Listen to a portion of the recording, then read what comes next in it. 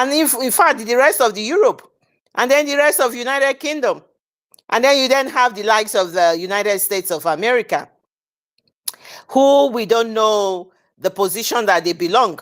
But clearly, Europe has dug their pitch, and we know where they belong, and they've dug in very deep, headed by Finland.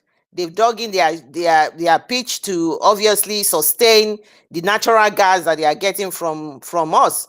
And I just heard somebody who went to Dangote refinery who said they got there and he showed a picture of a lot of trucks all packed up, lined up, plenty of trucks. And he says those trucks are empty. They can't get petrol, they can't get anything. Because Dangote, what he said, I'm going to the headquarters of Dangote to go and find out what is going on.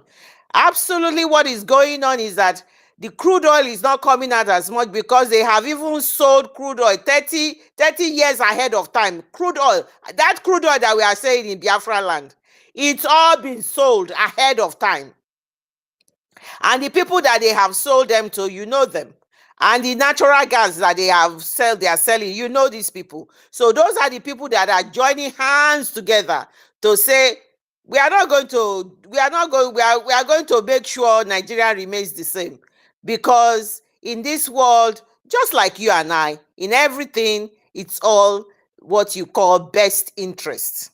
Is the best interest. My interest comes first. So their interest comes first. And that is why you saw Finland did a 360-degree and decided to put our prime minister and held him as a political prisoner, because their interest is a question of interest. Their interest comes first, and that is why they are doing what they are doing. But we will tell them, irregardless of your interest comes first, our interest comes first as well.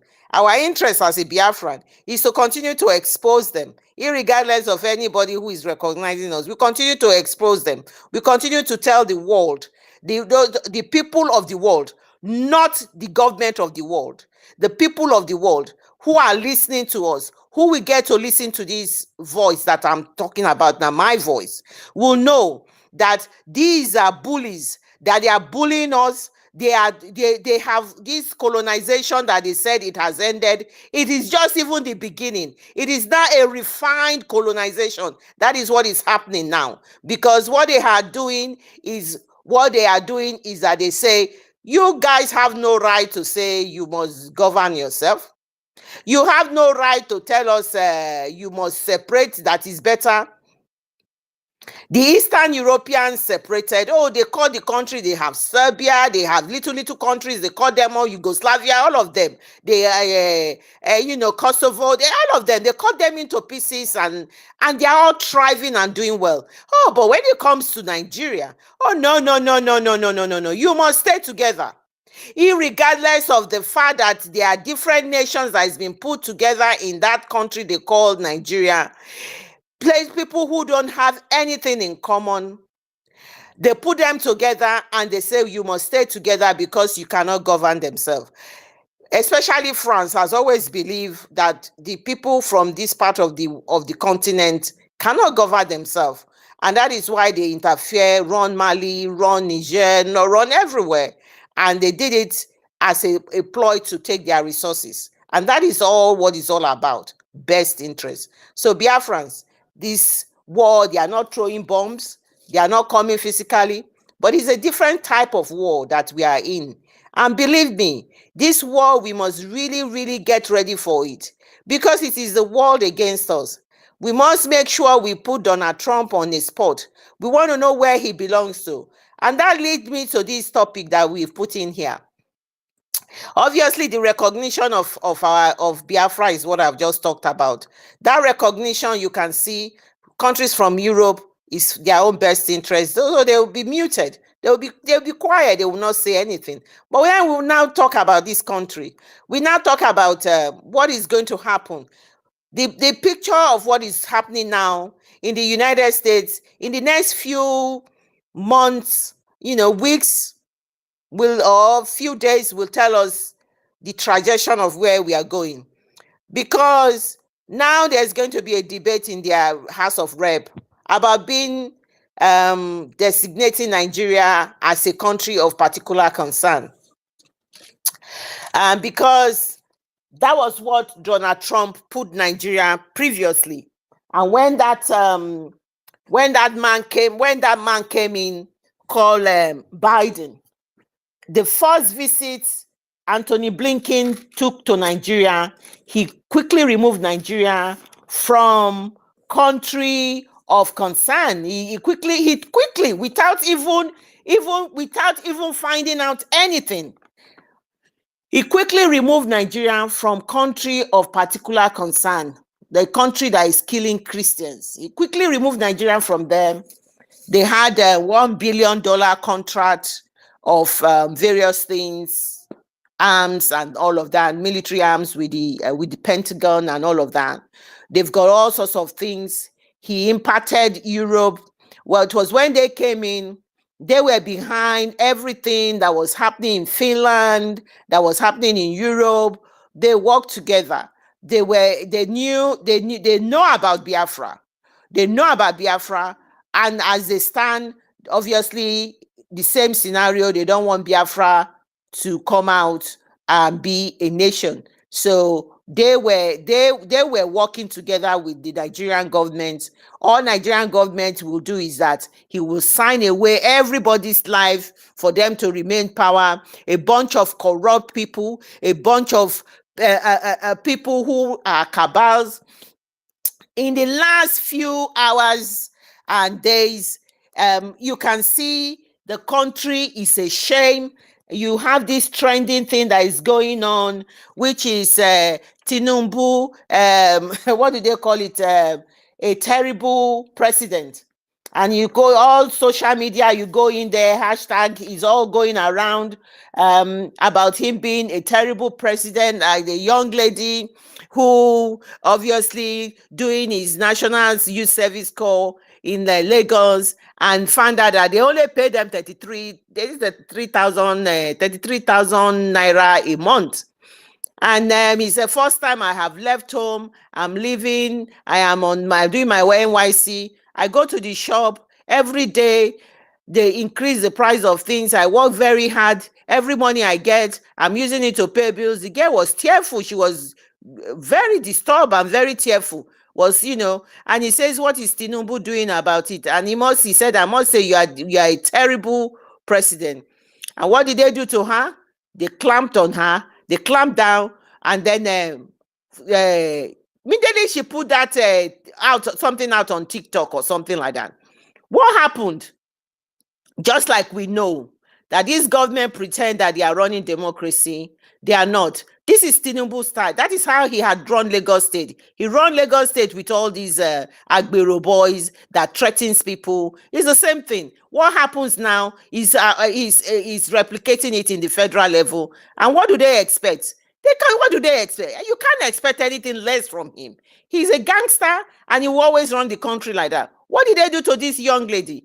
Immediately he got a phone call from NYC, one of the this thing. We tell you, take down that video. Take down that video. You must not play that. That is rude. They were threatening her and all of that. And she said she's frightened. Of course. How did they get my phone number? How did they get, if they get my phone number, then they know how they have my address. They know where I'm staying. So the poor young girl came out and said, look, listen, this thing has happened to me. I want the world to know. I want the world to know that if anything happens to me, this is what has transpired. Because this is why you see all our youths, you see people, they are just, they are being clamped down. It is like a military regime. They call it military democracy. That is what they have. And they think we Biafrans, we will continue with that. Never. That is why where we are now. A vibrant nation. We're not going to be part of it. They call it military democracy. That is what they have. There's no freedom of anything. You say something, they clap down on you. You've been sexually molested or sexually done something. They will gang up. All the people will gang up with you, against you. Even the women will gang up against you. That is what has been playing out. That is the type of government this man has always have, and there's nothing different from it. That is what they should expect when El Rufai has come out to say we overlooked your cocaine dealings, and then we overlooked your certificate forgery from Chicago, and thinking you are going to bring something. What does El Rufai expect? When you die with a criminal, you are a criminal yourself. What does El Rufai will expect? El Rufai expect that when you have Muslim ticket, there you think you get everything. Your Muslim ticket brought us to what we have now, the Biafran government, and that is what it is. Because that will lead me to this redesignated Nigeria as a country of concern. Because the reason why they are a country of concern is that the atrocity that they have been doing all along, because they've been covered up by the Biden government and all of that. Now there's a new sheriff on the block. The sheriff was the one who designated them initially. They quickly removed them. We want to see how this is going to play out. There's going to be a debate. And the people putting the debate, as the debate is not only saying you should designate Nigeria a country of concern, but we want you to go further. We want you to sanction them. And we as Biafrans, as Christians, we know exactly what we are playing at. But what we are saying is that all the human rights abuses that they have committed, the human rights abuses of just ordinarily what they have done to even Simon Ekpa. You see, the right of everybody has the right to be treated well. In case of Simon Ekpa, he's been mistreated, and so is all Biafrans, and wrongly punished by the state. They wrongly punish us. That's what is happening to Mazi Nnamdi Kanu. What Mazi Nnamdi Kanu did was to use his microphone to tell the people that this is who you are. You can do better for yourself. You should not remain in this type of life that you are living now. And what did they do? They used the state to capitalize on Mazi Nnamdi Kanu and persecuted Mazi Nnamdi Kanu. So that is what is playing out in this in what currently what we have. And because of that, we have decided that this is so important. Anybody that has got anything, any article, anything, they can send it to this senator that is leading this whole thing. I mean, not a senator. I think it's House of Representative in the Americans that is leading this. They can send it to them so that they can know that they've got a lot of evidences anyway. They've got so much evidence. We've got one of the evidences that was being placed to them. I would like to share that with you. I think I'm going to actually play that. One of the bishops from Benue State, who eloquently talked about what has happened in Benue State, and the reason why Nigeria must be designated a country that persecutes Christians. I'm going to play that, if that's okay with the host. I'm just going to quickly play that, and then we'll play the response. The response from the member of House of Rep that is bringing that is taking this to their chambers to talk about it. It's something that should be of interest to every one of us. And then and the issue of how Biafrans have been involved and have been killed. When you look at those places that these people are, a lot of them are Biafrans as well, you know. So I'm going to play this one first, so that people will hear. I don't know if you don't hear this, if it's not coming out properly, please just indicate so that here as the bishop, the Catholic Bishop of Makurdi Diocese, the capital of Benue State in Nigeria.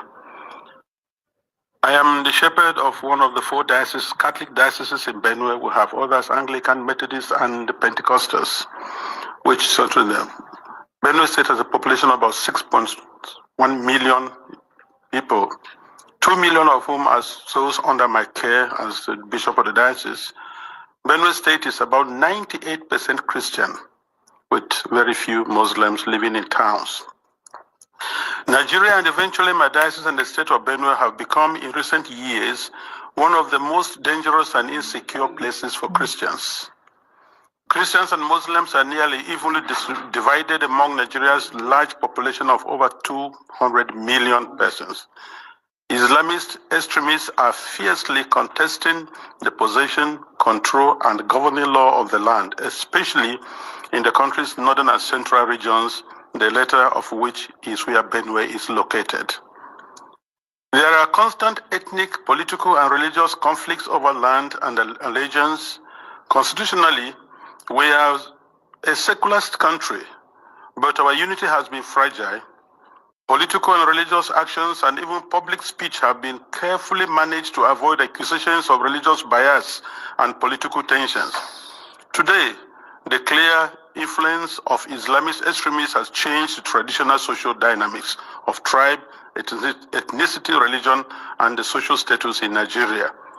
Because just recently, at the beginning of the Ramadan fast, 12 states in northern Nigeria have declared closed schools so that they attend to this. And you can imagine which other country in the world does that. Saudi Arabia is not doing it. Afghanistan is not doing it. Baghdad is not doing it, but then Nigeria is practicing. What kind of Islam are they practicing? 12 states, and not only Muslims are living in these places. What happens with the educational program or curriculum of the country? But this is what we are going through every day in Nigeria. A long-term Islamic agenda to homogenize the population has been implemented over several presidencies through a strategy to reduce and eventually eliminate the Christian identity of half of the population.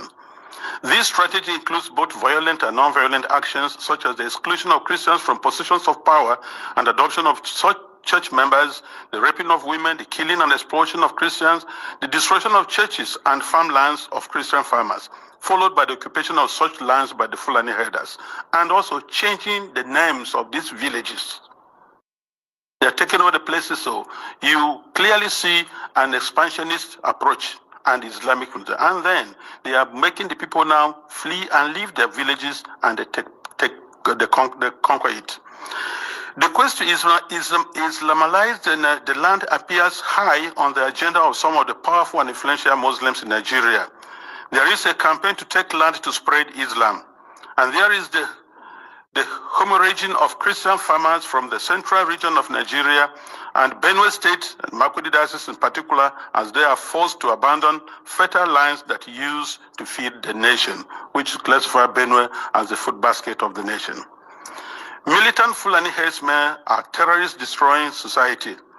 They steal and vandalize, they kill and boast about it. They kidnap and rape, and they enjoy total impunity from the elected authorities. None of them have been arrested and brought to justice. This is supported by the corrupt system in which we operate and the abject poverty among us, which allow the criminals to easily attract more recruits and prey on more victims. Why is this happening? Is it really a religious war? Like in the past, many jihadists are motivated less by religion than by spoils of war and use their religion to impose themselves. In my diocese, the spoils consist mainly of fertile, well-tended land organized around my parishes or so. The jihadists come and adopt and kill the priests, leaving thousands without support and basic human services. And of course, when they disperse the people, the inhabitants, or the citizens, or the people of the lands, they take over. And any attempt to go back and take care of your farms, surely you get killed. The Makurdi Diocese in Benue State has been the epicenter of the invasion by these herders who are more like hired guns of cattle oligarchies, who manipulate religion to rally the herders to eliminate the Christian population and cleanse the land in the name of Islam. This objective is behind the relentless attacks against Benue's villages. When we call for help to the police and the army, they do not come. At the end of 2024, several villages were warned by the attackers of the upcoming violence, and the leaders called the police for defense ahead of time. But they did not come, and the Christian massacres, almost customary, took place, killing hundreds in Plateau and Benue, with the worst massacre claiming 47 people. The militants also burned down the 8 Catholic churches of St. Mary's Parish in the Diocese of Boko, which in Benue State, as well as the parish house, clinics, schools, and other houses. The militant Fulani herdsmen bear on defenseless villagers without consequences. They follow orders to conquer, kill, and occupy. They attack even those who have managed to escape into our IDP camps. Thereby, they have no place to run to. And it is unfortunate that the police system in Nigeria, orders have to come from above. And such the ones there's a call, and they say they have never responded. And by the time they arrive, these people have left and the people are now living in the pool of their blood. What I have recounted above is happening not only in Benue State. I believe our experience in Benue is symptomatic of what is happening elsewhere in large parts of Nigeria. The experience of the Nigerian Christians today can be summed up as that of a church under Islamist extermination. It is frightening to live there. Apart from the violent campaigns and attacks against Christian villages, there are now attempts by the Islamic Council of Nigeria and various Islamic groups to impose Sharia law on the Christian populations. Already, 12 states in the north of Nigeria are under this sectarian religious law, and attempts to extend the same to the south of Nigeria, which they have started. This month, governors in the north decided appropriately to close all schools and education institutions during the months of Ramadan, leaving millions of students without learning opportunity for 5 weeks. We live in fear because at any point it can be our turn to be killed, but to remain silent is to die twice. So I have chosen to speak. I speak on behalf of the millions who are in the camps. In Benue State, in Makurdi Diocese alone, in my diocese, I have about 9 camps. 9. On the 5th of March, which was Ash Wednesday, we visited one of the camps, and many of my priests and religious went to the other camps, distributed them to begin the Ash Wednesday with our faithful who are there, because we are the voice of the voiceless. We have to talk for the defenseless. We have to talk about the weak and those who cannot talk about themselves. In one of the camps called the Mega Camp, there were over 3,000 inmates of that camp, and which was a record given to us by government. I speak on behalf of them and those children who have no husband, who have no father, and even their own voices taken away by the politicians who promised to help them, but have become the willing tools of the jihadists because they are talking politically correct statements, looking for next elections to come. I speak on behalf of those whose loved ones have been killed, but no one has even offered a word of consolation to them. I speak on behalf of the thousands of young girls who have been adopted and raped because no one, not even the media, mentions them anymore. Foremost, I speak on behalf of my flock who are unable to worship freely and unable to return to their ancestral farms and homes because that land has been ruthlessly taken from them by the armed herdsmen. And where they say they want to live in peace with the natives, if you must farm, you have to pay tax to hire the land which belongs to you. That is slavery, to say the least about it. As prosperous Nigeria is in the African continent, and I tell you, if there's outbreak of war in Nigeria, no country around us, Chad, Niger, Ghana, Guinea, Togo, no country can contain the population that will flee to these places. No country can be able to house over 5 million refugees. It's not possible because of that. And if 1 million refugees run to Chad and Niger, they'll collapse that country because there'll be no plan to take care of them. So we have to be very careful. Today, I urge you all to use every means within your mandate to start developing a strong and good relationship with Nigeria, where you know that when you speak of human dignity, you are also speaking of the same God-given right you believe is unalienable. Consider that Nigeria can be your ally, but it cannot be one where half the population is in the process of being murderously eliminated. Work with us, the churches, and other Nigerians of goodwill. We are working for a peaceful and prosperous society, and our desperate plight has been set aside U.S. policy for too long, to the cost of thousands of lives. Concretely, I request and I plead, I ask you to redesignate Nigeria as a country of particular concern. This has both a practical and diplomatic meaning to signal that you are paying attention to what happens to us and elsewhere in the world, because The policies the government is trying to put in place, so that to return the IDPs, build camps for them, relocate them from their homes, it is not durable and it will not work because the government has already the population that is not able to take care of. And then you have over millions of people in the camps and you want to relocate them to where? And if you do, let's take that you do. How many houses or rooms will you give me who has 5 children, another one has 3, another one has 2? And what will I be doing for a living? These people previously never begged anybody for food. They were managing their lives, training their children, and building their homes. So nobody should have deceived us on the guys that you're going to reset to the IDPs. They have no jobs. So where you say them, what will be their place? And by the way, the fundamental question remains, if you resettle them to other camps or build places for them, what happens with the ancestral lands? Who takes care of them? And this is whereby I feel the government is complicit on this issue. Because these terrorists, Fulanis, displace them, kill people, and then occupy the place, and then change names, nomenclatures of these towns. For what reason?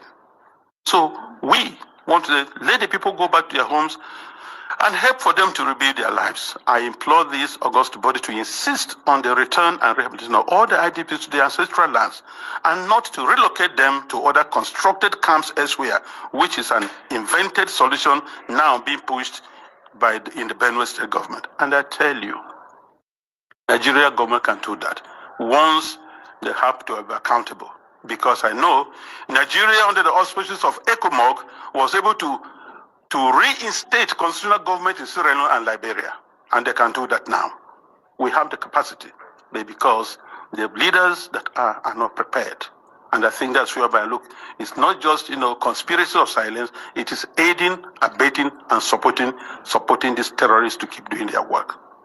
This is my plea. Thank you very much for this attention.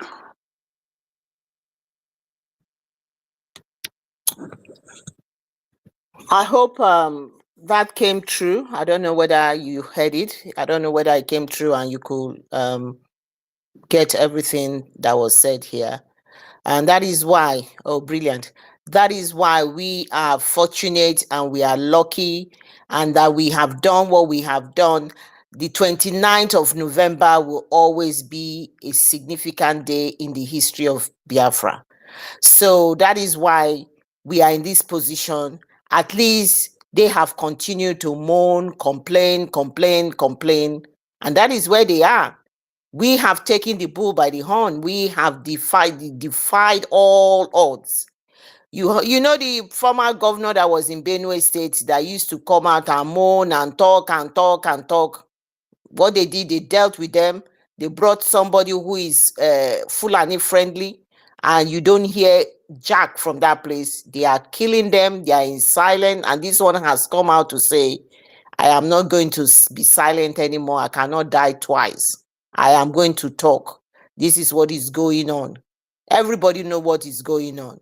And they are not Fulani, they are not headers. They are Fulani terrorists. You call them what it is. They are terrorists. And that is who they are. They have ravaged the whole country. They have threatened everybody. They have made people's life. The terrorism is just too much. And the worst of it all, the government of the zoo do not care. They don't care. It doesn't bother them. It is just another statistics. Another death is just another statistics to them. It doesn't bother them what happens to these people. You remember Abuja Declaration of 1989 that our Prime Minister was eloquently analyzed it for us and told us about it. And some people went to read it. I just saw it. So it is the same thing, what he has narrated. All the key positions will be given to them. And that is what is playing out. He gave the statistics. 90-something% are Christian. But all the key positions now, they've been giving it to the Muslim Fulanis. That is what is playing out in everywhere. That is why Mazi Nnamdi Kanu must be respected. We must be thankful to him. He brought this glimmer of hope for us that we must fight. We must fight. And because when he said they are coming, people did not listen to him. They are coming and they are here. They are here. When I play this tape now, people are just far. Oh, it's happening in Benue State. If we do not do anything, they are coming everywhere. The whole of the whole of Abuja, Yoruba land has been overtaken, is overrun. I'm just even checking somewhere now. There's some places burnt in Akure or something like that. Everywhere is been overrun, but that is why we are fighting. You saw the just excuse me, please. Just give me a second. You saw what happened. You saw what happened in what do they call it in what happened, sorry, well, you saw what happened in is it Onitsha? Yes, it's Onitsha market. You saw the London boy going to sit down to break fast with them. They are everywhere in Enugu, everywhere. The Muslims, in fact, the whole of Delta area, the whole of Edo State, Auchi, all those places, even in Edo itself, they are the ones buying the land and building their houses now. They've taken over everywhere. That is why we are the unique ones. We are the ones that is standing gidigbam and say, no, we can't be part of this. And like everybody say, it is not a religion that when they take over, when they want you to be a Muslim like them, they want to be in control of everything, in control of the government. They want to be the one that will dictate what will happen. And the Wahabi type of Muslim that they practice, especially, is so dangerous that your rights completely, especially we women, completely our rights to be so eroded is unbelievable. You see what they do, what they are doing, what how they will clamp down on this thing. Look, they haven't even asked anybody. They haven't asked the educational federal government of Nigeria educational system. They closed all the schools. They closed the schools because it's a fasting period, and when they close, and they have the audacity to be shouting that we are sitting at home every Monday. Oh, they are doing this, they are doing that. We are sitting at home every Monday, but they have closed all schools. That during this fasting period, nobody goes to school. The other day, there was a Catholic school. Whether it's a Catholic school or one is a Christian school anyway. I think it's a Catholic school where some of the Catholic school the education is very good, and so you have children who are Muslim who goes to the school. Believe it or not, they had a court. I think they even took their case to court. What they now said, the Muslim that came to a Catholic school to study, they are now saying they want to be wearing hijab, they want to cover their face, they want to do this and all of that. And the school said no. Do you know that, as I am telling you, they have just changed the school things around, that those people have rights. This is the tendency. This is what we are saying. That when they come, they overtake and they will impose their law, even override the government. That is the danger of this. Nobody says nobody should not practice their religion. I live with Muslims, but it's just that tendency to override everything and overtake something. It has to be the law, and that is it. And some of them can be really archaic and ancient law that they think they have to still obey. So that is what is playing out. So this bishop from this Benue is said all of the pardon. Oh, oh, I haven't even gone to that Bishop Coker's own. No, is this bishop from Benue State who have just read everything out, who have just said everything that is happening in Benue State. It is not news to us. We know what is happening, and it's not even unique to Benue State, but because Benue State was, they ravaged Benue State so badly, and the tragedy of it is that within the next few years, if nothing is done over there, thank God the part of Benue that is Biafra will come to Biafra. If nothing is not done, he's already said it. They take over the area, and they will change the names. You will never recognize them alone again. Some children they've been born in IDP camp. They are in IDP camp 14, 15 years old. They will remain there. They will never ever, they won't know anything different than being in captivity like that. That is all they will know. The Nigerian government is completely useless. They are not able to do anything. They will not do anything. It is not anything of interest. But because now that Trump has come back, and this thing is coming out, and people are coming out now, whenever you hear Nigeria being put in a position like this outside the shores of Nigeria, they then get concerned and worried. So what has happened now? What did Tinubu do? Tinubu now have decided to invite all the bishops down to Abuja. Before, they didn't know they were existing. Now he has invited them. Before, the bishops wanted to talk to him. He won't even have audience with them. But because now, he now understands that there is something going to happen in the American House of Rep. They are going to debate about this. Designating Nigeria as a country of particular concern, killing Christian. So they know they are going to do that now. Now he's interested. He's invited them down to Abuja, and then he's now saying to them, part of the things that I picked out that he said to them, he said, please, what is happening is not only happening to Christian, it's happening to everybody. My wife is a pastor of the Redeemed Church, so it's not only them, it's everybody that this is happening to. So we need to work together. It's now they know they want to work together.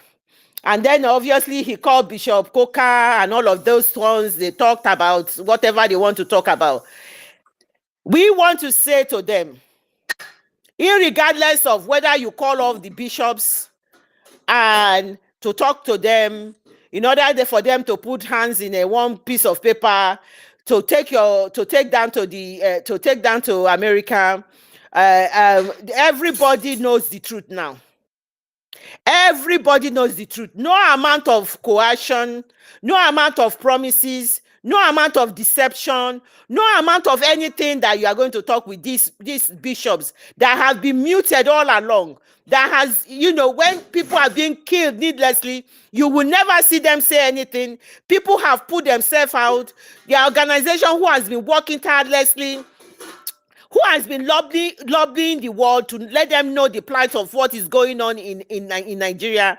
Now you want to reap the reward. You now want to say you are all bishops. You are now saying, what is happening now? Okay, Tinubu has only been there for 1 year. And a year you cannot say you can achieve a lot in a year. You are going to give time, and then you are going to sort of block the progress a lot of hardworking people have been doing to expose that this country called the zoo, Nigeria, must not be left the way it is. It needs to be dismantled. It needs to be broken down. It is a cancer that needs to be cut off because it has killed so many people. It does not serve any purpose. Since it's been put together, there has not been any purpose for that zoo. It has always been pain. Nothing anybody gained from the zoo. Nothing, being in the zoo has never been anything joyful to anybody. It has only been rewarding to the criminals, to the corrupt element, to the cabals, those people who have sat down in the federal position and have squandered the Nigerian resources that people have, they're supposed to be shared by everybody. They have enriched themselves and their family. Their children goes to the best school. Their children goes to the best holidays. They always do everything. They have the best life, and innocent people have always suffered. And now the government of Tinubu is using coercion to do everything. Young girl just said that, I bought crate of egg the other day for this. The next day he went there, crate of eggs has gone up. The girl was lamenting. Because of that, they are threatening her life. Though the other day, people came out to protest for hunger. They picked up children, young children less than the age of young children less than the age of 18, they pick them up, they put them in they put them in adult prison. They put them in adult prison, and then when somebody went to adult prison, saw children with all their ribs, all their cages. You can count their rib cage. So what is it that we are talking about? There is nothing that can come out good out of this government. This is even the worst. He's already campaigning for 2027 in the northern part of Nigeria. That is all they know. Embezzle the money. He's got his son and his friend are the ones getting all the contracts. They have a refinery. They are part of the refinery in Malta. They have emancipated so much wealth that he will dictate every position in this next election that they are going to do in that their zoo. He is going to be the one. He has emancipated so much wealth, and he's been shielded by the corrupt West. Countries like France, who is friendly to Tinubu, they shield them. They allow them they allow them to be able to put all this money in their country. How did they even call it? The English word. It has the English word has gone from my mouth by there. They embezzled all this money with their corruption, and they allow them to deposit this money, and they are going to use it. The other day, this is a ruthless man who brought the van. You saw him during the election, brought that van to his house with money in it. He doesn't care. This is what is going to play out. So that is why it is so important that they designate the zoo as a country of particular concern that is persecuting Christians, and as a result of that, all the human rights laws, they are breaking it. They come to Biafra land, which is domineering Christian people. They will kidnap people. They will pick up people, adopt people, take them to their barracks. They take them to the barracks. They take them to their police stations and jails without anything. They force them to confess and write statement that they've done something wrong, which they haven't done. All they have done is that they claim that they are Biafrans, and that is all. This is the atrocity that is they've continued with this atrocity. They are regrouping. They are now forming ECOWAS army. ECOWAS army is getting ready. That Christopher Musa with his fat belly is saying that they are ready to go. ECOWAS is ready to go. They formed, and this is under the control and the auspices of France. France is the one training them, that is putting them together. They are ready to go. They want to come, and they want to make sure that Nigeria remains the same. And what this bishop has just said here will continue, and then will continue, and will continue. That is what France is making sure. Nigeria remains the same. The whole of Middle Belt is gone. They are encroaching they've already gone into Southwest. Now they are coming down to the East. This is what they want, but the East is not go area, because the East is now what you call the United States of Biafra. They come in there, they come in as an occupying army, and we will treat them the way we will treat occupying army, because the Biafran land that we have is all sealed up. We are getting ready for them. They are coming, and the world must know that they must react to what everybody is saying here. They must react to it, because it is gone past the issue of persecuting of Christians. This is more than what it is. It is just a beautiful word that they are using, persecuting Christians. But the gravity of what is on ground, they really do not, they are really not addressing it. It is not persecuting, it is terrorizing, killing innocent people, and destroying people's lives and home. That is what is happening, because they want Nigeria to be one, and because according to them, I don't even know where they come from, they have taken over the country, and the country belongs to them, and that is what is playing out. How does this impact on United States of Biafra? The impact on this United States of Biafra is that we have been saying the truth right from the beginning. Now they know the truth. The whole of the Middle Belt, you can hardly find a church there. Everywhere in the north, you can hardly people go to praise their Lord or do their service in fear. So we have often said that the unity, that the diversity that we have is too dangerous, and that is so dangerous that we cannot be together. Everybody should be separately. This has come to what has happened now. The point I want to bring out here is that it has confirmed that we have been honest and we have been truthful, and what we've been doing and what we have been campaigning for, and is to save lives. When we come out that what we are doing is to save life, this has justified the state of the United States of Biafra. We are here to save lives. The lives of those people this man was talking about in Benue State, they are gone. And that is why we want to save our own lives. If we do not make sure that we come out of this cancer that has been ravaging, that has gone deep into the Nigerian system, our lives will be the same as these people. Not that it's not happening. There's or harmful. That is recently happened. You can see a lot of areas. There are things that we don't even know. It's only those that comes on the news that we hear. There's a lot of atrocity. You remember the day that young man was being dragged, they stopped him, was on the bike. They stopped him and they said he has they saw a bullet in his hand. But meanwhile, they were the one that dropped the bullet. They shot him at a close range, and we could see the atrocity. That is what you call execution. They executed him, kill him, shoot at sight. They killed him, and these are all atrocity that is being committed. That is the reason why we Biafrans decided to restore the independent states of Biafra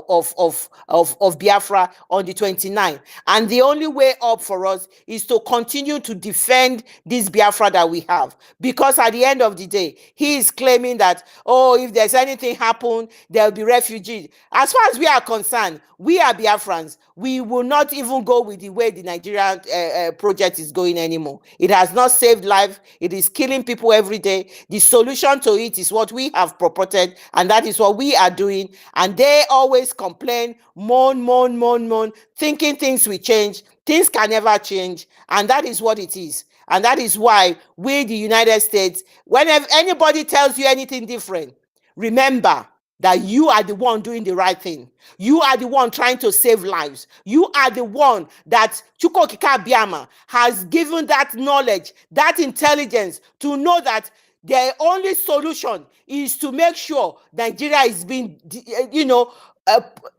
put into different parts. The part that we are is where we are. Whether the United States of America, whether Europe, whether any other countries in the world do not share what we are doing, we know that what we are doing is right. We know we are saving our lives. We know this beautiful country that is just barely 3 months old is the savior of our own lives. We cannot, because listen, Biafrans, it's not going to end in Benue. It's not going to end in Plateau. Obviously, the whole of Nasarawa and all of those places, it's not going to end in all of that. It is coming right down. The real cocoa, the real spoil is in the old Eastern region, and that is where they are all heading. They are saying they want to dip their Quran in the Atlantic Ocean. They are coming, but they are too late. That is why what happened on the 29th remains a fantastic day, a day we will never forget in the history of Biafra. And so I don't know is there anybody's hands up? Andy Best, you are there. Ugo Global, you are there. Biafra Champion, you are there. Ben Chooks, you are there. Sir Williams, you are there. Ugo 247, you are there. So let me just, before any of you come up, let me just play what the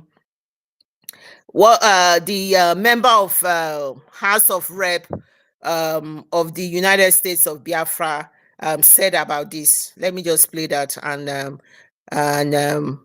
that will be my submission. Thank you. Agency and EWTN News, quote, Archbishop Ignatius Kagama is concerned over the seemingly endless violence against Christians that claimed at least 58 lives this past weekend and hundreds of others in recent weeks. It is our prayer, he said, that something definitive will be done to stop the situation that is inhuman.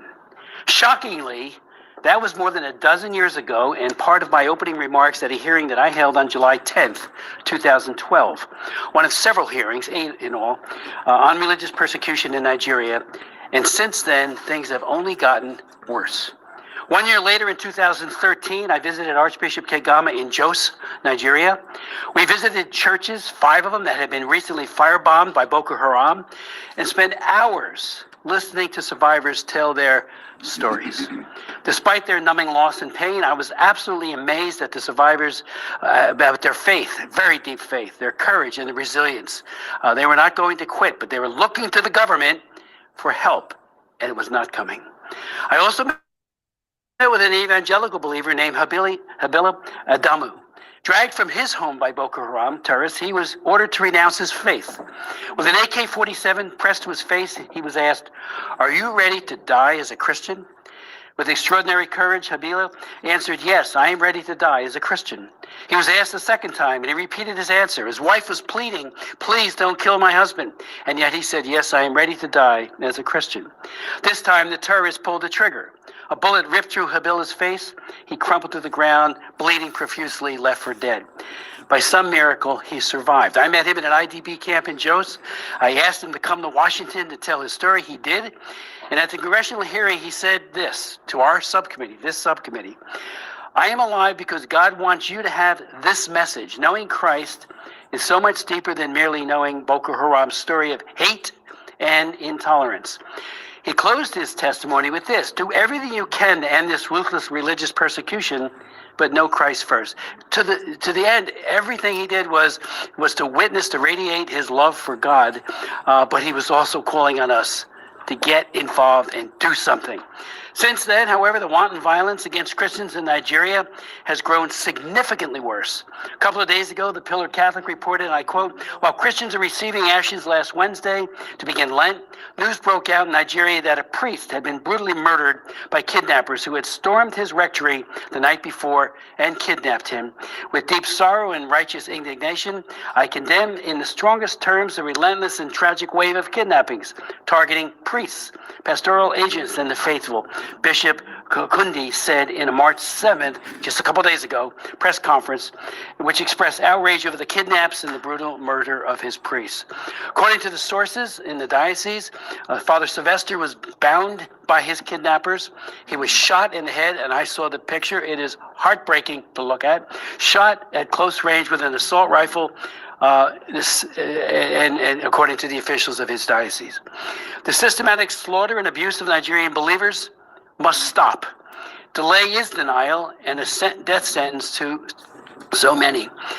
One of our distinguished witnesses today, Bishop Wilfred Anagbe, of the Diocese of Makurdi, Nigeria, traveled a long distance to be with us today and will testify, and this is from his testimony.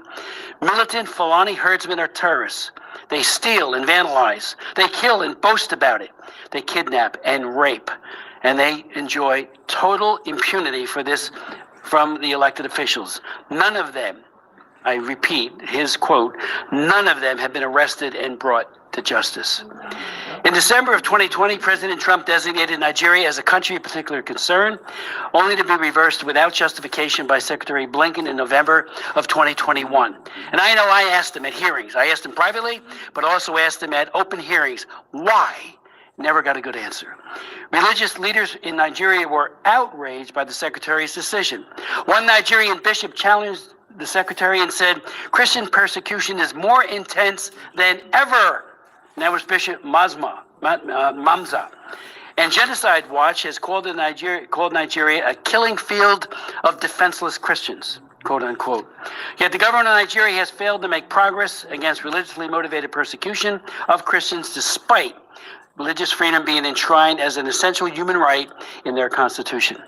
Likewise, Nigerian legal framework supports pluralism at both federal and state levels, but glaring contradictions exist, especially with laws that criminalize blasphemy, some even carrying the death penalty. The U.S. Commission on International Religious Freedom, USCIRF, was, quote, appalled that the State Department did not redesignate Nigeria as a country of particular concern. USCIRF had recommended, and we have the former chairman here, Tony Perkins, had recommended this designation 4 years in a row, from 2021 to 2024, and said, quote, there is no justification as to why the State Department continues to fail to redesignate Nigeria as a CPC. And again, CPC, as you know, carries significant sanctions, a whole broad array of sanctions that the President and the Secretary of State are empowered to level on a country that commits persecution. When the former Secretary of State Blinken held a joint press conference with the Nigerian Foreign Minister on January 23, 2024, following the Christmas Eve massacre, which targeted killings by radical Fulani terrorists and took the lives of hundreds of Christians, he did offer his condolences, and I watched it. I was glad to see that. But we need to take it beyond just saying, I feel sorry for you. And these Christian killings recurred the following year, just 3 months ago. Make no mistake, these ongoing attacks are based on religion and diverting attention from it tonight. So let me just say parenthetically, I tried for 3 years to get the Clinton administration to designate Boko Haram as an FTO, the Obama administration, as a foreign terrorist organization. I held hearing after hearing, and they wouldn't do it. On the day I was marking up my legislation to do this, just that, State Department said, oh, we're going to designate them an FTO. And that was for all the crimes they were committing. Later, it was the Chibok girls. It was all the other atrocities being committed by Boko Haram. And they wouldn't even give them the FTO status so we could start investigating where they get their money, their weapons, and the like. Make no mistake, all of these attacks are based on religion, like I said, and diverting attention from it denies that we have seen with our own eyes. This is religious cleansing. It needs to stop, and the perpetrators need to be brought to justice. Last year, the House Foreign Affairs did adopt my resolution, HRES 82, calling on the Biden administration to redesignate Nigeria as a country of particular concern. It passed exactly 1 year ago, almost a year ago, in the committee, but it never came to the floor. While I strongly believe that President Trump will again designate Nigeria as a CPC and do much more to assist the persecuted church, including the outreach to the Nigerian president, Tinubu, last night I did reintroduce the resolution, and I hope we will have a robust debate and it will get marked up. Help can't come fast enough. The killing fields are every day, every single day, and we need to do more and do everything within our power to try to mitigate it. Let's not forget these horrifying facts. Northern Nigeria, and this is just Northern Nigeria alone, has seen the destruction of over 18,000 churches since 2009. 18,000 churches. I saw 5 of them, totally burnt out, and many people killed with car bombs and the like. An August 2024 report from the Observatory for Religious Freedom in Africa found that 55,910 people were killed and 21,000 people were abducted in the context of terror groups in Nigeria within just 4 years, from October 2019 to September 2023. I would point out that approximately 34,000 are moderate Muslims that have been murdered in Islamic attacks, and we speak out for them as well. I have met with imams in Nigeria, and if they speak, they're visited that following week by one of these radical Islamist groups, and it's not pretty. They'll kill them or do other kinds of mischief. About 5 million Christians have been displaced and forced into internally displaced person camps, IDP camps, within Nigeria. The 2023 watch list released in January by Open Doors this past January found that 89% of Christians, 89% of the Christians who are martyred in the world are in one country, Nigeria. The targeted violence starkly highlights the precarious state of religious freedom in Nigeria. Again, we're asking the president, Tinubu, he's got to take action. And we're going to, I'm hoping to lead a delegation to Nigeria. We've got to raise these issues, but it starts at the top. I've been to Abuja many times. The president has real power. He can do it. And we're calling on him to do that. Let me also say that and I will put the rest of my statement into the record, but this hearing, we're hoping will be a catalyst for action by our own government and also by Congress, and of course, above all, the executive branch. The new president has a lot to do, and I think he'll do this, and then, if necessary, impose sanctions. Where that has happened, there is change. Where it doesn't happen, the status quo, the killing fields continue. I'd like to yield to Ms. Jacobs for any opening comments you might have. According to the Thank you. Catholic News Agency Yeah, and EW. sorry. Thank you so much. You can hear that. The killing fields continue. We hope if he's going to lead a delegation to the zoo, we'll hope he's going to be able to visit the United States of Biafra, and then we must have representative, because they classify it as Christian, but they know exactly that the same thing is happening in what's now called the United States of Biafra. Everybody knows the truth. They know the truth, but the point is that best interest is coming first. So that is what is happening. So I can see Tobechuku's hands up. So I'll yield the mic to you, Tobechuku, to make your submission. Thank you for coming up.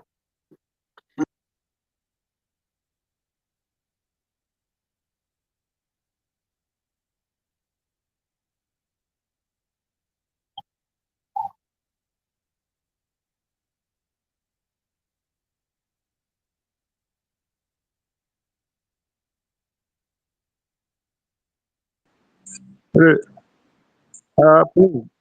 Ugo 247, I get information. We go get one Ogen Kere boy where they here.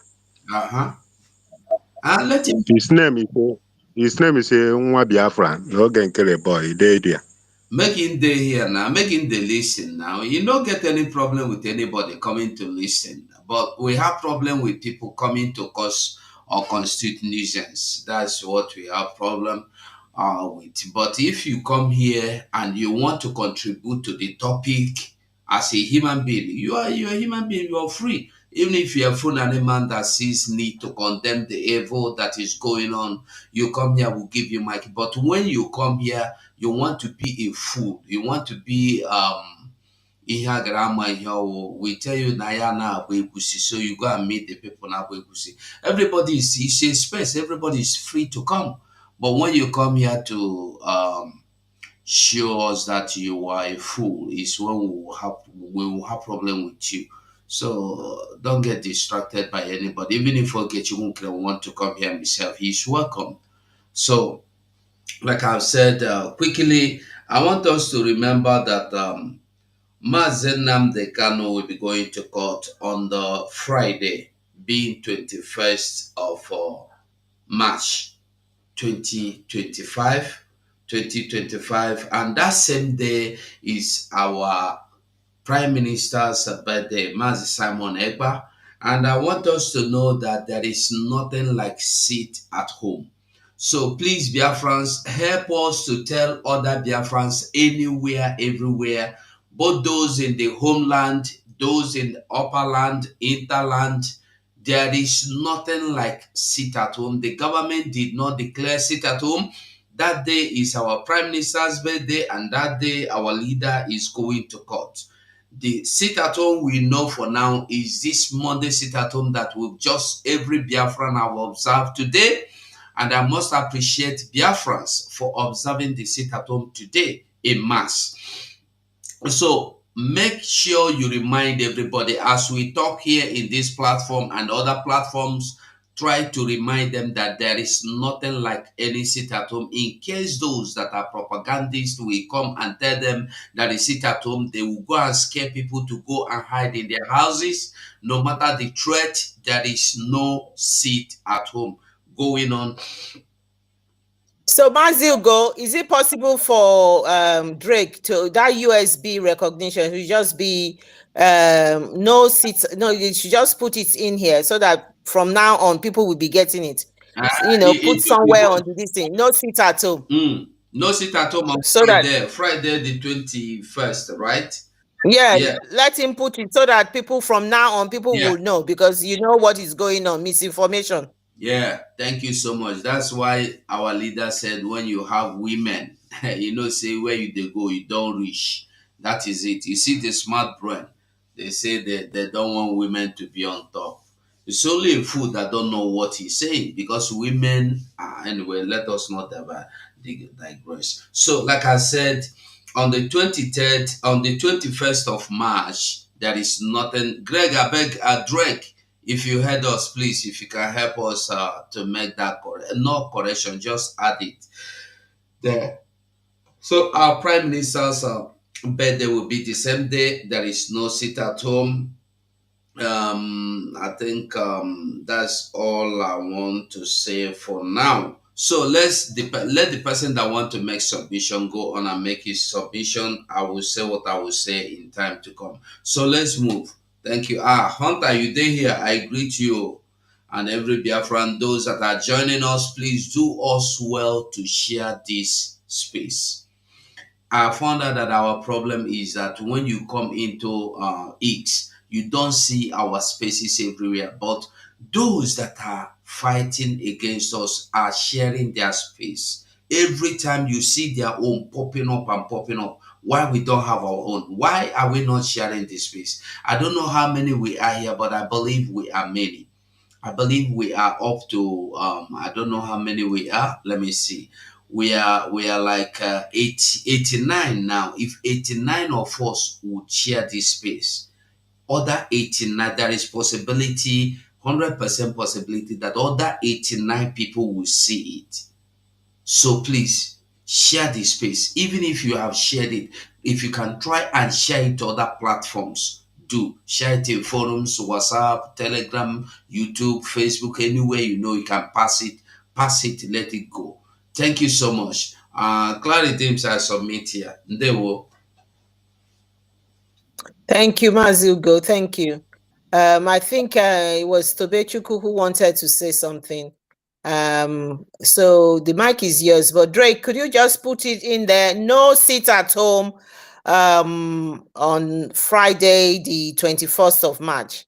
No sit at home, so that everybody will know and so that there won't be confusion. Please, everybody should share the news from the government now is saying no sit at home. Our leader is going to be in court, and I believe Mazi Simon Ekpa's birthday, it's on that day. I believe he's going to be 40 years old. So there is no sit at home. The business of the government is ongoing. Thank you. Tobechuku, the mic is yours. Thank you.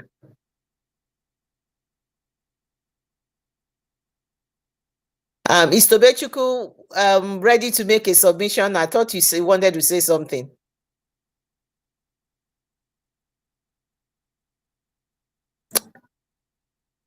Okay. Tobechuku is not saying something. Please, Andy Best, are you able to say something? Sir Williams, can you hear me? Yeah, I can hear you, Madam Clarity. Okay, go ahead. Go ahead. I don't know if Sir Williams can hear me as well. Okay, thank you Go so ahead, much. Andy Best. Go ahead. Okay, thank you. I greet everyone in this space. The Drake, I greet you special. Thank you so much. Thank you for your good work. I appreciate. I greet all lovers of freedom in this space. Good morning, good afternoon, good evening, depending your time and your location. I greet everyone. Yeah, first of all, let me thank our great leaders that stand resolute because of me and my family. Mazi Nnamdi Kanu and Mazi Simon Ekpa, our great leaders that inside because of me and my family. I thank them so much. And I appreciate our DPM that is doing a wonderful work for us, that is trying all her best to make sure that Biafra is recognized all over the world.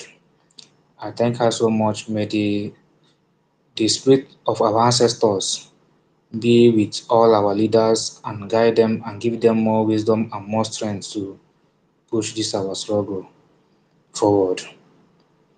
Yeah, let me thank our brothers and sisters back home who sit at home. Those that sit at home today, I thank you people. May Chukwu Okike Abiyama bless you people. May Chukwu Okike Abiama answer all una secret prayers. Thank you so much. This sit at home, it will help us in this freedom we are fighting. It will help us so much. I, I, I, I wish all Biafrans will just obey this sit at home. I wish all over all part of Biafrans will respect this sit at home. And this Monday sit at home, it will help us and it will make the world, other countries to know, yes, that we, the Biafran government, are in control of our land, not the zoo government. So I thank everyone that sit at home, and those that did not sit at home, those people, they don't care about freedom. They don't care about what is coming if we did not get this our freedom. Because if we not get this freedom, we have that means we have become a conquered generation. These Islamic people, Fulani Janjaweed, they will conquer us because they are trying all their best to make sure they conquer us. You can see one video I saw last time on social media where an Fulani herdsman rearing cow carried use his hand and uproot people cassava and use it to feed his cow, which is very very wicked and heartless thing, to show that those people are very very heartless. They don't care. And some of our brother that does not supporting this freedom, they can never react on that. They can never do anything on that. If they just see it on social media, they will just talk, only talk. They will not say, okay, since our so-called political leaders, zoo political leaders, are not doing anything about this injustice, this evil, this wicked hearts about from Fulani herdsmen. So they can use money and support their freedom, so that we that is fighting for the freedom, those fighting for the freedom, will help and clear those Fulani herdsmen. They don't want to kill. They don't care about anything happening in their land. They don't care. They don't know what is coming. Like this, they don't know that the people that they think that is leading them does not care anything about them. The people they make their first class citizen is a cow, not even human being. They don't care about anything. Yeah, imagine somebody like Idiot sitting down with uh, Alamajiris to eat food with them, to so that they will see him as a better person. That's the kind of person you want to put in the seat. Ndị be anyị sị na a na-eshi ụlọ mara mma pụọ ama, but this man own, he don't even care about anything about his people. He want to favor, treat other tribe, if not even other tribe, Fulani herdsmen, those Fulani herdsmen that is killing his own people, that is destroying people's farm. Those people, that is who he is trying to favor, so that they will give him the leadership he need. So that because all he is, that man Widot is fighting, is for his own personal interest, for his own gain and his family. He doesn't care about any other people from his tribe at all. He does not care. Imagine that kind of person. That's who some of one Nigerialist, our Igbo one Nigerialist, is want to put inside the seat. You see, so I thank every person that sit at home, that respect this sit at home.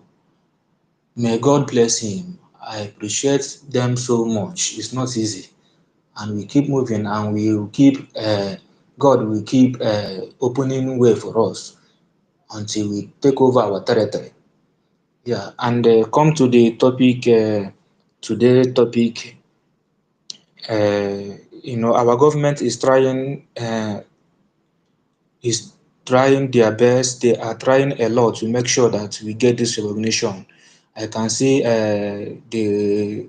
to which our government did this evening. They have submit recognition letter to many countries, even Russia and Burkina Faso. That's a very great achievement, and that's what we need. And that's what we need. So they are doing a very marvelous work.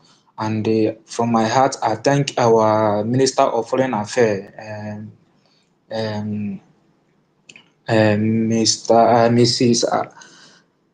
Ada. Yeah, I thank her so much.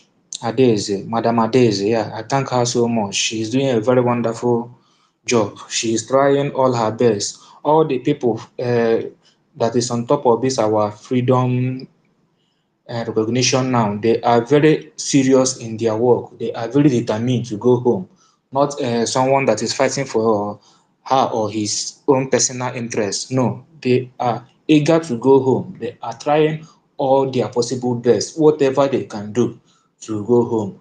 They are doing it. So I thank our government, I thank our DPM, I thank all her ministers, all her cabinet, I thank every one of them trying to make sure that we get what we want, that we take over our land. I thank them, may God bless them, may God give them more power, give them more strength to continue the good work until we take over our land. And the glory shall be them, we shall glorify them. Even upcoming generation must glorify them. I thank them so much for not letting this fire back down after they detain our two leaders, Mazi Nnamdi Kanu and Mazi Simon Ekpa. They still pick up the mantle and flying everything upon upon all the things, all the shots our traitors have shot to us, have shot to us still. They are still moving forward. They don't even care. They don't even send any idiots. So I thank them. May God bless, give them more wisdom, give them more strength to continue moving forward. You know, in God give us a very great leader and give us a very great chance. Do you know what it takes for woman leading us? Is is a very great thing for woman leading us, because in it is very hard for like Western country to accuse a woman for terrorism financing, for financing terrorism.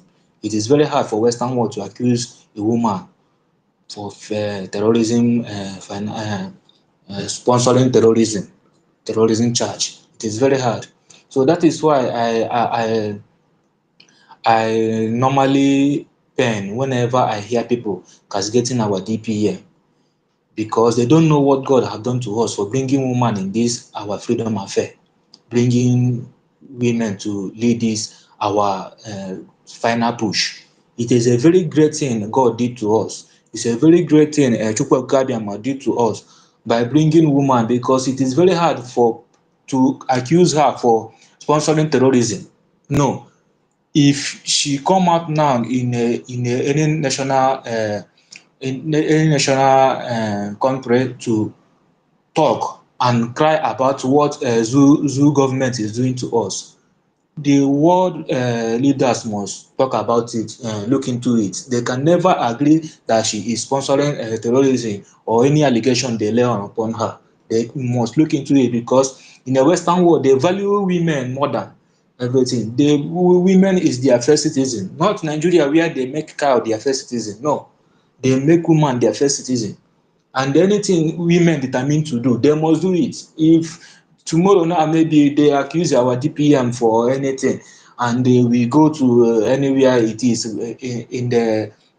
in a court of law in the either US or anywhere, and all the women's, all the great women's we have in this freedom, all of them, somebody like Madam Tina and the rest of them, Madam Clara Dean, all of them enter inside that courtroom and they talk. Every leaders in that US, they will must listen to them.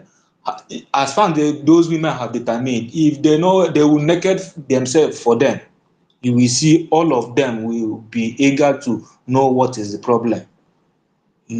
So it is a great thing that God have done to us by giving us women to lead in this final push.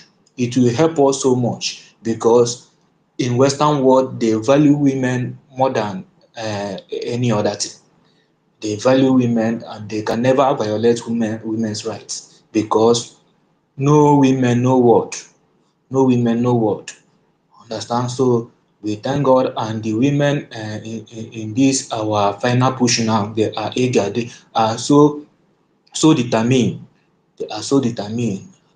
I'm so happy when I see the recognition letter they sent to at least Russia and Burkina Faso, those countries. I'm so happy and I thank them so much. So Biafrans, let's support this our government. They are determined and they are serious in whatever they are doing. Let us support this government any way we can. Victory shall be yours, only matter of time and the determination. Remember, uh, before our colonial master colonize us together with the other tribe, they determined to do it. No matter all the thing they face, all the all the thing they face, they determine and they achieve their goal. And that goal they achieve, that's what they are eating today by taking our mineral resources, confusing many people's brain. We don't many people in that zoo does not know their problem. And that's those things those our colonial master determined then and do. That's what they are eating today. So we to break that country, we have to determine in this freedom we are fighting today to make sure we break that chain. We have to determine, and once we determine and achieve our goals, we will get the benefit, and our upcoming generation will get the benefit. They will enjoy it, the benefit. So the only thing we have to do is determine, sponsor this our freedom and determine to get our freedom. And we shall overcome all the circumstances and the victory shall be yours. I thank you so much and I greet Drake once again. I greet Drake. Thank you so much for your good work. And Sir Williams, Madam Clary Dean, Mazi Ugo, Minister Ugo, I thank you, Minister Benchus, Mazi Rose, Mazi Ugochukwu, I thank everyone in this space. Thank you so much. I yield my mic from here.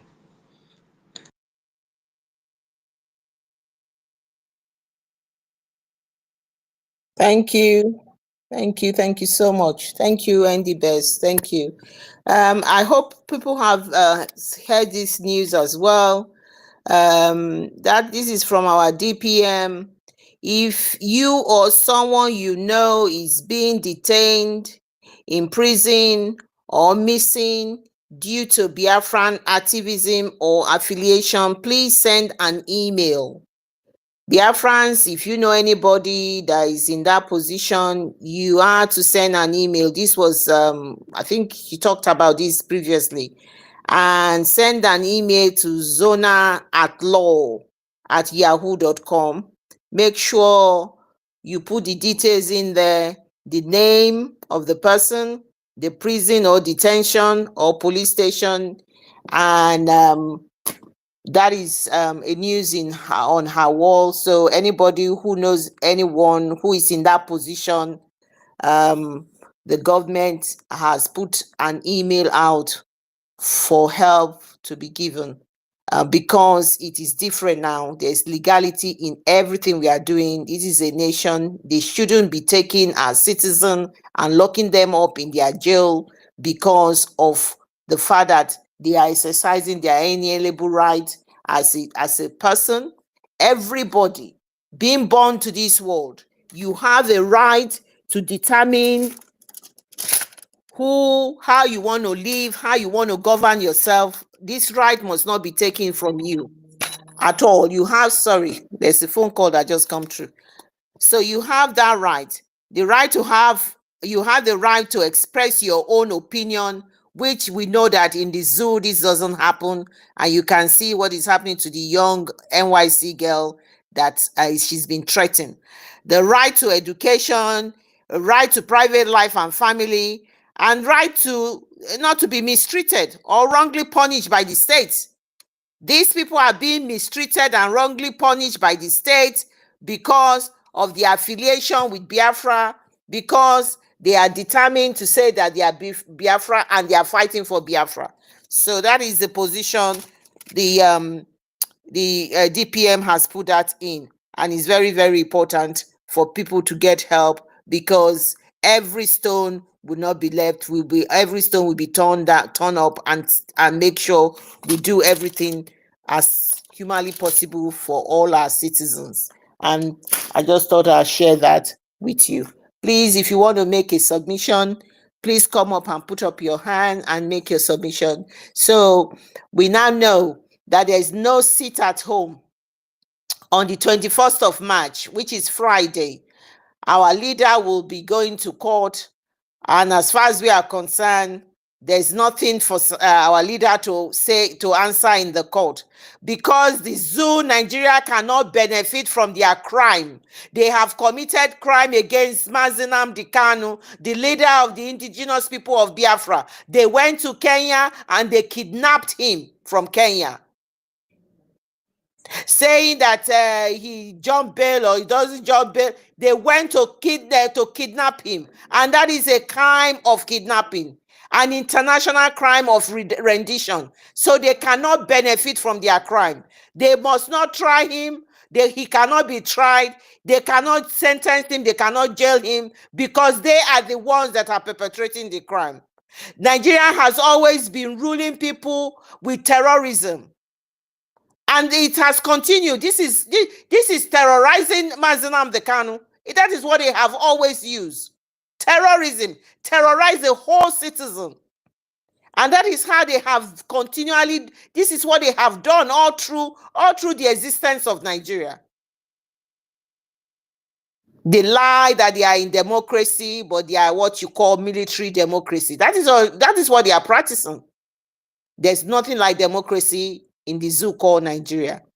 And that on that same day, what a coincidence, on that same day, 21st of March, our Obatobie will be, it will be Obatobie's birthday.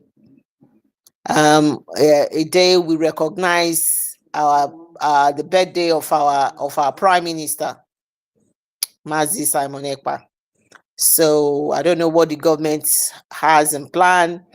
Whatever it is, we are all here on the space, and we will do our own thing. Ugochukwu, Biafra, up to let it rain on that day. We will do our fundraising. We will eulogize our Prime Minister. We will talk about our Prime Minister, and I think a lot will happen. So it is a day people should bring suggestion of what we can do as people who come here to listen to each other. And, so it would be nice. People can make suggestion and what we can do.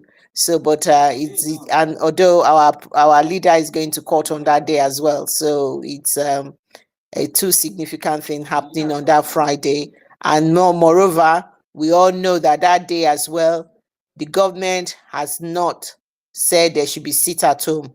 There is no sit at home on that day. Every Biafran should lawfully go to their lawful employment and do their thing. There's no sit at home from the government.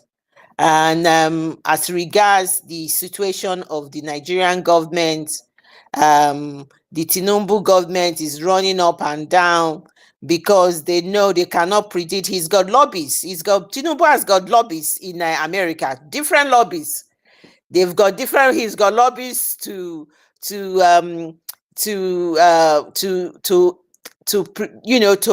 improve and improve his image. The lobby is doing a lot of work to make his image a lot better, but you can never, when you have committed crime, a crime is a crime, irregardless of what it is. It is a record that is there. The record is there. There's nothing you can do about it. You hear El-Rufai coming out of the woodworks, talking about the crime that Tinubu has committed and how they have overlooked the crime that Tinubu committed, and they thought that he was going to replicate what he did in Lagos State at the national level and improve the situation of the country. But they never realized that Tinubu has nothing to offer. He said, according to El-Rufai, he said Tinubu is a drug, he uses cocaine or did certificate forgery. I mean, whereas in the world, they said they know, we know about Tinubu's Chicago certificate issue and still support him. Yet he failed Nigeria. These are the type of leaders we've had over the years. That is why everything we are doing is the right thing. El-Rufai went with Tinubu to Chatham House. Remember, where they were all dancing, dining together, and doing all sorts of things. Now he realizes that that this man somehow is involved in cocaine, somehow is involved in certificate forgery. Now they know that he's a failure, that he cannot replicate what he did in Lagos State. He never did anything in Lagos State. He never did anything in Lagos State. All he did in Lagos State was to create gangs, MC Oluomo and all these touts, and it was the other governors that brought Lagos State up. He never did anything in Lagos State. You know, he was the Jagaban. He had emancipated so much wealth. He's like the godfather of Lagos State. He determines who takes what position and what takes position. Look at the comments he said about Nyesom Wike. You know, supporting Nyesom Wike. The whole of former Rivers State is in charade. Nothing is happening. The people of Rivers State, former Rivers States, are suffering because nothing is happening. Nothing is happening in Rivers State. It is just the people who are suffering. These people do not have anything. And you know, somebody brought out a video where he said that it is wrong for somebody who has left government, who supported somebody to come into government, to interfere in the government of that person. So what he's doing now is the same thing, you know. So at the end of the day, we all know that Ahmed Tinubu has now been confirmed by the group of APC that they were together. Now, when we say that he's a drug lord, when we say that he's a certificate forger and all of these, it seems people are calling him names. But it has been confirmed by El-Rufai, that this is who he is. He has nothing to offer the country. He even said it. All these complaints, people are complaining. They are hungry. Food price is going up. There is no petrol. There is no this. He has said he has nothing. That he has already often said it. That he has nothing to offer you people. There's nothing he can do about it.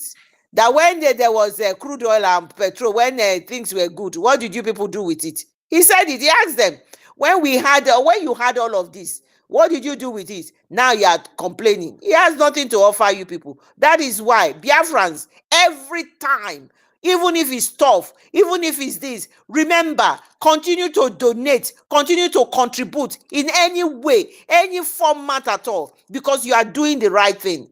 Look at the state that they are in. There is nothing. It's going to get worse. They cannot do anything. Nothing good will come out of the country. We have left them. We are where we are. But they want the whole world who do not understand the plight of what is going on in Nigeria. That is the saddest thing, the irony of life. They stay there and make decisions about people's lives that they don't even know. That is why I said the persecutor in Finland should take a time out of Finland. Come, 48 hours only. Come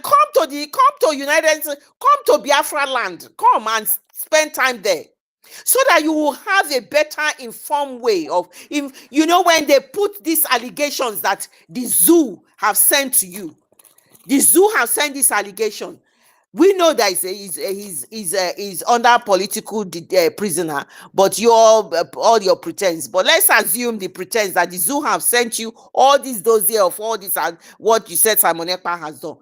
In order for you to understand it better, come exchange, spend 48 hours. I didn't even say spend a week, 48 hours, and see what is happening in the zoo.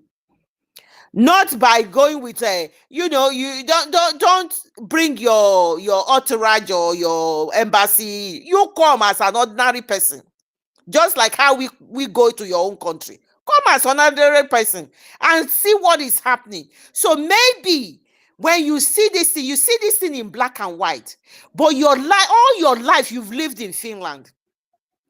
All your life you've lived in Finland. You have no clue. You have no experience. You do not have a context to what they are sending to you. You cannot.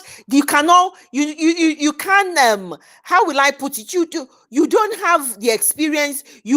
I'm pretty sure you have not even spent time occasionally to go into the social media, because you don't get any news from Nigeria.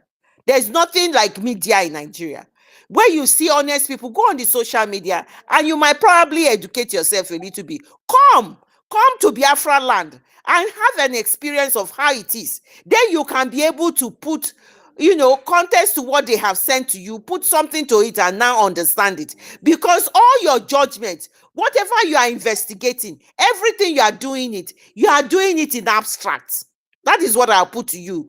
That persecutor, you are doing it in abstract because you can't put this thing together. You do not know the history behind it. When, for example, when they say you see people with mental health, people will have schizophrenia, people with bipolar disorder, people with all sorts of mental health illness, and some of these schizophrenia, what happens to them is that their childhood impact on what is happening to them. That is exactly what I'm talking about here, a persecutor in Finland. Come. You cannot just see what it is now when the whole issue. You will have to feel it. You will have to understand. You have to know, so that when you are making your decisions, when you are all this investigation that you are doing, you will get it. But you are not going to do that. So anything you come out with, all your investigation you are doing, your report is already thrown away, because you do not have a clue what a typical Biafran faces, what they face in the zoo. I have just read out now that innocent people are just being picked up just because they are Biafrans. They lock them up in jails. They don't feed them. They are they have terrible trauma of being locked up. Their families don't know where they are. It is a complete horrific situation for themselves and their family. You have no clue what is going on. For people to be going to work, then being picked up, taken to army barrack, gang raped by the Nigerian army, and some people taken to barracks, they use them as slaves. All of this is happening, and you have no clue. For people to be in their farm, working in their farm, and seeing their daughter being raped, and some women being raped and their body being cut and scattered on the field. You've got no clue. You got no clue where Simon Ekpa is coming from. There are people, people are in their hostel, in their school. They come, they kidnap them, they take them and take them away. And their families don't even know where they are. A whole bishop, Anglican bishop, was kidnapped. They were told to pay a ransom of 100 million. You've got no clue of that, do you? The bishop has told you that they say they have a mission to take over the country. He does not understand the reason why they were telling him that. And yet, you are going to decide over frivolous allegation that they brought to you about Simon Ekpa. This is a man, Tinubu, that I've just said, that his people that they all put together, they're in the same political party, has told us that he has cocaine problem. Then he has a certificate. He has forged his certificate. He has all of the. He was voted about with one of the 1 to 5 most corrupt president in the world. You heard a female senator, how they have treated him. You've got no clue what Nigeria is all about. And what pains me more, how dare you, persecutor in Finland, how dare you have the audacity to come and say you will be the one that will oversee what is happening to Simon Ekpa and Biafra. You do not have a clue.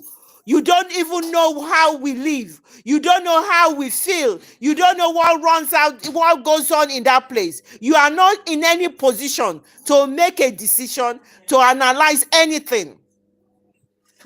All they give you is window dressing, plastering, lies, innuendos, nothing that holds water. When 50 million people voted for this man to go ahead and get Biafra, are you going to discount that? It is a joke taken too far. And this is what you call bullying. You bully us because we are just nobody to you people. That is bullying. You are bigger than us. You are stronger than us. You spent 2.5 billion euros to support Ukraine war. You are the big guy. The fifth largest country to support Ukraine in terms of finance. And you can trample on us. And that is the way I feel. And that is the way I'm putting it to Finland. You're not in a position to make any decision. You have never been in Biafra land. You have never known what Simon Ekpa went through. Do you know where he was born? Do you know how he lived? Do you know what he went through before he got to your country?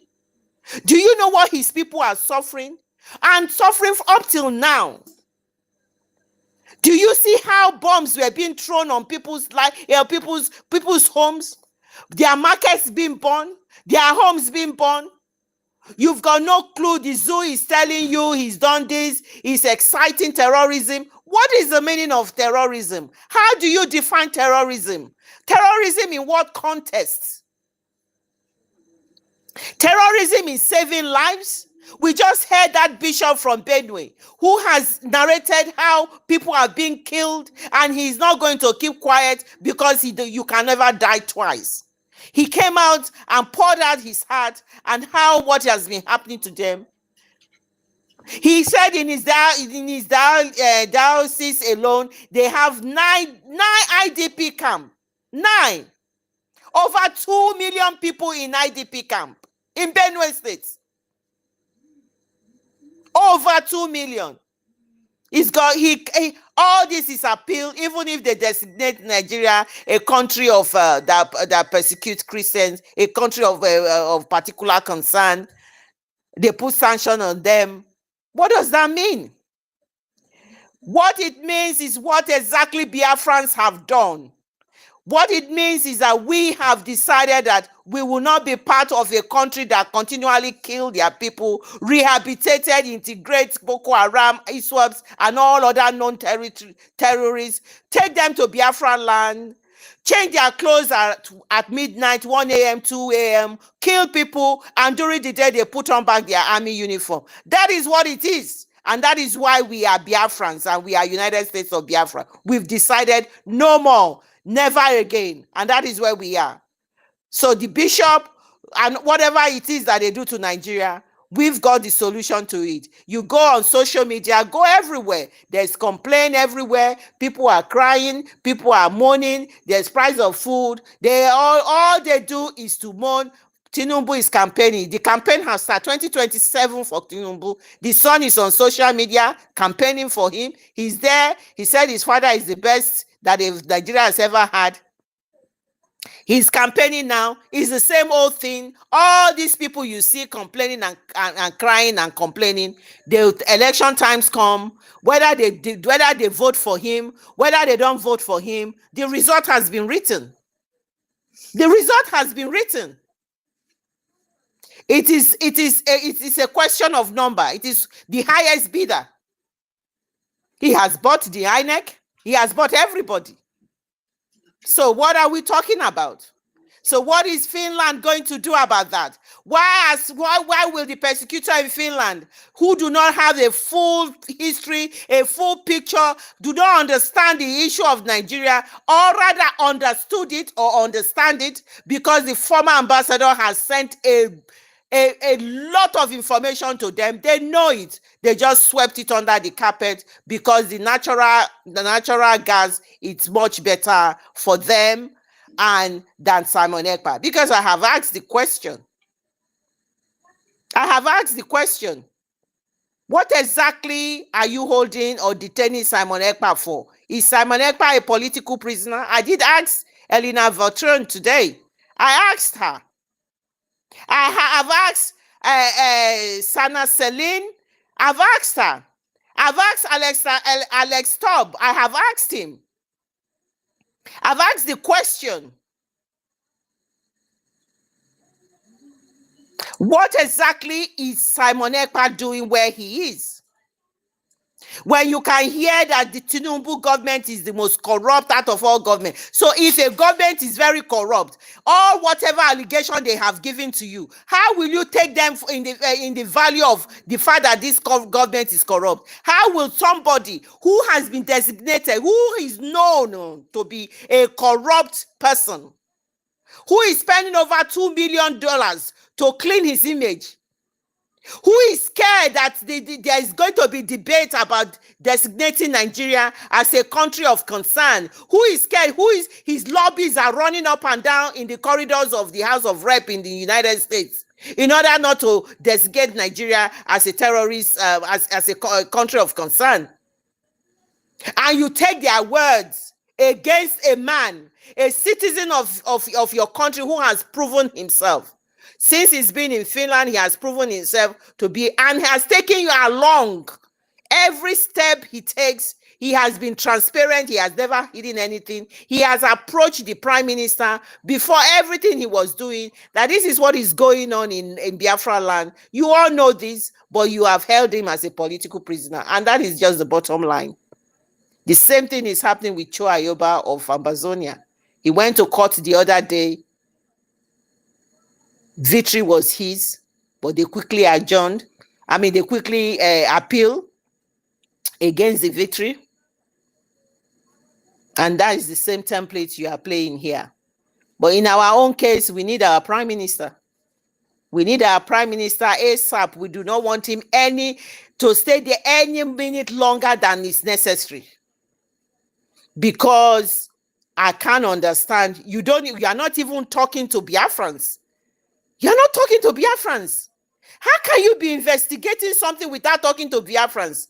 The 4 other Biafrans you had, do you think they're the only Biafrans? Have you sent a delegation back to Biafran land to know exactly what they are saying? Have you spoken to our Biafran deputy prime minister? Have you spoken to Biafran foreign affairs office, or have you spoken to who have you spoken to say you are investigating? When you do investigation, you look at both sides. I don't know whether you've spoken to I know we've submitted a lot of things, but have you spoken to them? No. That is why these bully tactics that you guys are doing over countries in Africa needs to be resisted by all African countries. And I'm happy Togo is joining the rest of the African countries, the likes of Burkina Faso, Mali, Niger. Togo is considering serious consideration to join them, and I wish them good luck to go ahead and join them and leave the ECOWAS group. Because the ECOWAS group are leaders who are the willing tools that have decided to work for the West, and they are the willing tools, and they sell their own citizens in order to work for the West. And that is where we are. That is exactly where we are. Biafrans have met every right to be where we are. All the necessary requirements, we've met it.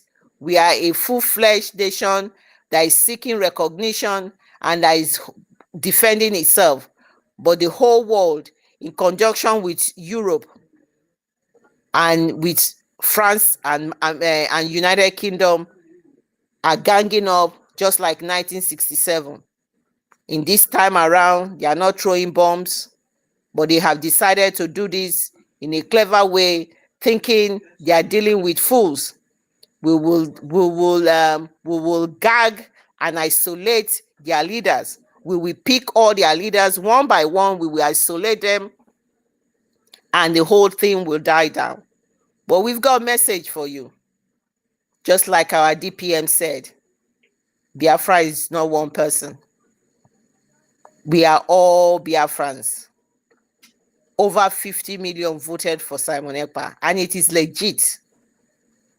So we will see how this will play out and how this will end. And I pray United States, that have always said they are beacon of democracy, where the beacon of human rights, that promote human rights and everything. We know people have best interests. We know people fight for themselves. We know there's no country that is not corrupt. In this case, let's see where you stand, especially with this decision of making Nigeria a country of particular concern. We see how far you're going to go with that. And that will be a test of time. And I'm still surprised. I'm appealing to JD, is it JP Vance and Donald Trump? It's about time you look at the plight of the Biafrans and make something and say something about Biafra. Thank you. I yield my mic. My co-host, Sir Williams, I yield my mic to you. Oh, I don't know whether I'll go 247 is there. Please. Oh, USB Tina, thank you so much. Oh, Drake, you're there. USB Tina is here. Please, anyone who wants to say something. Drake, I yield my mic back to you. Thank you so much. Yeah, thank you so much, my lovely sister. I really appreciate you for that wonderful submission.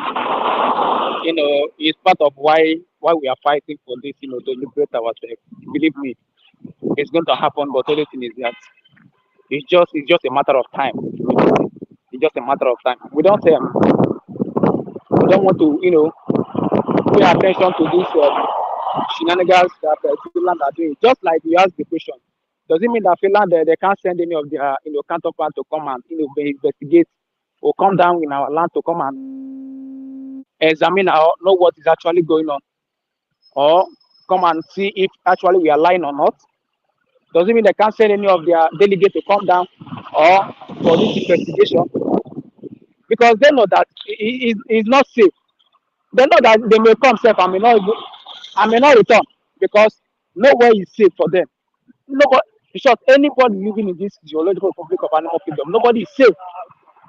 So they know, understand what we are passing through. It just game.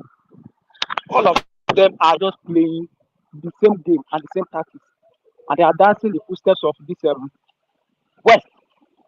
Um, all of them. So I believe the only thing that it will take us is just a matter of time.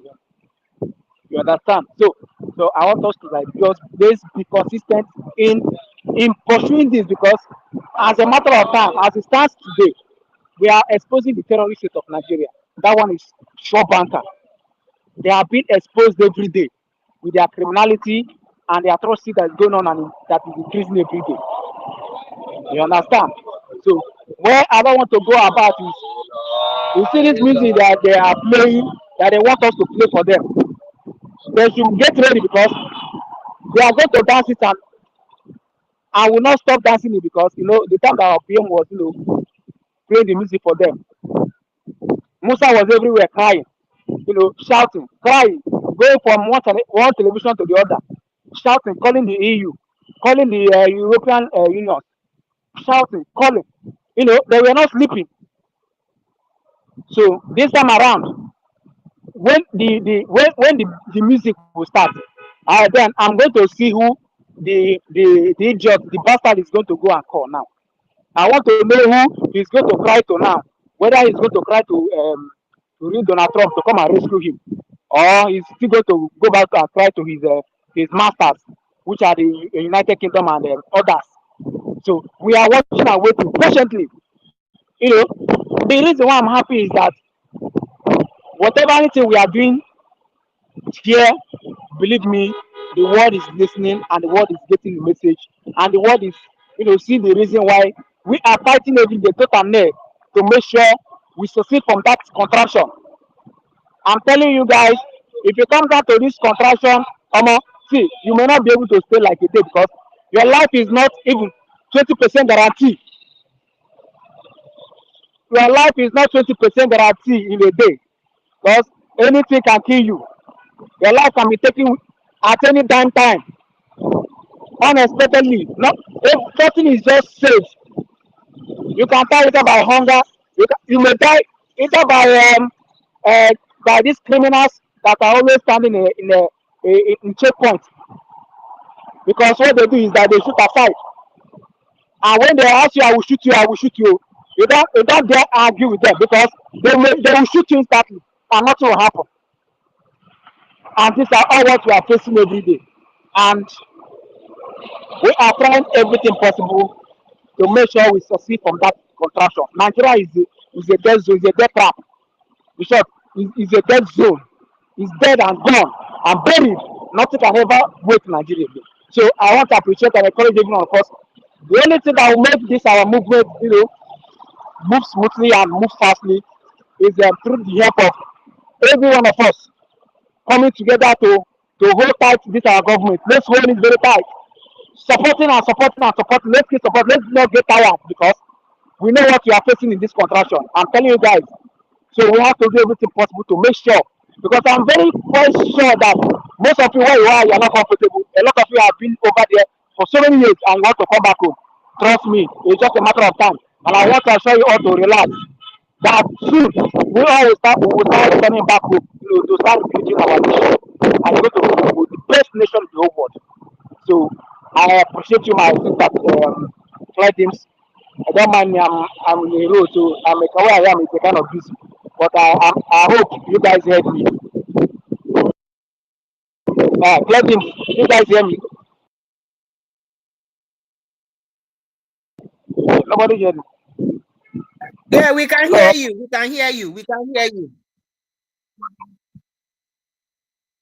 okay, okay. Yeah. Before, yeah, but you say you want to say, you want to chip in? You can go ahead.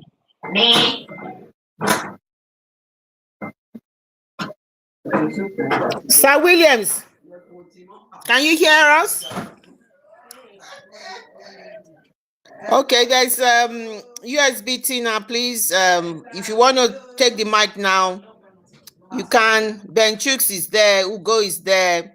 Phone girl, come up and take the mic if you are able. John, please, anybody that is available can come and take up the mic and make your submission. Please, it's important that we must contribute to what is going on, because what is going on is just a bullying tactics that is being melted on us, because they know our prime minister has done nothing, absolutely nothing wrong. What our prime minister is doing is what every single one of us is doing. We are doing this because we want to save lives.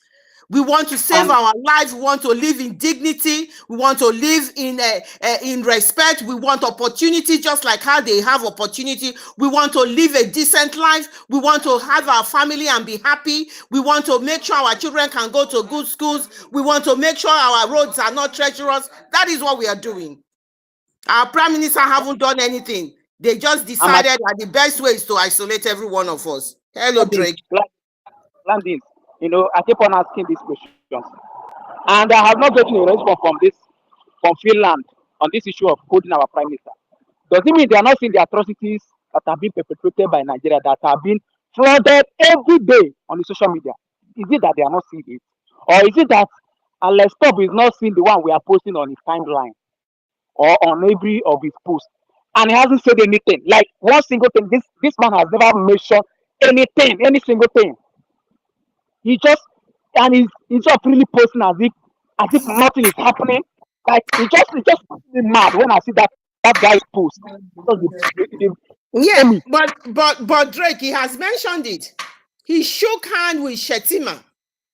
Oh, oh, Shetima is the leader of Boko Haram. He shook hand. That is his comment. His comment is the hand he has shaken with Shetima. Shetima was sitting down with other Boko Haram lords that were sitting. There were about 3 of them. They had a discussion. That is his response to you. His response, they have dug in deep. His response is that they have dug in deep. His response is that they have taken sides. That is his response, and that we must be very, very clear of that. That we, in this particular matter, Europe has regrouped.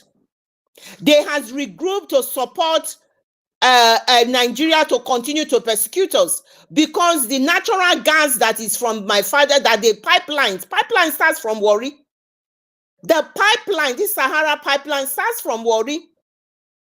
This pipeline that they have started, they have piped it right down to Europe where they need it.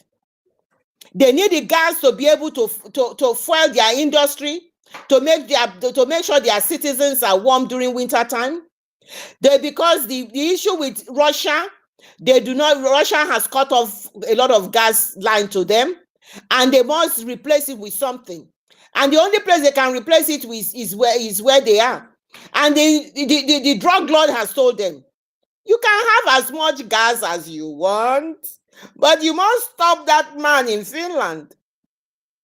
That man in Finland wants to break my country. I'm not going to accept that. Is that what you want? They asked Tinubu. Tinubu said, yes. That is what I want. And then Finland said, done. And that is why the ambassador came and said what did he even use the word that he's Simon Ekpa is what? He said that he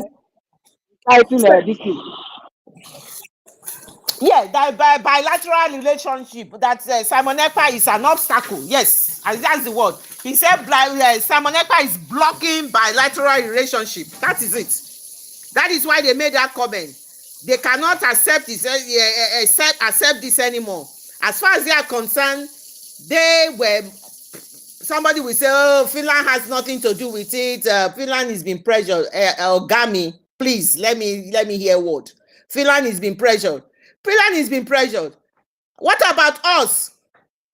What about the killings of Biafrans every day? What about the innocent Biafrans that has been slaughtered? Some people are rotting in the jail, in Nigerian prisons and in Nigerian barracks. What about the lives of Biafrans that are in their farms and they are being slaughtered? Who cares about our own lives? They cannot continue to do this. This is a bully tactics, and it must stop. And we must put our voice out there. Things, I wouldn't even look at them as anything, because the last time I replied to one of their presidents, which is Alex Top, one of their citizens told me to hell with Biafra, that Finland and this Finland first.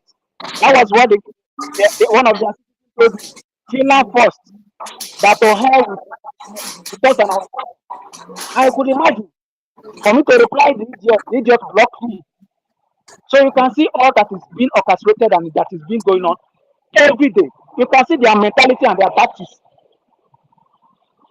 They take us, we black, as nobody. Like they take us, we black, as we're a piece of shit. The idiot told me, Finland first, Europe first. And then you will tell him now it is now United States of Biafra first.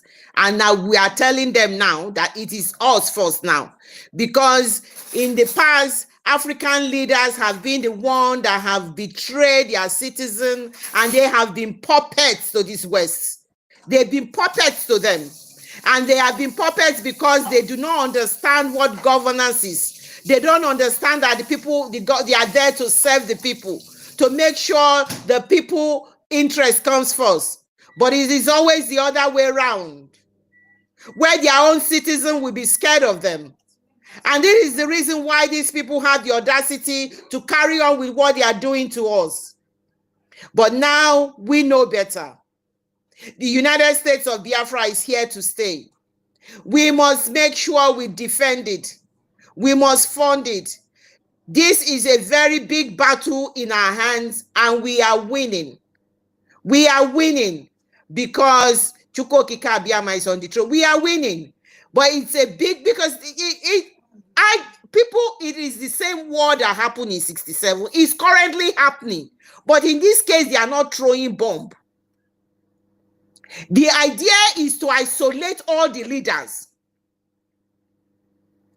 Is to isolate all the leaders and gag them, so that the Biafra that we have declared. In fact, for that declaration, it is when you see that all hopes was lost, that opens a big window of hopes for us, because we can use that and run with everything we are doing. That is what they have always done. That is what is playing out. It is war that they are playing, that is happening right now, but it's a different type of war. That is why every single person must be brave. Every single person must make sure that everything they need to do, they do it. You are in a position or opportunity where you have to have any dialogue with these people. You must be brave to let them know. No quaking, not like that one that was shaking. All those photo he's been saying, he's been going there. He has just standing there taking photo. He cannot even say anything. You know? So this is the war. That is why what they are doing now, and what they will, when the report comes, they say the investigator is going to bring a report in May. We are in March now, April, May. We don't know I don't know whether it's early May or late May or middle May. The report will be out. And when the report is out, it's exactly what they did to Cho Ayoba they are going to do, because it's all planned. Pick up Cho, pick up Simon, and pick up Namdi. That is all planned. That is why this time around, African country, not the puppets, the likes of Niger, the likes of Mali, and the likes of Burkina Faso, and now Togo, they must stand tall and they shouldn't be neutral in this support for Biafra. They mustn't, because they understand deeper where we are coming from where we are. In their own, it's easier because it's a whole country that changed. But in our own, there's a twist. And that is why Prime Minister always say our own situation is different. That is why he's using multi-dimensional approach. Their own is a straight country that all of them decided, okay, we don't want to be part of, you don't want Europe to rule us anymore. We will stand on our feet. But in our own, different nations that were put together, we've decided we want to come out of it. We don't want to be part of them anymore. So that is the twist in our own. We were a country before, and they must respect that. Because what we went for to be a country, they never fulfilled it. After the whole thing is still ongoing, it's even worse. It's even worse. So that is the twist. And I hope the depth of knowledge that this country have. And I was quite surprised at the I don't know whether it's private, the person ruling Niger. And when he started talking about history, he has a wealth of knowledge of history. I was listening to, they were interpreting it. I was listening to his interview. A wealth of history about what was happening, what happened in Niger, and how what France has done, and what has happened in the borders of Nigeria and Niger and everything.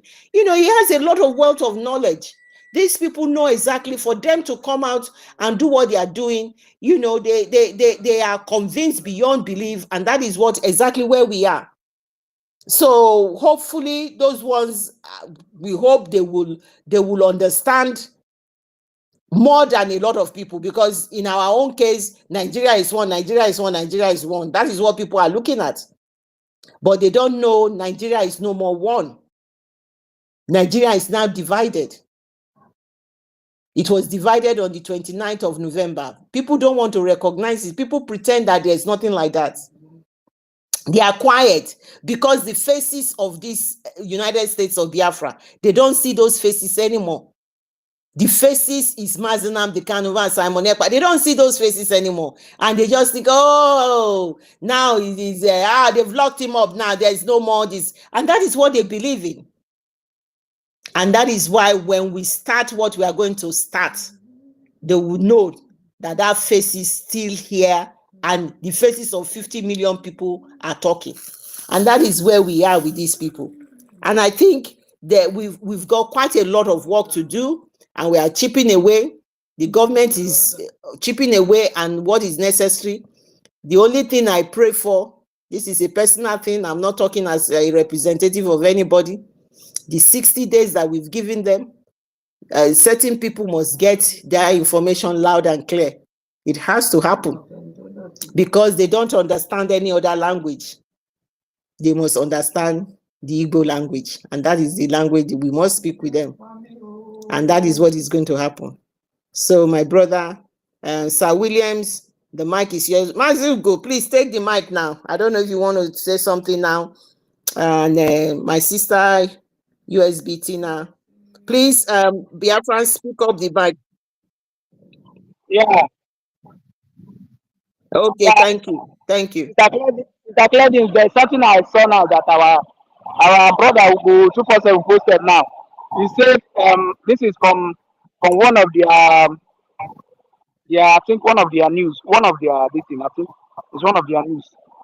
And one of them replied and said that our president is committing treason by saying by saying this by saying this he is messing up peace talks between nuclear armed states by putting words in the mouth of the parties and putting Finland in danger. Then he now said, Alestom must be fired immediately. He is not my president. Yeah, I believe the camera is starting small small. The camera is coming. Like I told them, if if if if Finland continue to dance with these criminals that are pushing them to be doing all this nonsense they are doing, the camera that will hit them long time will be, in short, Nigeria will be better than them times five. It is one of the tweets I made to one of his posts, and it's coming. They have not started. It's coming just small small. Don't know. You can go ahead. No, Um, Drake, on what you are saying, I saw it. I posted it because I went and found the interpretation. That was what you saw there. So I saw it very interesting. You see, they say there's one of our brother that used to come here. When he come, he will say, "Onye nenyo isi anapụta." That's when you try to peep to see it very clearly, your head will be coming out. So Finland, if they don't take time, what will hit them now is what they will not be able to take, because they will begin to experience economic strangulation. That is what they want our people to face. Everything they are planning against us will hit them back, because Finland is coming out to carry this Ukraine wahala on their own head now, and they don't be surprised what will happen to them. The citizens are beginning to complain. That was something a citizen tweeted, a Finnish citizen tweeted, from what Alexander Stubb, their prime minister, the statement he made concerning concerning Ukraine and Russia. Okay, so let us just keep doing what we are doing. They will see and they will believe that this Biafra is not Nigeria. You can do anything, because Nigeria is not a country and was never meant to be a country. Thank you. I will come back later.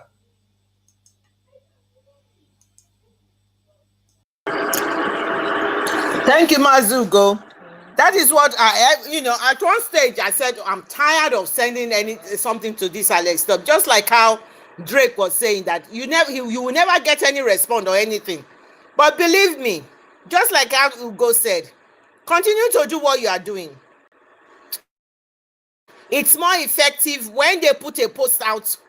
You go in, and their citizens are congratulating them. They are saying this. You go in and put in something. I effectively showed the picture of most of the ones I used to post earlier on. I would show Simon Ekpa and his little baby, and where he was carrying his son, just to impact the what I was saying. That it is not only the fact that you have kept this man unfairly and he has done nothing, and you have taken him away from his son, and you are home, you finish work, you go home, you meet your children for nothing, just because you want to succeed as a prime minister of your country. You want to succeed. You want business. You want to fund the Ukraine-Russia war. You have spent 2.5 billion euros. You are the 5th largest donor to Ukraine. Because you said you have historical brotherhood or brotherly with them. And you live in the same, we are in the same border, and you've experienced the same thing. What about the experience of Biafrans? You've had your own independence. What about the independence of Biafrans? Because you are not 1,300 kilometers away from Biafra, and you do not have historical link with Biafra, brotherly link with Biafra. Is that why you will do this to Biafrans? Because the natural gas you want to make money on, the business you want to make. Because your foreign trade with Nigeria has gone down, and Tinubu has threatened you. My sister Claudia, I think it is the natural gas that is making them go gaga like this. I swear. It is the natural gas that's what is making them go gaga. Any day they hear that something happens to their back, well, believe me, they will turn their back 360 instantly. I'm not telling you, real facts. Now, what they make them go gaga? Now, of course, they make them do this one. But they cannot use their own to, they should remove, just like they should remove their knees from our neck. They should remove their knees from our neck. Why would they be holding him for over frivolous accusation? Accusation that has no substance. No substance at all. Exciting terrorism. Exciting us. Apparently, they've left the charges of terrorism. Now it's excitement. How is it exciting us? Why we are trying to save our lives. We are trying to save our lives from a killer country. A country that kills its own people, both indirectly and directly. It's either they kill them through terrorism by using Boko Haram, rehabilitated Boko Haram and integrated Boko Haram and ISWAPs and all the other terrorists, or they will kill them by the policies that they make. Their policy is atrocious. Their policy is citizen unfriendly. They do not care. They all of a sudden they haven't put things in place. They just took subsidy, petroleum subsidy. The impact of it is people are still feeling it, but they are so rich that it doesn't bother them.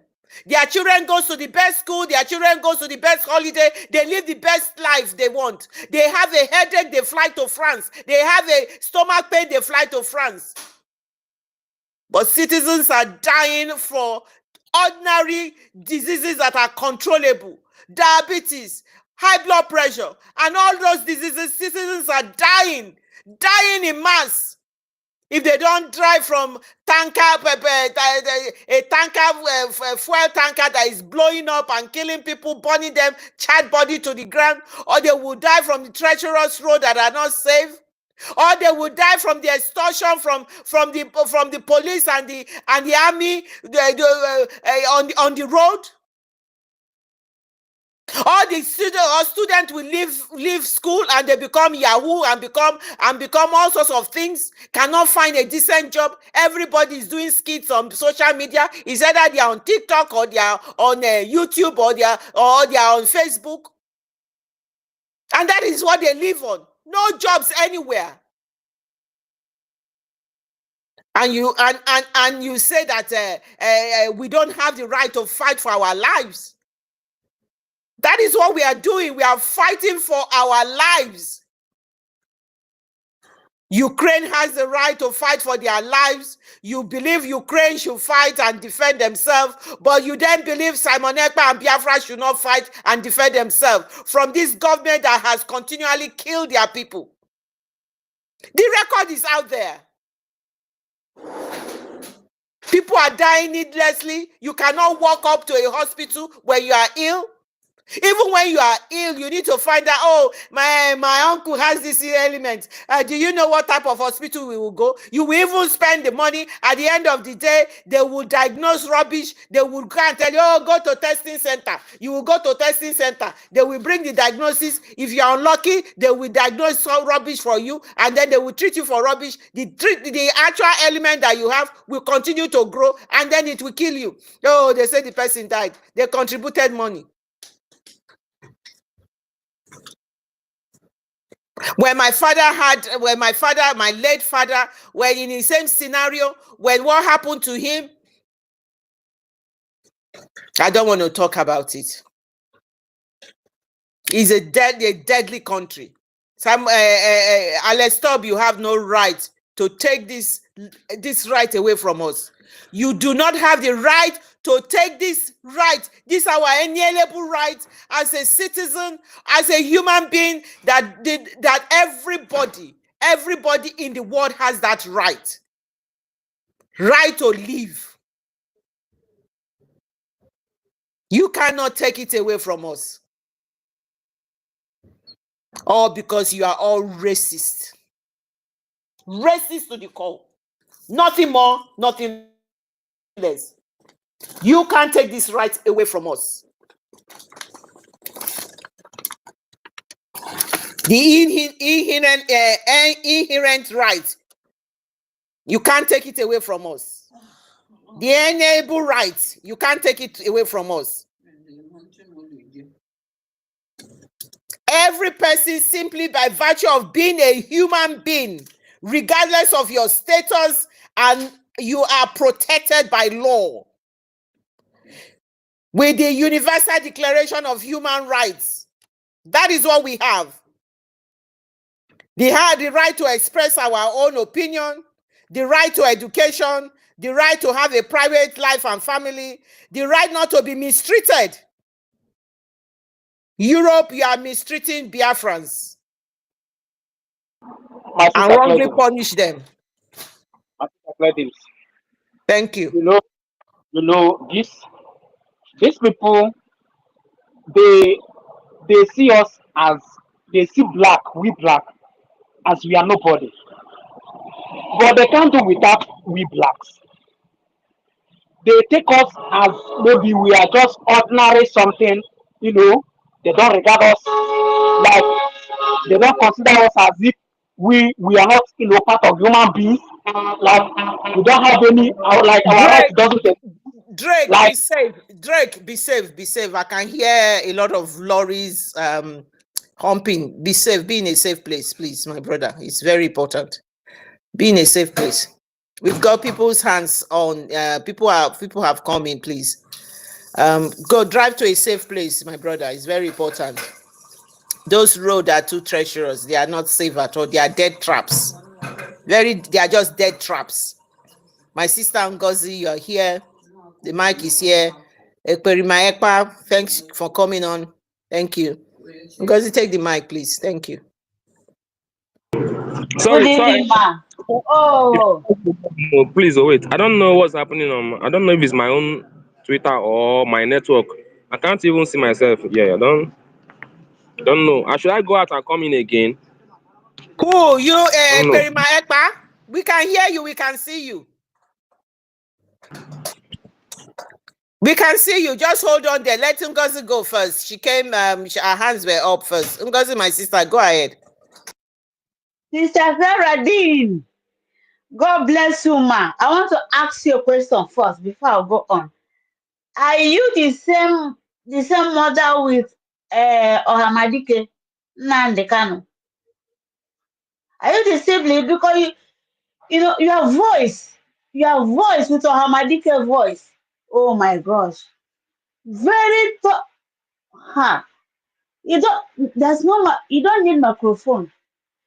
When you speak, heaven, earthquake, it happened in the land of evil ones, in the land of European people and America.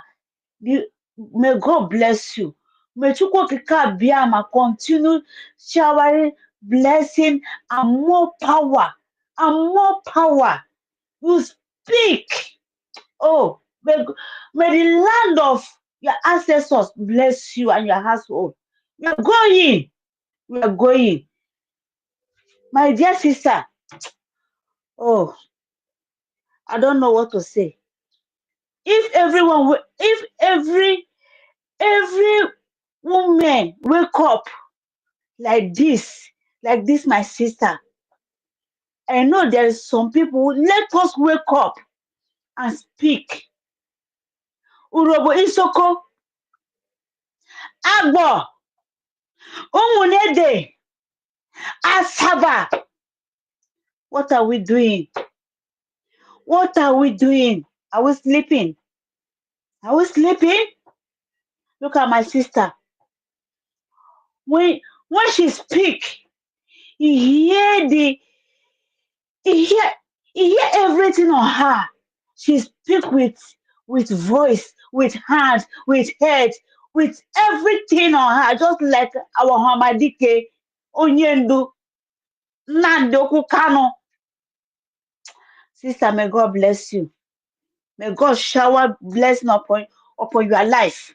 Your oil will never dry.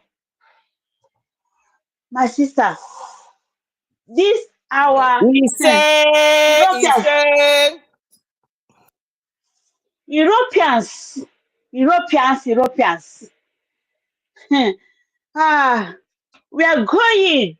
I thank God Chukwokika Biama for our Ahamadike Nnamdi Okwu Kanu being his name Ngozika. Nnam ekene m gị. Nna m ekpupụ m gị okpu. Nna m si m ebe ọ bụla ị nọ na ọ ga-adịrị gị mma. Nna m ịma nwụchu. Ọhamadike ị ga-apụta. Ọhamadike ị ga-eri ihe ịkụrụ. Mkpụrụ ịkụrụ na anị ụmụ Biafra. Ọhamadike m ga-ewere akwa m wee fichara gị akpụkpọ. Ọhamadike m ga-ewere akwa m wee fichara gị ụlọ. Ọhamadike m ga-ewere akwa m wee tụnyere gị rapa ụmụ nwanyị from all the 40 states of Biafra. Ọhamadike, you wake us up.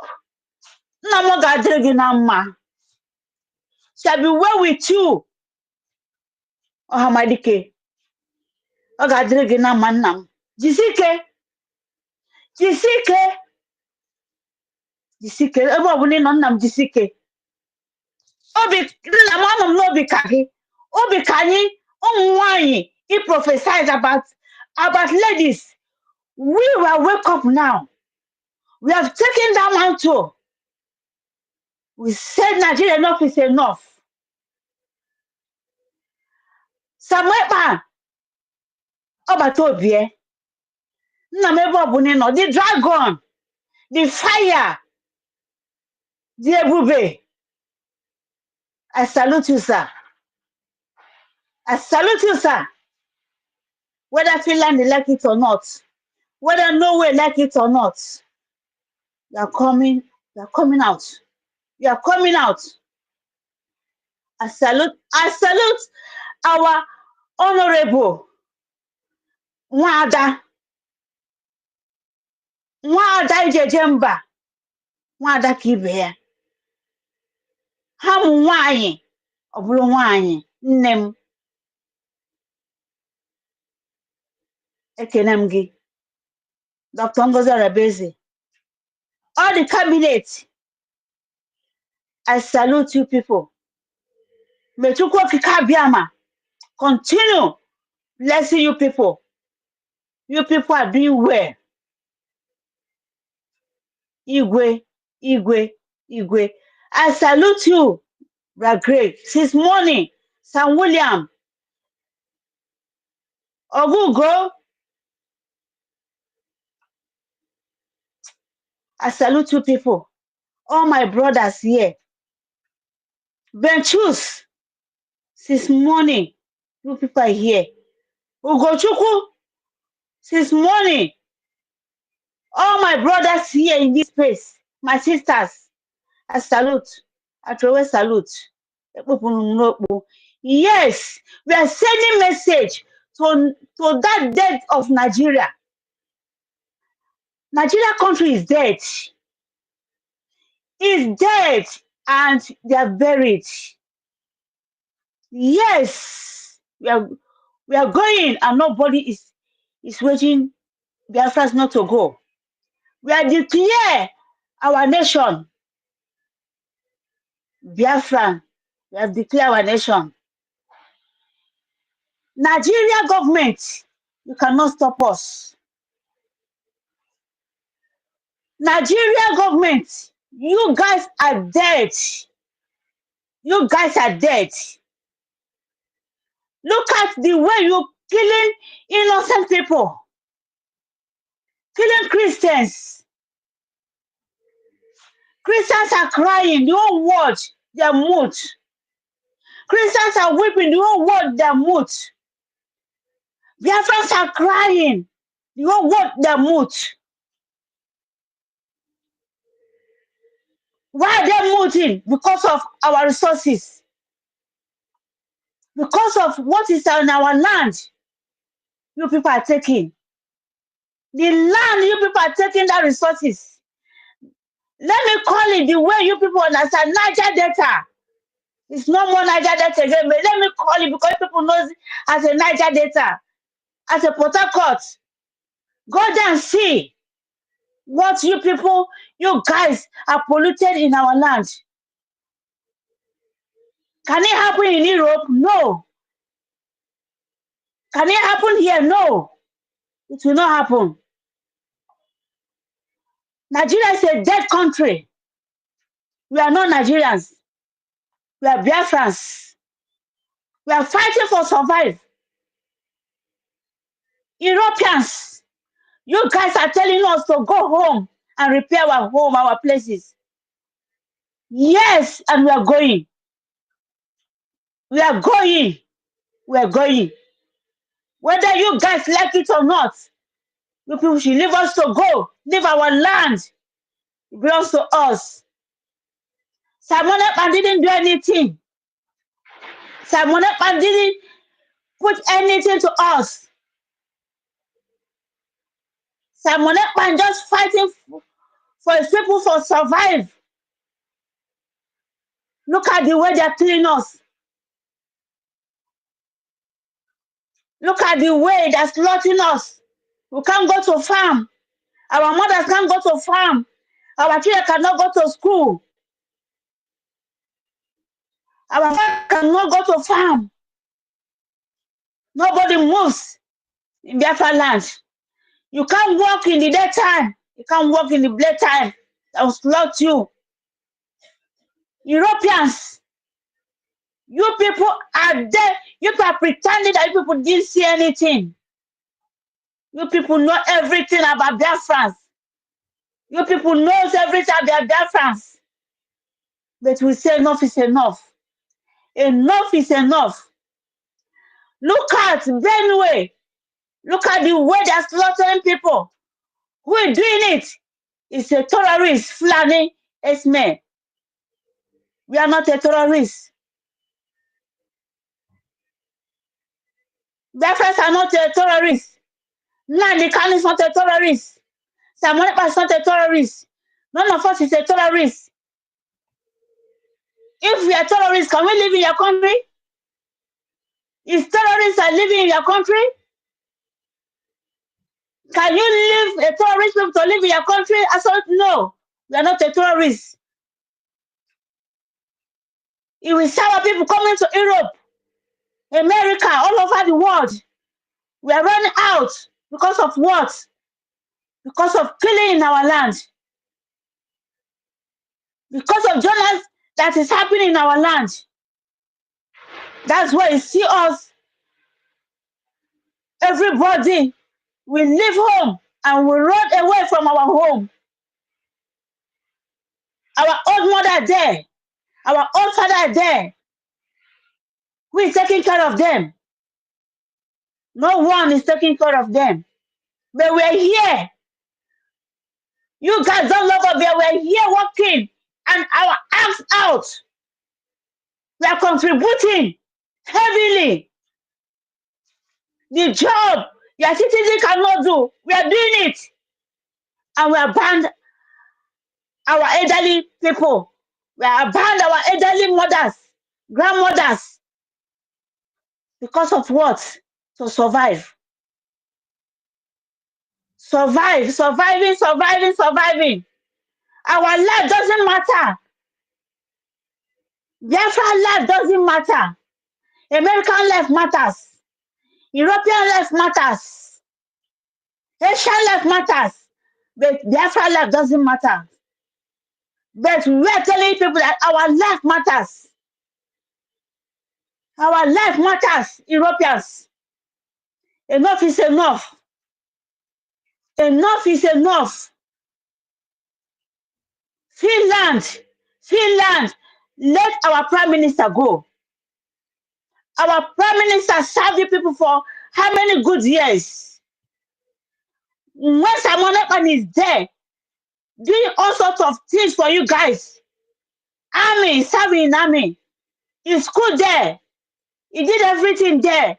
He's not a terrorist. It's now that he have rise. He said, no, I cannot be sitting here.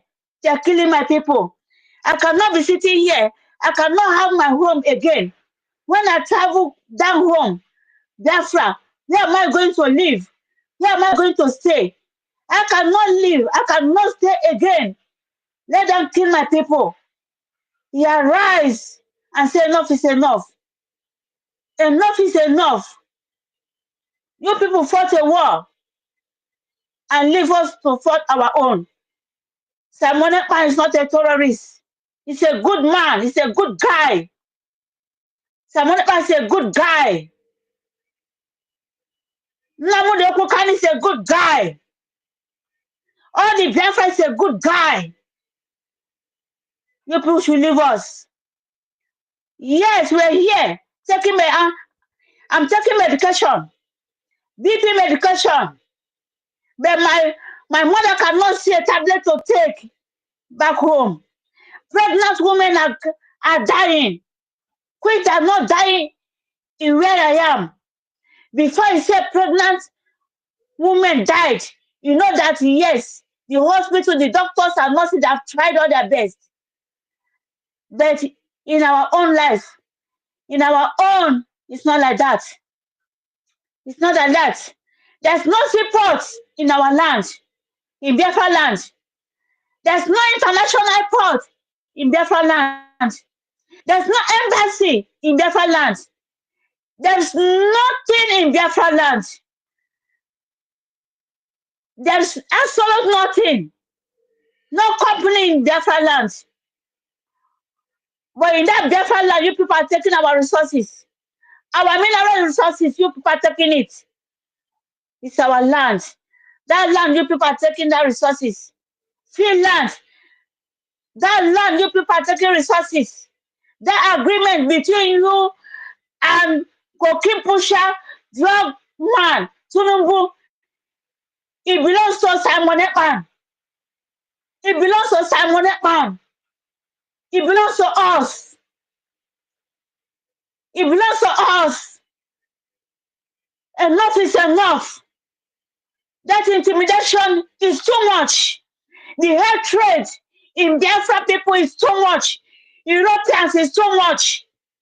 The resist you people are giving to us is too much. We cannot take it any longer. We cannot take it anymore. Our people are dying. Daily they're dying. Nightly they're dying. They're killing them. They slaughter our women. Our women cannot go to farm. They rape them and they use stick. So, oh my, absolute is acceptable. Acceptable. It's acceptable, Finland. Your women cannot die. Your woman, you know, woman is very precious. Very precious.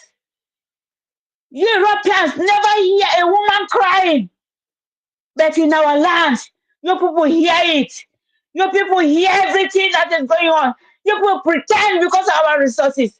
So because of what? Enough is enough. Let us go and build our place. Our children is not going to school. A child that yes in this country I reside, if a child didn't go to school a day, 2 days, he will sue the parents to court. Why the child not be in the school? It's child abuse. But in different land, nothing is child abuse. A child of 5 years old child, he'll be hawking water for surviving. A child of 10 years, he'll be going to housekeeper. It's child abuse. A child that offer people that roaming around the road crying, it's child abuse. But in Europe, it's not child abuse. Your children are in the school, free school, free school. Our home, there's nothing like that. There's no school. There's no school. All the school is messed up. There's no school. You people should leave us to go. We have all it takes to build our home. Yes, you people are mocking the blacks. We cannot produce a toothpick. We cannot produce a McLean. But I'm telling you that difference, we can produce all those things. We can produce because we are so intelligent. Look at all over Europeans. Our people are here. Nurses, doctors, engineers. You people are coming to our land to take the best. To take the best. And you people treat us like a trash. We're not a trash. We are not a trash. All the things that the Europeans are using to live in their countries is coming from our countries. It's coming from our countries. It's coming from their land. Enough is enough. Leave our leaders to go. Leave us to go. Lead us to go. You people cannot pretend. Tunumbu is a drug lord. Tunumbu is a thief. Tunumbu is a slaughter. It's a mass slaughter. Tunumbu is a foolish man, a stupid man that we cannot be under. Now we are not a Nigerian. We are not a Nigerian.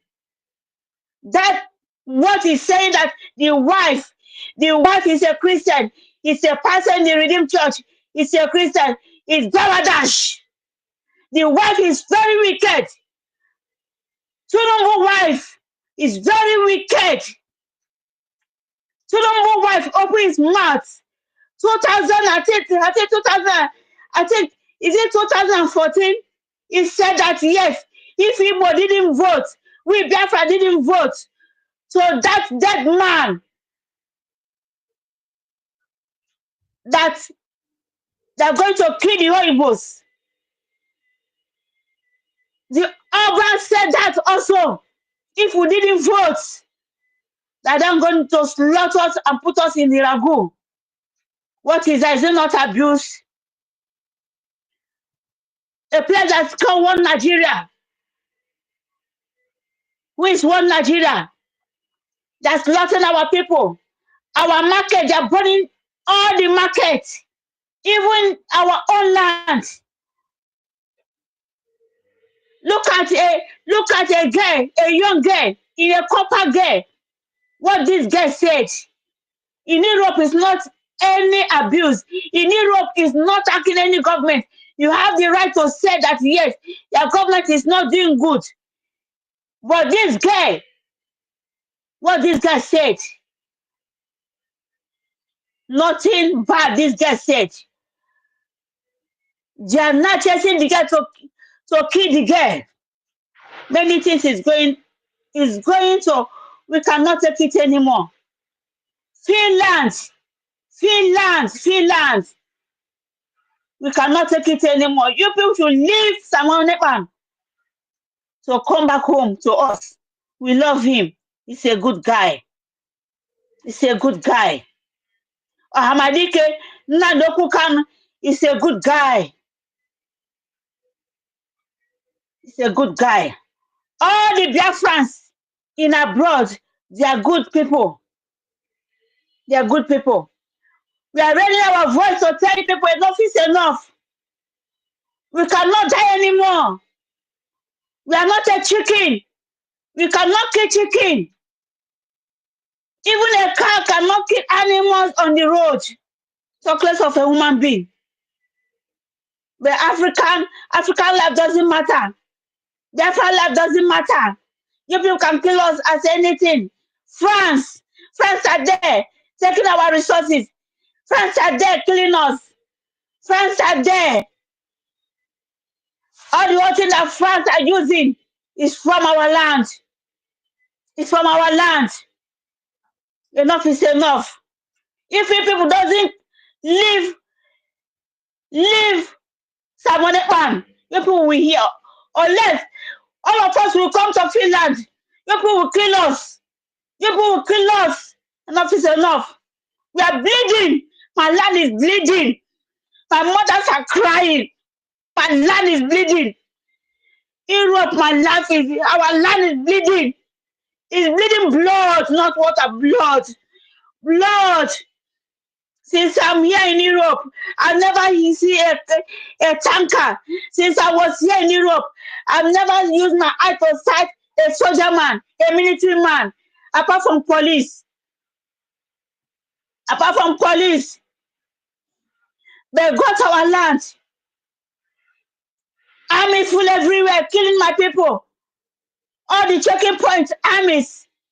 I've never used my eye to set my eyes in any forces apart from police. And police cannot shoot you where I'm reside. Police doesn't shoot.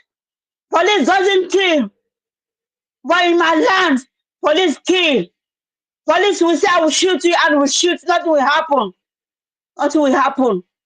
Enough is enough. I'm bleeding. I'm annoyed. Yes, I'm a Biafran. I'll continue to be a Biafran. I will fight. I will fight blood on me. I will fight. I'm a woman. I will fight. I'm a woman. Yes, a woman rose in America and fight. That's why all women can go and vote in America. That's why we women, Biafran women, we should stand up. Biafran women, even though you don't know how to speak English, you're broken. Use your language. So speak, they're hearing it. They're translating everything. We shall rise. We will rise with one voice. Enough is enough. Because we ladies that hear our voice. That hear our voice anywhere we stand. Enough is enough. We cannot take it anymore. We cannot take it anymore. My mothers are dying at home. My mothers are dying BB. My mothers are dying. Our fathers are dying diabetes. In stroke, our fathers are dying. That's no hospital. That's nothing. But you are taking our resources. Enough is enough. Women of Biafra, arise. Speak up. Speak up. Use your language to speak. Use broken English to speak. Use any healthy you should speak. Let us women stand up. I hear my mic. Ebron! Ebron! Ebron! Our defense. Ebron! Our government shall be well with us. I hear my mic. Thank you, Sister Ngozi. Thank you so much. That was impactful, and that was from the heart. You said that clearly from the heart, and they know the truth, and we are not going to keep quiet.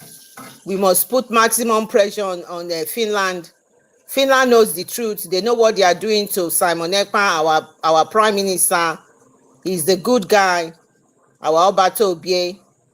He's going to be 40 years old on Friday. And I don't know what their decision is. And I want to say to Sana Celine, the new ambassador to Nigeria from Finland, have you gone to Biafra land? Have you visited Biafra land? At least so that you can send your reports from eyewitness, from your own eyes witness. Have you checked the authenticity of the voting that we did to check whether it was over 50 million people that voted for Simon Ekpa? Check whether he incited them to vote. Have you gone there? Have you gone to Biafra land to check? Have you spent a day there? Have you spent an hour there to speak to the ordinary people? The fact that a lot of people are not in the movement doing what we are doing, when you ask them, they tell you straight to your face that they are Biafrans. But people are just scared because they have traumatized a lot of people. And I believe we are doing even very well. There is no people in the world that would have gone through the trauma of the war and still come out Trump the way we are doing. We are formidable people. I doff my cap for every single Biafran. The impact of the war was tremendous. It was, the trauma of it was there. But we came out and we are here today and we have restored Biafra. That war continued, but they thought they have won the war, but they lost Biafra completely. And here we are. Biafra has been restored. Thank you, my sister. Thank you for that. Mazugo, go ahead. The mic is yours.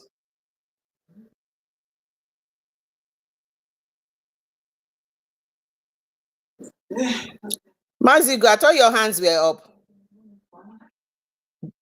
Oh, do you want Anaya Paul to go before you if you are still busy? Anaya Paul, please, the mic is yours. You can go ahead and make your submission.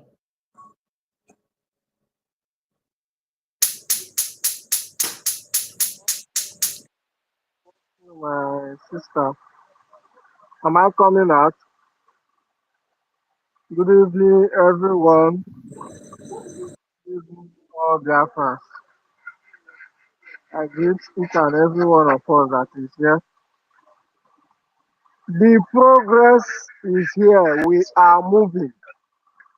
We are moving. We are going home.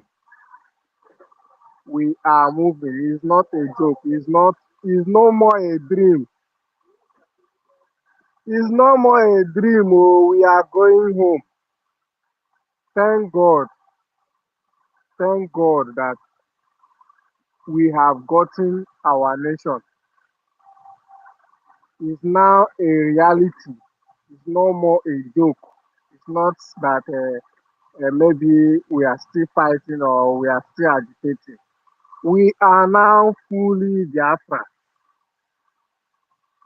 We are now full nation. We are coming up. The government is working. Perfect. We are seeing the results every day by day. So, my people, everything we need now is the support. We just need to support our government. We just need to support this government. If you are not seeing, it means you are just doing yourself bad. If you keep pretending, thinking there is elsewhere where you can get your freedom, with all these evidences that you are seeing, you are still looking for another place. You are not doing yourself any good favor at all, not even one. We are going, we have gotten our freedom. The government of USD is working, fully working, thanks to our leader, Mazinand Kanu, thanks to our Prime Minister, and thanks to our Deputy Prime Minister, who is there now for us, piloting the ship for us. May God continue to strengthen her, give her more strength so that we'll keep moving. We don't wait. We don't wait for anybody. We don't wait. Not even for once. We are not going to stop. People should wake up to the reality. Wake up and stop deceiving yourself by people telling you to fall back. Anybody that is telling you to fall back, know him as a criminal. He's a criminal. Anyone telling you to fall back is a thief, is a rope. Why must you fall back? After when you have gone far a while, somebody will tell you to fall back. We have gone, my people. No going back. No more going back. We don't go back. We have far gone. Thank God that we are here today. I'm very happy that we are here at this point in time because of what Nigeria have planned for us. Thank God we have gotten our freedom already. Before this, their nonsense that they are doing to our people, this their evil, the evil they are committing in our land now is very much. Thank God, thank God. If not this government, what would we be saying by now? With the situation of the zoo right now, what are we going to be saying or doing at this point where they have used suffer hunger to kill people and continue buying some of our people, giving them money for them to come out and be saying rubbish at this point in time. I'm very happy that we are here. That is my own happiness. Thank God. Very happy about this government that we have declared and we are going to defend no matter what. No matter what, they can't stop us. Our leader Mas now they can tell them that you can never. It doesn't matter what you do, it doesn't matter who you are. If they like, let them buy you. If you like, you allow yourself to be used by the zoo. You are not going to stop this our freedom. People are dying on a daily basis. People are being killed by Fulanis. They will go to farm and uproot cassava in the farm. They will uproot it and use it to feed cow, animal. They will use cassava that people farm, labored for, the food they are going to eat. These terrorist people will go to the farm, uproot it from the ground and use it to feed animal. Oh God, who do Nigerians like this? And the people will be there pretending. Oh, I pity those that are still looking for a way Nigeria will work. Nigeria is now a place where no one speaks. You cannot say anything. Whatever you said, so far you are against government, they will come after you immediately. Everything happening to people's life is none of their business. No one will say anything concerning it. The way the killings of Christians and the villagers, the way the killings are going, no one will come out to say anything. With evidences coming out, nobody will say anything. But if a youth wake up and say, complain even about hunger, common hunger, they will come after him or her. Nigeria, who do now like this? Come on. Why people no get sense at this time now? e never too much. When una go take wake up? When people go get sense? Everything is going high in this country. People are still there managing, keeping quiet, still watching TikTok and playing. You are playing while you are completely in a mess. You will see the defense chief will come out and tell you we are in a war, and yet you are still sleeping. And may God have mercy. May God have mercy on Nigerian youth, those that call themselves Nigerian youth. God should just have mercy on each and every one of you that is still playing, looking for nothing. Everything happening today, nobody will say he's not feeling it, but yet nobody wants to speak the truth. Nobody, even in your own justice system, there is no truth. There is no truth, no single truth. For how many years now? They are still running around holding our leader Mazen Nandekan, thinking there is a way they are going to man. You can't nail him. If you are going to nail our leader, all of you are criminals. All of you, from the president to the vice, all of you are thieves.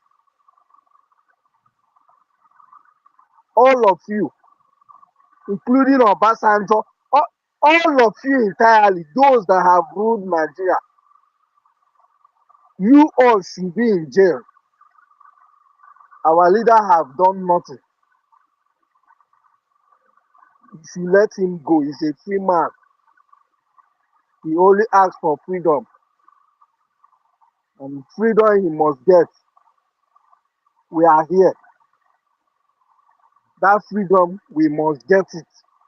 It's a must. We are not going back. We are not falling back. You can do all you can. Those that you are giving money, you better go back and collect your money, because you are not going to stop us. The zoo, I'm talking to you, zoo people, you will never stop us. It doesn't matter who you give your money, that is your own business. They are not speaking for us. They are not our government. Anybody you are giving money to come online and rant and cry, go back and get your money from them. You can use them as do whatever you like. They are not going to stop us. I'm telling you, nothing will change this our freedom. Nothing, nothing. Not even you, Fulani. Not even you, Tinubu. Nothing, even you, the British. You can't stop our freedom. We are going home. Freedom is what we ask for, and freedom we must get. We are not asking for any other thing. It's right for us to live in our own land. We are not asking for any other person's land. We are not going to any other place. It's our land that we are asking for. We want to live. Let the world hear it. We want to live in our land. That is the only crime we have committed. And we said no. We are not going to allow you to conquer us. It's a lie. This time around, it's a must. All of us, we said no. You must leave our land. You terrorist Fulani people, you must leave. You must leave. This is how you Nigeria will continue going down. Every day you will continue going down. You will go to your knees. We have shouted it for a very long time till now. you are still there. You will go down completely. All of you still remaining in Biafra land. Biafra land will swallow you all. In case you don't know, if you are in our land carrying gun, know it and know it well that you are just there for your own risk. You are just there for your own risk. We can never allow you. You better leave our land now that you still have your life intact. You better leave our land, or else you will not be alive to even say it to anyone. Those of you that will remain will go back to Nigeria in shame. You will never make it. If you are there to protect to fight us in our own land, if you are fighting us in our land, you can never make it. It's a promise. Everything that you know how to do best, go and bring it. We are in our land. Our land will defend us. Chukwu Okike Abịama is there. God knows that looking, we have not asked for any other thing. We are not bad people. We are the good people. We are asking for our life and our land. That is what we are asking for. And if you said no, we are not going to run away from you. There is no other place we are going to run to.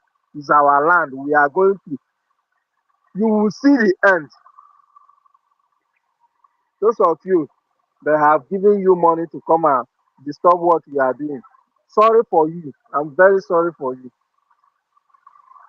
I'm very, very sorry for you. In your life, you you keep you keep regretting till you die. You will regret forever. You will regret what you are using your hand to cause for yourself, all because of money. You are looking for money. Money that will kill you. Money that you will collect at the end, you will still come back with shame. Those that give you money will use you, and after using you, they will still buy you. You think they trust you? No, they will never trust you. No matter what you do, they can never trust you. Everybody should wake up to the reality. People should stop sleeping. It is happening everywhere. We, the Biafra people, are shouting and crying about it today. In all over the zoo, it is happening. Yoruba people, it is happening in your land. You may keep pretending. You may keep silent. Sorry for you. I'm very sorry for those of you that is still keeping quiet up to now. The north has been taken over. All of the states have been taken over. Islamization is coming. It's real. If you don't wake up, you are going to succumb. We Biafra have gone. Oh, we have gone far away. No more going back. We can never. And we are not going to allow any of you to take what belongs to us again. It's not going to work again. Not when we are alive on this USB. We will never. My people, let's keep doing the needful. We should support. Our government is here. We need the support now. Let's keep doing the needful. Thank you so much, my people. I'm happy to be here because it's not easy. It's not easy. all of us that is here, may God continue to give us the strength to keep pushing. It's not easy.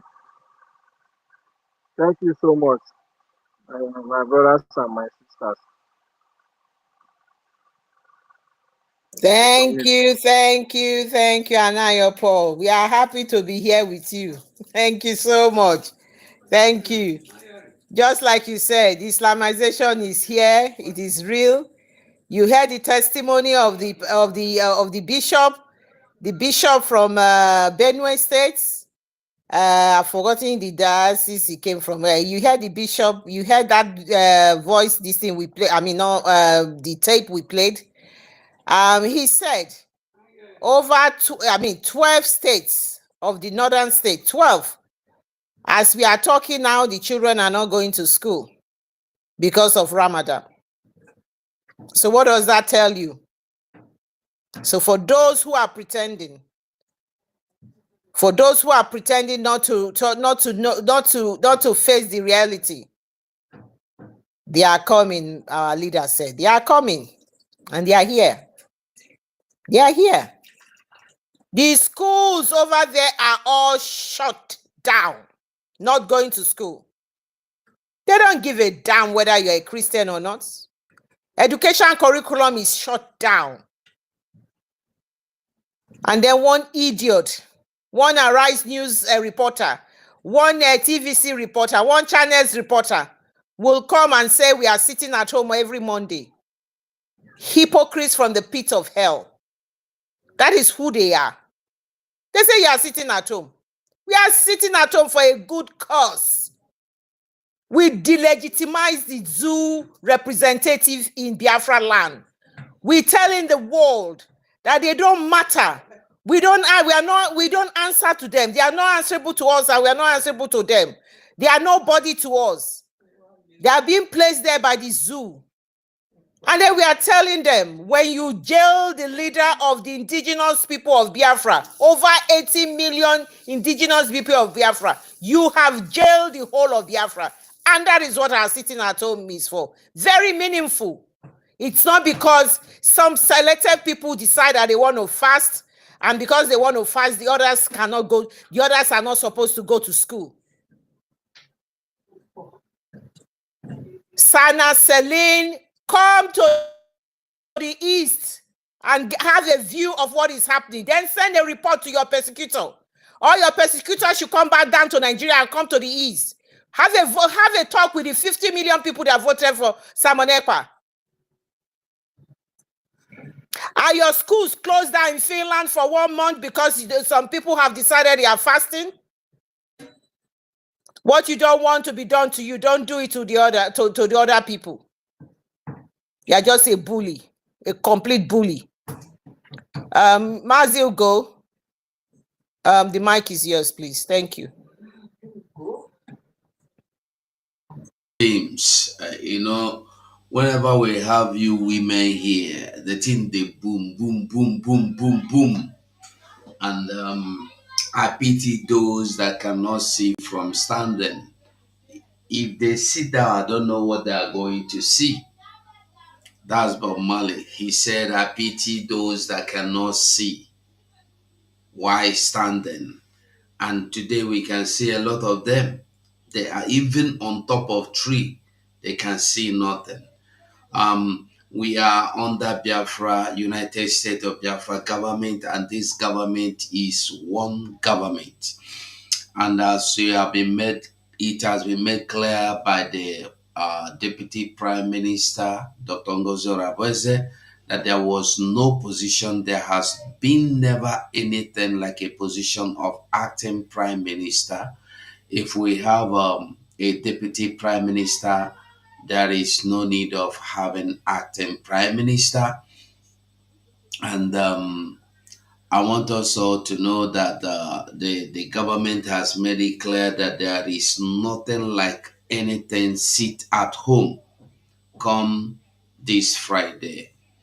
And on that Friday, we must remember also that our leader, Onyendu Nnamdi Kanu, will be We'll be going to court, as we know, the kangaroo court of Nigeria. Let's see if the new judge is going to, because what we are seeing now is that Nigeria is just buying time.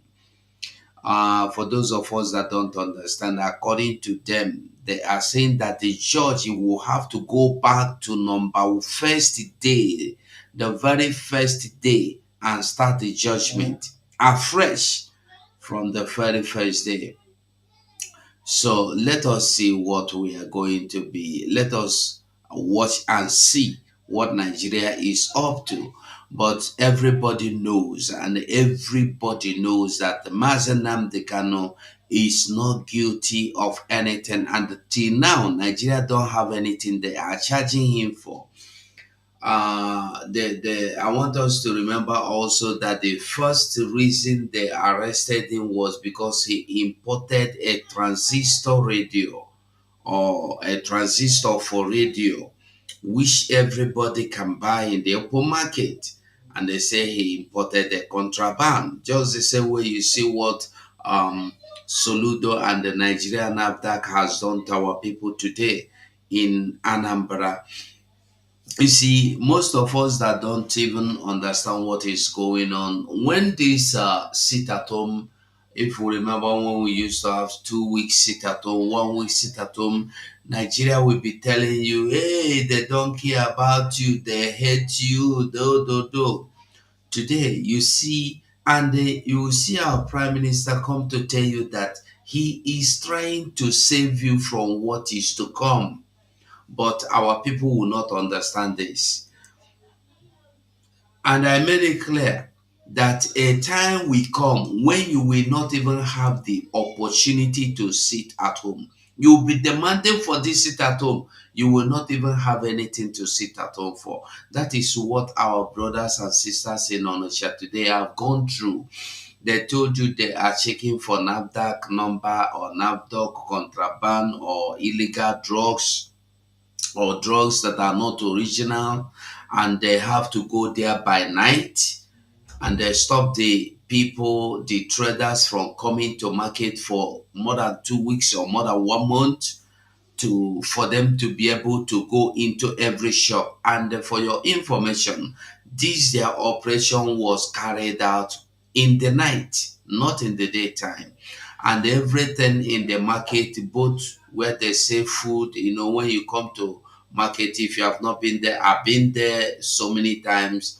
You see people selling clothes. They have some cloth shop, boutique, shoes. You see designers, shirts, watches, rings, and you also see people with people that sell foodstuffs in that market, and the people that sell drink also. All these people were looted. Their shops, drinks were looted, boutiques were looted, all of them, and all the drugs in that Onisha were also looted. And I want us also to know that Onisha is the biggest drug or pharmaceutical market in Africa, or in West Africa rather. So I want us to understand what is going on. When our Prime Minister was here telling us about economic strangulation, we did not understand because we refused to listen to him, and we choose to listen to those that told you, hey, Simon Ekpa hates you. Simon Ekpa is working for Nigeria. Today, who is working for Nigeria? We told our people that our Prime Minister Simon Ekpa is doing everything possible to save our people from the danger that is about to be unleashed by the Nigerian government. But our people refuse to hear. Today, we have been forced to sit at home by the government of Nigeria in the name that they are controlling contraband medicine. These are what the Islamic country are doing to people they call. Remember when what is his name? Babangida came out with book, and they donated money, some fools that call themselves artists and so on and so forth. They give 100 or 500 billion or million. I'm not interested. But what I want you to understand is that These people cares for nothing about you. They care no, they don't have any feeling for you. They have nothing for you. Nothing. Nothing is attached. They don't care if you are alive. They don't care if you are dead. Imagine that immediately Babangida came out to constitute his nuisance. The useless Igbo, or what do you call them, came out to say they need money as compensation. And then, if these people really mean well for anybody, after Nigeria have come to destroy or carry away the goods belonging to their children, have you seen any of them come out to speak? And by the way, no goods in that market can be proven fake until you test it and prove. Nigeria did not test any goods, they did not test any drug. And by the way, if you import a drug from Germany, Germany cannot give you the NAFDAC number of Nigeria. So the only way, if you import from Canada, if you import from Australia, if you import from America, it will not give you Nigeria NAFDAC number. The NAFDAC number you will have is their own drug controlling system number.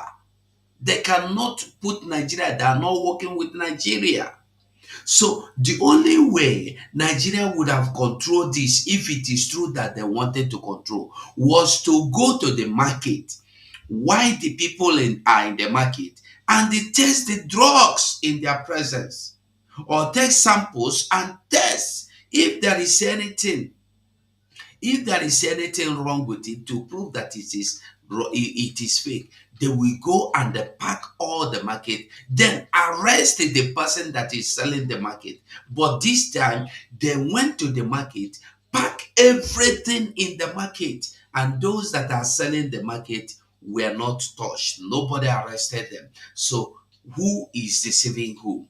I am only pitying our people that do not want to understand, or that do not want to hear, that do not want to listen. You see, one day, you that is selling motor pass, you'll be told that your motor pass is illegal. And the same way they did to the people that sold drug, it will be done to you. You that is selling clothes, they will tell you that your clothes and shoes are manufactured illegally, and they will destroy it, or they will carry it and sell it to other country. I want us to understand that we are facing persecution from all round, all corner. If you are a Christian, you are not safe. If you are not a Christian, you are not safe. If you're a traditionalist, you are not safe. All these are happening against our people, yet our people are not seeing it. Look at what the Fulani jihadists, the Fulani terrorists, Boko Haram, repented, as Nigeria called them, as Musa called them. When they came to when they come to Biafra land, they will destroy every shrine they see. They will destroy every native doctor they see, and arrest them, and they shoot them, and even buy them.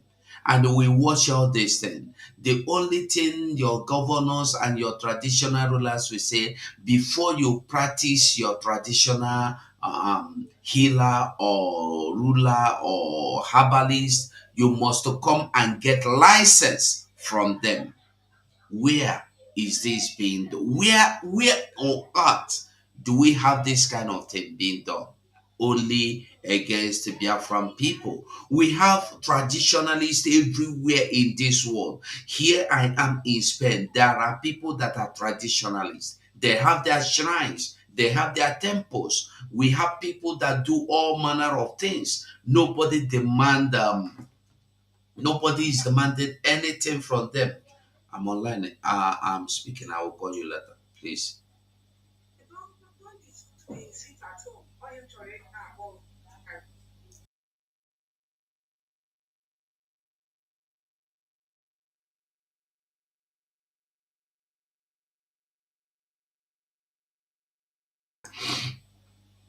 Thank you. Okay. Okay. Sorry about that. So when you look at everything that is happening, it is only happening against our people, against our own people. That is what it is. They are, when you hear what is his name, Shetima, right? Shetima told you that this thing is going to happen. And today, when Shetima said this about 5 or 7 or 8 years ago, nobody took it serious. And about last 3 years, we begin to emphasize on this. We begin to republish it. Nobody listened to us. Nobody want to believe what we are saying. Even now, the people that have been affected will tell you it's not about that, it's another thing. They don't want to face the reality. They don't want to believe the truth. They love lies because lies will keep them free from the reality. And that is why you see some people today following people, even when they know and when they are convinced that what this person is doing is not true, they will follow that person because they just want to feel safe. They want to stay where they are convinced in their evil mindset that what they are doing is right. Where they will be, that where they want a place, an environment where they will be conveniently carrying out their evil deeds. So they don't want to stay on the right path. Let them stay on the wrong path because on the wrong path, nobody have to condemn them. That is what we are going through today. Abasanjo told you he will use Igbo to finish Igbo. I want you to know that he watched all these Christian leaders today. Just about 90% of them were never Christians before. Originally, 90% of them were not Christians. They were converted or they choose to convert into to Christianity. Just look at them. Just few of them are originally Christian. You can count people like a Christian Yakilomi. We know his father was a pastor. You can count people like Lord Shizun. You can count people like Oyedepo. I don't know his background, but I know I don't know why he jumped into, but the major people were never Christians. Go and check them. People like Adeboye. So when you see Ujo, am I talking of Suleiman? When you look at them, even Suleiman till now, his family is a Muslim family. I think he's the only person from the family that's a Christian. People like Adeboye. So Mazugo, can I help you? yeah, go on. Yeah, just a minute. Let me lower this one. I used to run a restaurant. Okay. I used to import things. Wait. Oh, Jesus. I'm sorry, I'm trying to. Take down the other one. Yes, that's what I was trying to do. I've just done it. I used to import things from Nigeria when we were in Nigeria because I used to run a restaurant. Mm. When you contact the import custom, when you register with import and export license people, they will give you a code. That code is recognized internationally in the whole world. Mm. So that code, if you put that code in Nigeria, if you send that thing to America, when you get to them, if they put that code number, it's supposed to be recognized by them.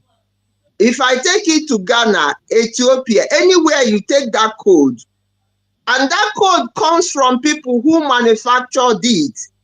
So when the manufacturer manufacture an item, they bring up a code. That code is circulated internationally. So when you are importing that thing, you're supposed to use that code. So Nigeria, as a fraud country, doesn't want to use that code in order to do what they are doing now. So they will generate their own code, which has nothing to do with international code. If not, there's no way you can have two codes in an item. It's only one barcode in an item. And that barcode is supposed to be recognized in every part of the world that deals with that item. So there's nothing like whatever NavGat code. There's nothing that's supposed to be NavGat or whatever their name is code. That code is generated by the manufacturer and circulated internationally. Because before you start importing anything where you are, you're supposed to register your business with the import and export duty of your country. So that international code number is what you're supposed to use. So it's a fraud. It's a fraud country that want to fraud, especially us, the Biafrans. Thank you very much. Thank you. Thank you so much, my sister. You see, like for instance, here I am in Spain. All these people that sell African food items, they import food items from Africa. They import food items from Brazil, South America, and the Bangladesh, and so on and so forth. Those things don't have NAFDAC number. Even fish, when you import fish, what the customs of this land will do, when they find out, they go shaking once in a while, and when they come to your shop, I know a man, an African man, a Nigerian, a Yoruba man now here. If you go to his shop, the freezer where he have the particular fishes that they said have or that have expired, they sealed it and they leave it there. They did not carry his fridge away. They sealed the place, they sealed the fridge, and they did not stop him from doing his business. He was doing his, but that fish that is spoiled or that is expired was sealed in the freezer. You cannot open it, even if they did not lock it to. It is left for you to open it. If you open it, they will know and they will give you a fine. So as they sell it, they will come back in their own time to take it away. They will send the people that are coming, that there are people that will come and remove and destroy it. They are the ones that will come. These people, their job is to come, make sure that what they see in that shop is okay for consumption. If it is not okay, they will seal it and mark it not safe for consumption. Then when the other department that is their responsibility to carry that thing and destroy it, they will come, they will take it, and they will go and destroy it. So I am asking a question. If NAFDAC, for instance, in Nigeria today, NAFDAC, you go to America, you want to buy, for instance, what do you call it? Insulin injection, for instance. You want to buy insulin injection and you just want to buy 2,000 packets or 2,000 cartons. Are you going to place order in that company? Company will not look at you. The company will ask you to go to their distributor, and from the distributor you have to buy the ones the distributor have in stock already. Because if you want special made that will be made and produced with your own Nigeria useless known entity evil forest of NAFDAC number, you have to place order for special made, custom made of that insulin.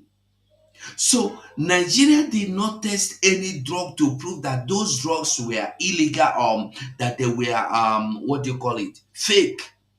And I want you to understand that all these drugs pass through customs. Customs clear them. NAFDAC clear them because the drugs come in from either airport or seaport. And in the seaport, in airport, you have NAFDAC, you have customs. They clear them, they tested them, they clear them. So these ones now they are going to destroy. They stole, not destroy. They stole them away. Who is it that they did not? Did they bring them down from heaven? Did the people of Onisha buy them from heaven, or did they buy them spiritually? I want us to understand that, like our sister Clary said in the beginning, that Tinubu, if you listen to what Tinubu said to the so-called pastors, or what do you call them, fathers or reverends or bishops that went to visit him, he said to them, what is happening, the insecurity is not only against Christian. After all, my wife is also a Christian. So what is he telling you? If you want a better Nigeria, he said it in that video. If you want a better Nigeria, you have to invest for Nigeria to work. You have to invest. This is what he's telling them. And then, do you know what? The fathers or the bishops, they begin to clap for him. I was shocked. And then another question I wanted to ask, must you go to Aso Rock to complain to Tinubu? You have altars, you have pulpits. Why are you not using your pulpit to preach the message? By now, everybody,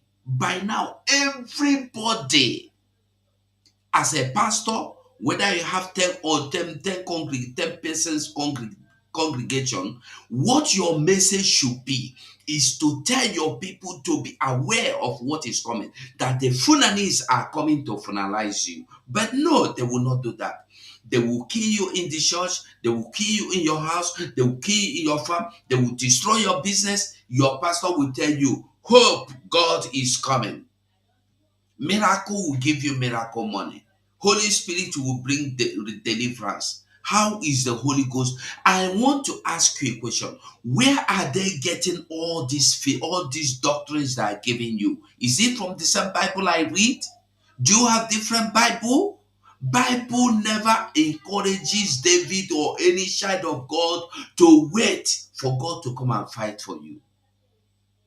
But today, we are waiting for God to fight for us. Only thing we need to get from God is permission to go and fight for our right. And each time in that same Bible, I don't read all of them. Anytime any child of God come to demand from God, to pray to God, what should I do? My right has been destroyed. They have stolen my birthright. God will say, go and they take it back. I am with you. And when you go, you will never come back empty. God will lead you and guide you to make sure you defeat your enemy. But today, they are helping the Funanis to Islamize you. Look at what happened in America. The bishop went there and they present the case and it was understood and they read it clearly. And the foolish ones, Ogonogo pastors, they want brown envelope. They run to what you call him, Asorok. Why don't you go to a non-governmental organization and have a meeting and have a conference and they tell the world? No, you went to tell Tinubu. Is Tinubu the one to save you? We want to see a place, a time, a day when these so-called men of God, I don't even know if they are men of God, like I said before. I don't know if they are men of God or gods of men. I don't know if they are gods of men or men of God. I want to see a day that they will gather in a conference and they call the press to come and interview them. We have something to tell you. Our men has been murdered in Plateau. Our men and members has been murdered in North, in South, in the East, in the West. Our pastors, they were burnt alive. They were roasted alive. The congregation, the house, everything. They have never done this. What do? They will always go to what you call him, Asorok every year to do their ritual, paying obedience or paying obeisance to whoever is there, whether Tinubu or Buhari or whoever. And by the time they will go back, they will be sent back on a special convoy with a special envelope, fat envelope. That is the problem. If you keep believing that these people have anything they will give you, you better keep believing that you are getting destroyed, because nobody is coming to save you except you demand to save yourself. If you don't demand for your right, nobody is giving it to you. Nobody cares for you. You see what Finland is doing to our prime minister today? Finland, it tell you Finland first. America tells you it's America first. Britain says it's Britain first. Nigeria says it's the foreigners first before her There is nothing like Nigeria. The terrorist state of the evil forest said is the foreigners first. These are the same people that are telling you America say America first. It's our interest first that comes before you talk about any other thing. That is why Trump is asking you, if I am coming to supply you weapons and arms to fight Russia, what do I gain? What do I want to gain? What are you going to give me in return? Nothing. So what is the essence of coming to fight a war? Losing money, losing billions of dollars when nothing is coming into my purse. That's what Trump is saying. Even in the midst of war, they are looking forward to make money out of it. They do nothing for free for you.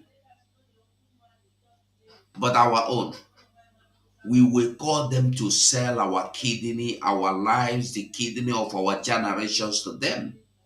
Most of us that are walking freely today in Biafra land and in Nigeria, you don't even know that your organs has been sold in advance. One day you will disappear, nobody will see you again. Somebody will catch you somewhere and harvest it and give to them. This is what we don't know. And when we say we are looking for freedom, people say we are looking for evil. We are looking for money. That is why I am so much pained that after the declaration that the whole world see and the whole world recognized, and the zoo evil forest became afraid and begin to panic that we should have gone home celebrating. We came home, and all we came home to see is some fools and nincompoops and miscreants telling you that there is nothing like a declaration. The same thing. I thank God that the declaration was done. No matter how you try to stop the truth, you cannot stop the truth. We know, and the world know that it's declared. I thank God we did not declare under mango tree. I thank God we did not declare in a bar. We declared in open hall, recorded and videoed. The whole world were viewing. That was why, if those of you could remember, a week before that convention, what is his name? Ogechukwu Nkere was busy telling people, even if we go to Finland, go and find out. Even if we go to Finland and we will not be allowed to do the declaration, we will gather under mango tree, we will gather under tree, we will gather in a bar, even if it is 5 of us, we will make the declaration. Where is this thing coming from? Where did he get this notion from that somebody will stop him from making declaration? Where had he been with? There were 5 people or 4 people that went into a cafe bar or under one mango tree and they make the declaration. You think we would have had any declaration? There wouldn't have been any proof. We made the declaration inside a hall with over, I don't know how many Biafrans that were there, witnessed. And the whole world witnessed. Biafrans all over the world witnessed. And some fools came out to tell you that they are not accepting the declaration.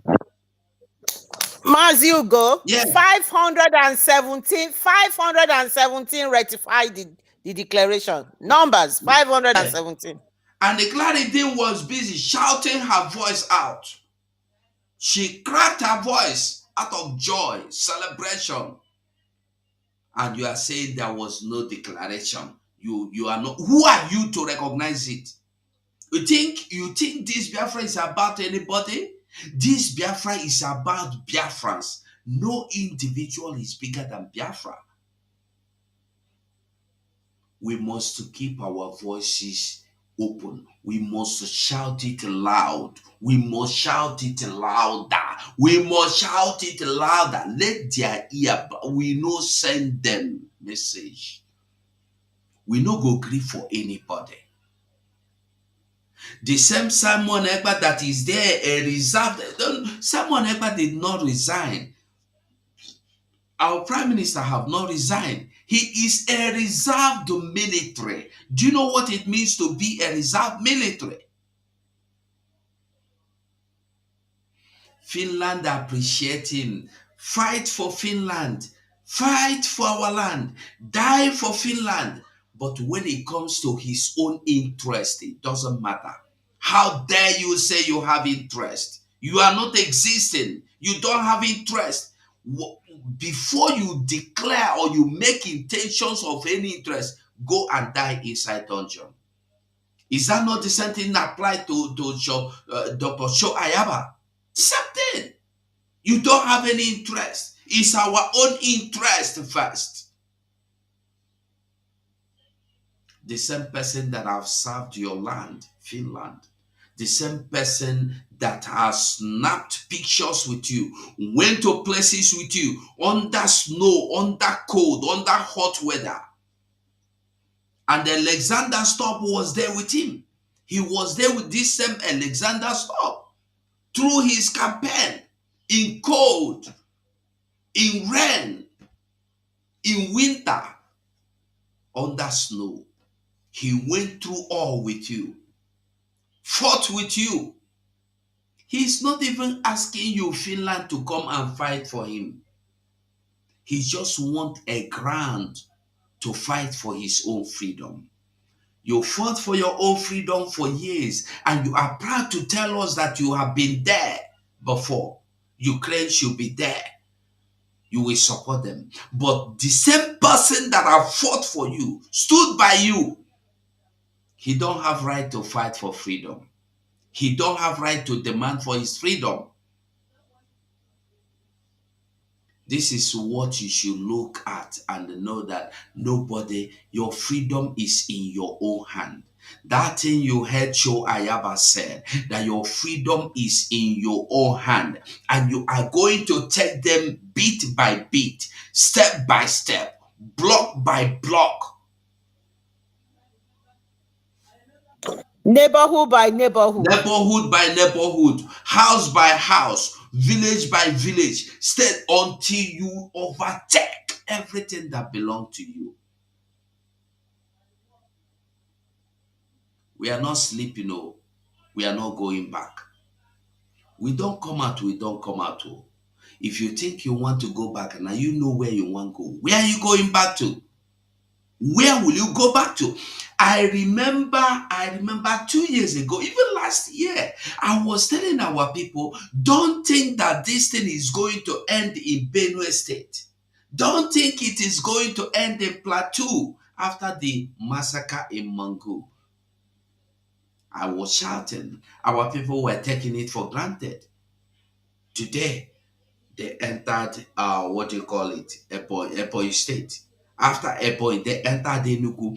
And the Peter Mba and the Winfrey, the useless, delegitimized governors, are telling you that they are not Fulanese, including the useless shade in Canada. Is telling you that they are not Fulani headers. When we have seen pictures of those that were murdered in cold blood, they were buried in mass, in churches they were murdered. And the useless man came out on TV to tell the world that those things we see are photoshopping. And people are believing them. Where are our pastors that you come out and tell them that this is not true? They will not go to pulpit and say it. They hide because they are looking for political envelope, political brown envelope. In this case, you don't say may God help us. Mazugo, they were giving excuses as well. They said when they went to Aso Rock, they said, oh, one of them was when they were interviewing him. He said, well, it's not easy to judge the Tinubu government. It's only just a year, almost just a year that they've been, not even up to a year that they've been in government. So No. because of that, we can't go to that. You can't go to the conclusion. Let's give them time. But he then question himself and say, how much time are we going to give them to cook the soup? That things are very bad. They're giving excuses why people are dying.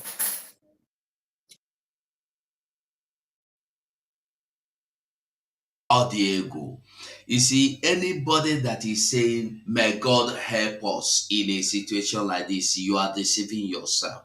God have helped us. It's time we do the needful. I keep telling us, any true man of God. You remember Bishop, what is that man in South Africa? One bishop, somebody remind me, what is his name? During that apartheid, there was this bishop, Bishop Coker. is it No, Bishop Tutu. Oh, Tutu, Tutu, yeah, Desmond Tutu, Tutu, yeah. Desmond Tutu. Desmond Tutu. Desmond Tutu will be in the front to tell you that these people are committing genocide. These people, there is a pogrom going on against my people. My people are being massacred in number. My people are being killed every day unjustly. My people's right has been violated. We are being killed in our own land, for our own land, by foreigners. Today, do you have anybody like Desmond Tutu? You have somebody called Okoka. Listen, anybody you see Mazen Nam they cannot condemn. Eh? Watch that person. Even if that person is holy today, and then they cannot say this person is evil. Watch him. Give him a time. That evil in him will come out. That Coca, that Bishop Coca or Bishop Coco, Coca-Cola, whatever he call himself, he's been an evil man from middle bed. All the people that are dying, he is comfortably dining with politicians, going to Asorok, getting fat envelope, going on convoy. He don't care. And what these people don't even know is that they are not even safe. They are not safe. Gowon cannot go to his house and sleep. They cannot. Bishop Coker is worse off It's what? because he's worse off because he's from he's located in Sokoto. Lakrama or Lakrawa. Mm, The terrorist group are based in Sokoto. mm. And anytime he's in trouble, you have this Sultan of Sokoto. You know, he's just treading carefully because he is even in the dent, is in the lion's den at the moment. He's treading carefully. You see our problem. How old do you think that man should be now? Is he not up to 80? I don't think so. But he's above 70 anyway. I think he should be above 70. And I am asking a question. You see why these Westerners are better than us? Fella say, what is that his song? Policeman go whip your nyash, you no go talk. Army man go take your wife, you no go talk. If they ask you, say, I no one die. Mama dey for house, papa dey for house, I marry new wife, I get newborn. This is our problem. They want to enjoy. I have never forgotten when somebody was saying Sunday that these people are stopping them. You are fighting for Biafra, and because you are fighting for Biafra, we cannot go home again. This. If military see you, they are controlling you. This is before we go home in the evening. Weekend we go home in the evening. We carry all these small secondary school children. We carry them with. I say, look at you. You have children in your own house. You go and carry underage children. You give them 10 naira. You give them 15 naira. You destroy their future. This is what you enjoy. This is why you don't want freedom to come. Because of your evil mind, dark wickedness. Wickedness. And all these people, their children are well guarded. They send them to better school. Then when you go home, you take advantage of those innocent children that don't have anybody to pay their school fees. May God have mercy on our souls. Because what would they do, only God will save us. Make I hang my microphone here. Stop this submission here, I beg. Make another person talk. Google said Bishop Coker is 72 years old. Okay. Now waiting Google talk be 70, that. Say now 72 years and he don't want to die. He has been what you see, since I was little, I've been seeing Coca running up and down, mingling in among politicians, and he's supposed to be a man of God. I said they are not men of God; they are gods of men because they teach people what is not even in the Bible. he's 72. He's 72. Whether they like it or not, whether they designate them as a country that persecute Christians or of concern, a country of concern, whether they like it or not, now their own headache is that.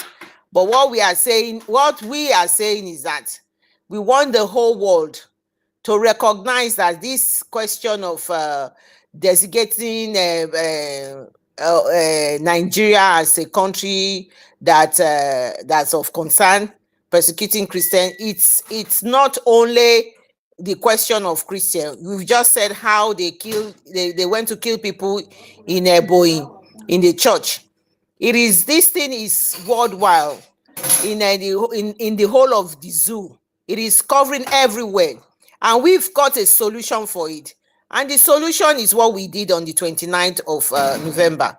So they must realize that they must factor that in a bigger discussion, because this is all bordering on people's lives.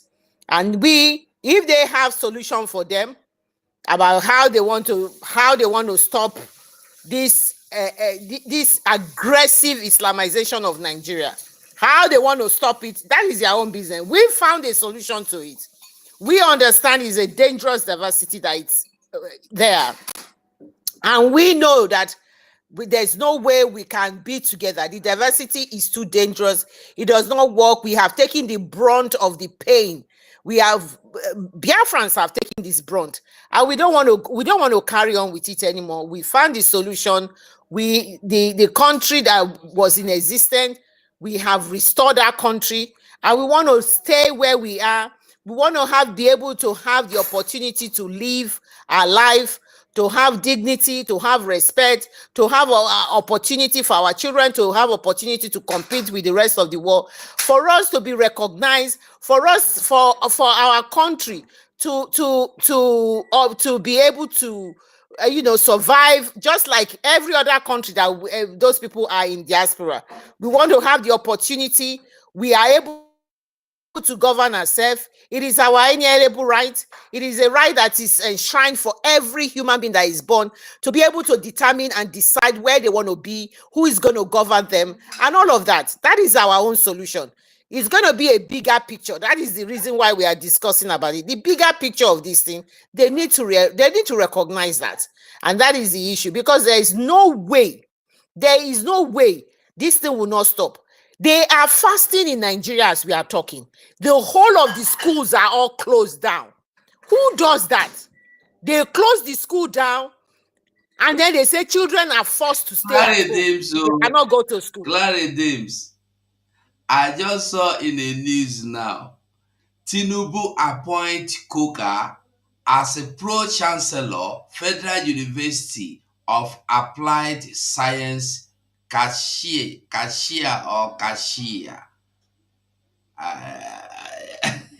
Just Vanguard News. You see, this is how Tinubu rose. This is exactly what he did with that Akuna that he made minister, foreign affairs minister. That Bianca is the same thing. He wants, because they have told the intelligence units, the advisors, they have told Tinubu there is no way you can take it. This Donald Trump is going to rename Nigeria again. So he wants to use them. Oh, this is painful. He's going to use these people, the likes of Coker and the other bishops. He's going to use them as they will be the ones that are going to say, right, because he said to them in the meeting that this thing that is happening, it's not only happening to to only Christians. It's happening to Muslim and Christians as well, that his own wife is a pastor. So this is what the Tinubu is a criminal. He has always used this criminality in everything. It's like it's a game of chess. It's a deal wheeling and dealing. That is all he does. He's just wheeling and dealing. He's the highest bidder. How much money? There's nobody that cannot be bought. This is what he did. So because after the meeting, he invited him specially, and this is where we are coming to. Mazi Nnamdi Kanu said anybody who know that Bishop Koka should go and warn him.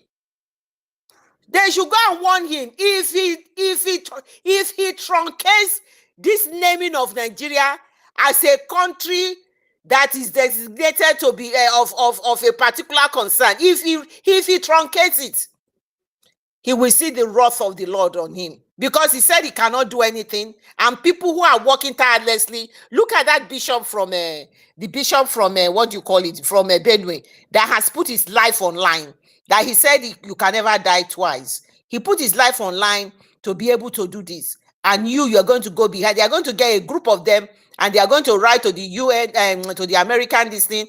They will present. Oh my God, I don't know. I hope they are not going to do that. I just hope. This is how he will bribe people. He's never straightforward. He's a rugged, very. Oh, sister, go ahead, Drake. Sister Claudius, I'm just wondering, when is all this rubbish going to end? When is all this rubbish going to end? Because I can't phantom it. I can't just phantom it. That all these atrocities that is going on, and the world is just looking at these criminals. Eh? This is so unbearable, man. It's so unbearable. Do you see the way people are dying in that country, that zoological republic of animal kingdom? Do you see how people die? Guys, if you see how people they die there, people they die like people they are pass people. Human beings they die like chicken. Chicken. It go pass for road, burn and full everywhere. Wetin happen? They get us date. Wetin cause am bad road? Or sometimes this their checking point, and it's happening daily, every day. So, see, I thank God that we've already left this contraction. If not, hey, hey, see, this is why I'm always shouting it. The earlier our people wake up, the better for them. Anybody that is still believing in one Nigeria, that person, his lineage is under course.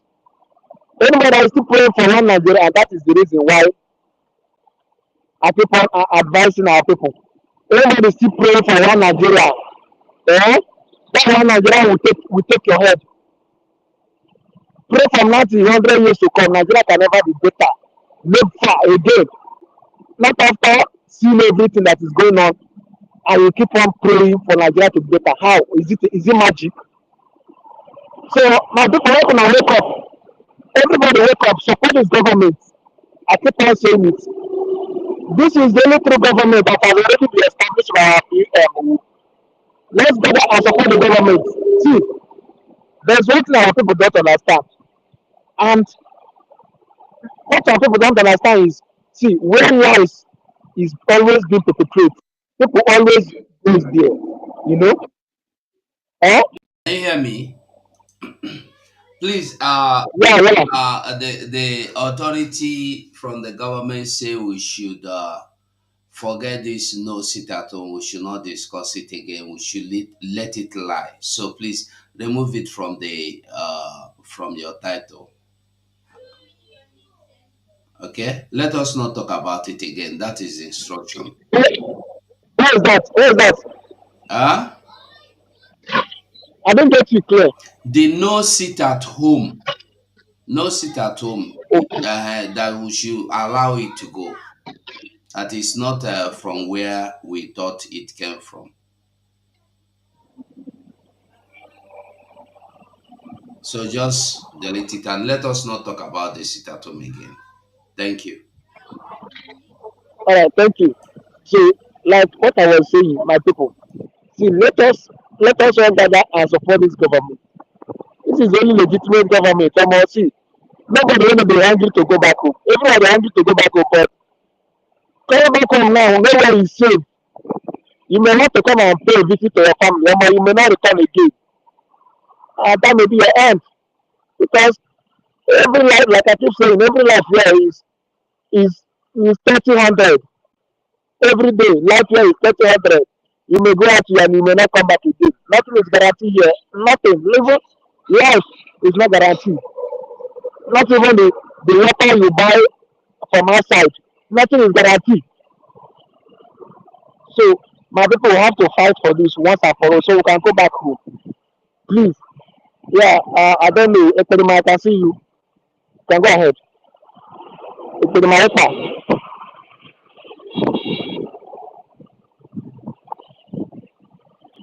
Ekperima, can you hear me? Go ahead.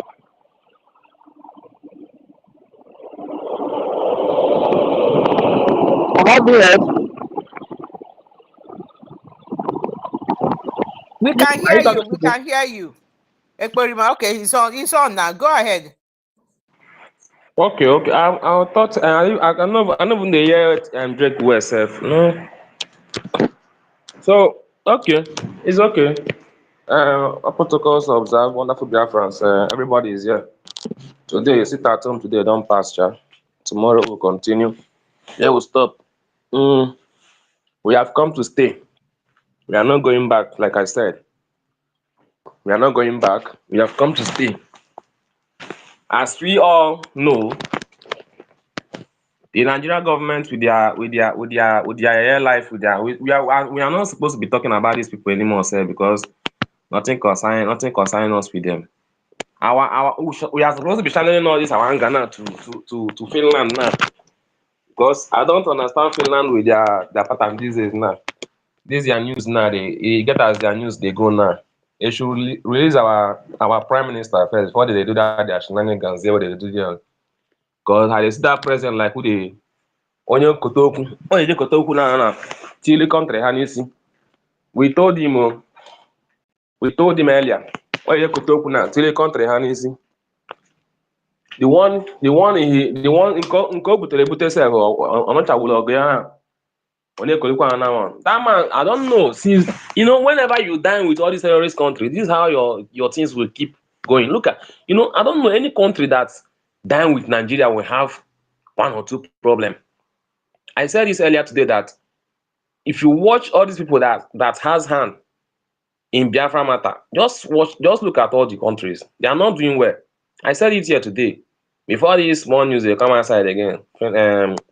Finland and Co.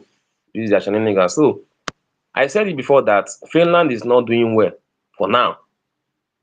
They are not doing well. They are passing through a lot, and this particular thing is caused by their president. They should let their president know that na egwu ahụ na-agba na mkpụrụ adịrọkwa n'ime ya, ụkwa ahụ na-azụ na mkpụrụ adịrọkwa n'ime ya. They are all there for themselves. Nobody cares. Nobody cares about us. Nobody cares about you. We fight our fight by ourselves. That's why I keep saying it.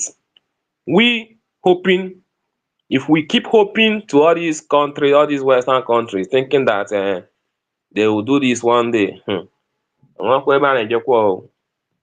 earlier we realize this, the better for us. These people are there for themselves. Everybody is fighting for their own pocket. They can do undo. They can do anything to maintain this particular nonsense that they do. For a whole Finland, in fact, not Finland, for a whole Alexander Stubb to take away our prime minister unlawfully, because I don't believe that is unlawfully, to take him unlawfully away because of his own personal interest or I don't know whatsoever, that he felt that whatever he's doing,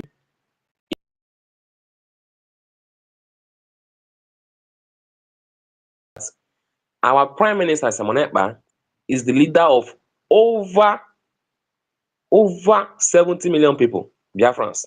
He should be aware, and he should also be aware that Our Prime Minister Simon Ekpa is the Prime Minister of Biafra Republic government.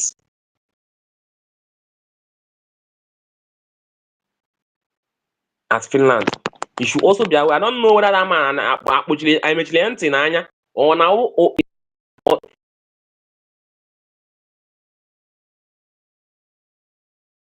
because if like say you go just waka come Twitter, you go all write nonsense, you go back.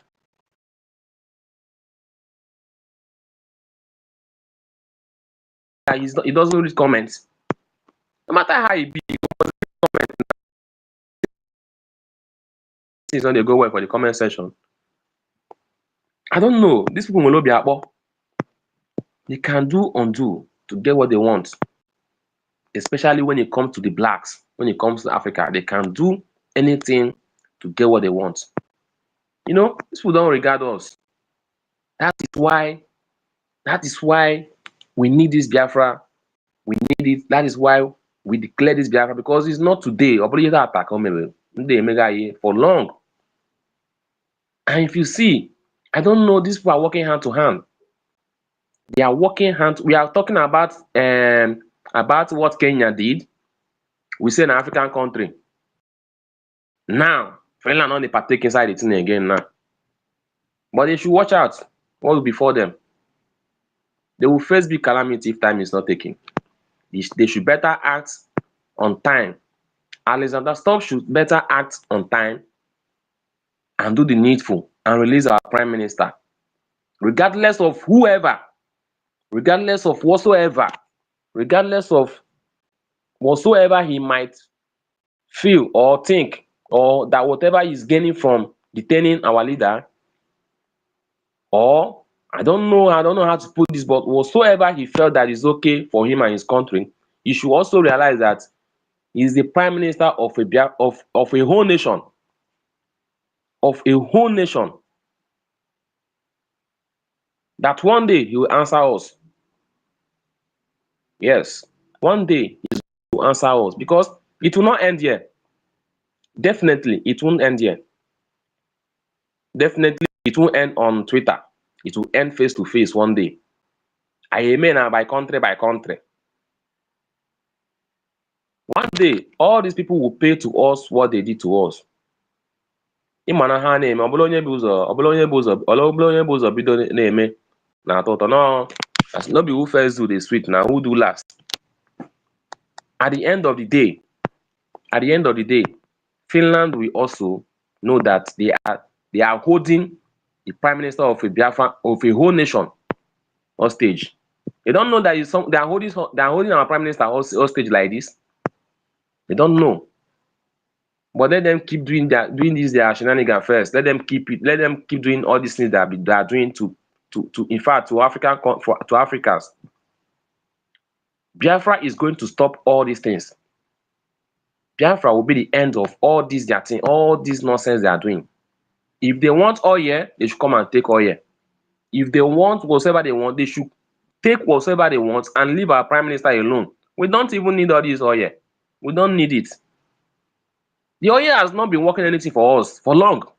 Since everybody knows about nothing, we don't know. We have not benefited from the oil. We have not benefited from the natural resources. We have not benefited from anything in all these natural resources that they are looting to use to hold us down. We not benefit anything from it. So why do they feel like letting Biafrans go, or letting us go will make them not to have what they are gaining before?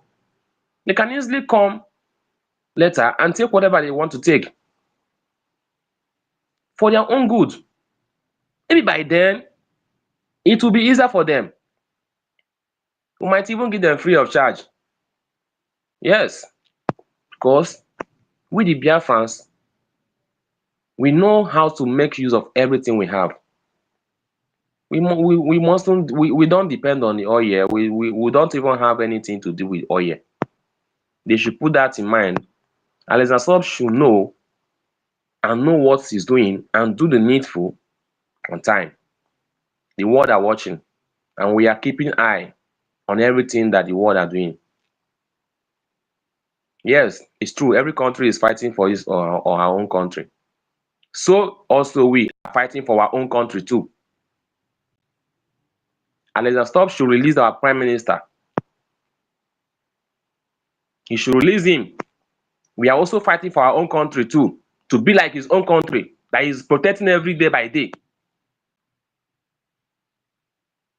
That man knows what he's doing. He's checking borders every up and down now. He knows what he's doing. It's because he has beaten more than he can chew. Ọmalụ na-azọ Ukraine, chefuzie na Biafra nọkwa ebe ahụ. He knows how to protect Ukraine. He knows how to speak for Ukraine. He knows how to talk about Ukraine issue with Russia, but he doesn't know anything about Nigeria and Biafra. He doesn't want to know. He knows he doesn't want to say anything. He knows he's keeping deaf ear, thinking that will make him be the best for his country. Agbacha ọsọ agụọ mile. Agbacha ọsọ agụọ mile. And as he's holding our prime minister down, that is the way their country economy is going down. After all, nobody knows Finland initially. Nobody knows them. Our prime minister gave them this glory that they are enjoying today. Yes, they never had any bilateral relationship with Nigeria before. Suddenly, Simon Ekpa took this mantle from our supreme leader. Boom! Finland knows that yes, they will not have a bilateral one-to-one with the zoo. They are dining with terrorist states. You cannot make any good thing out of evil. Finland dining with terrorist state, Nigeria terrorist state will not make anything good out of there. They cannot gain anything. Instead, they are even, in fact, Finland is even supporting this whole of Boko Haram issue, supporting this whole of everything, clean of Christians. I think Donald Trump should also look into that too. Because you cannot tell me that you are not seeing the whole killings going on in Nigeria and you are still supporting them with whatever you are supporting them with. And you feel that is okay for you because of your own personal interest and your selfish interest.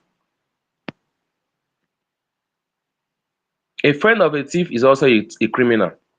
So, Alexander Stubb, I must tell you, if you are a friend to Nigeria terrorist states, you are also a terrorist. By holding down the only good guy, our Prime Minister, Mazi Simon Ekpa. I must tell you and I must ask you to release him and let him go. Let him come and finish what he started. Let him come and join us.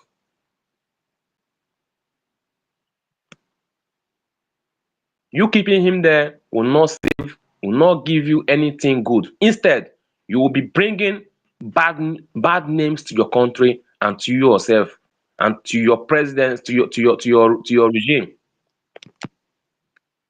I don't know how many.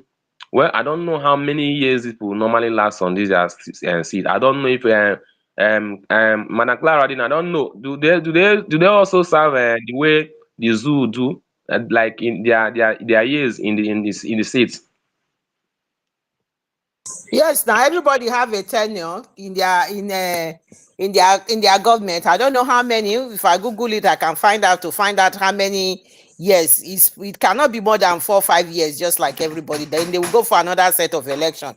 The same thing that happened to Biden, that is Yes. going to happen to them. When Anthony Blinken was coming into Nigeria, he didn't even ask anything. He just removed Nigeria from that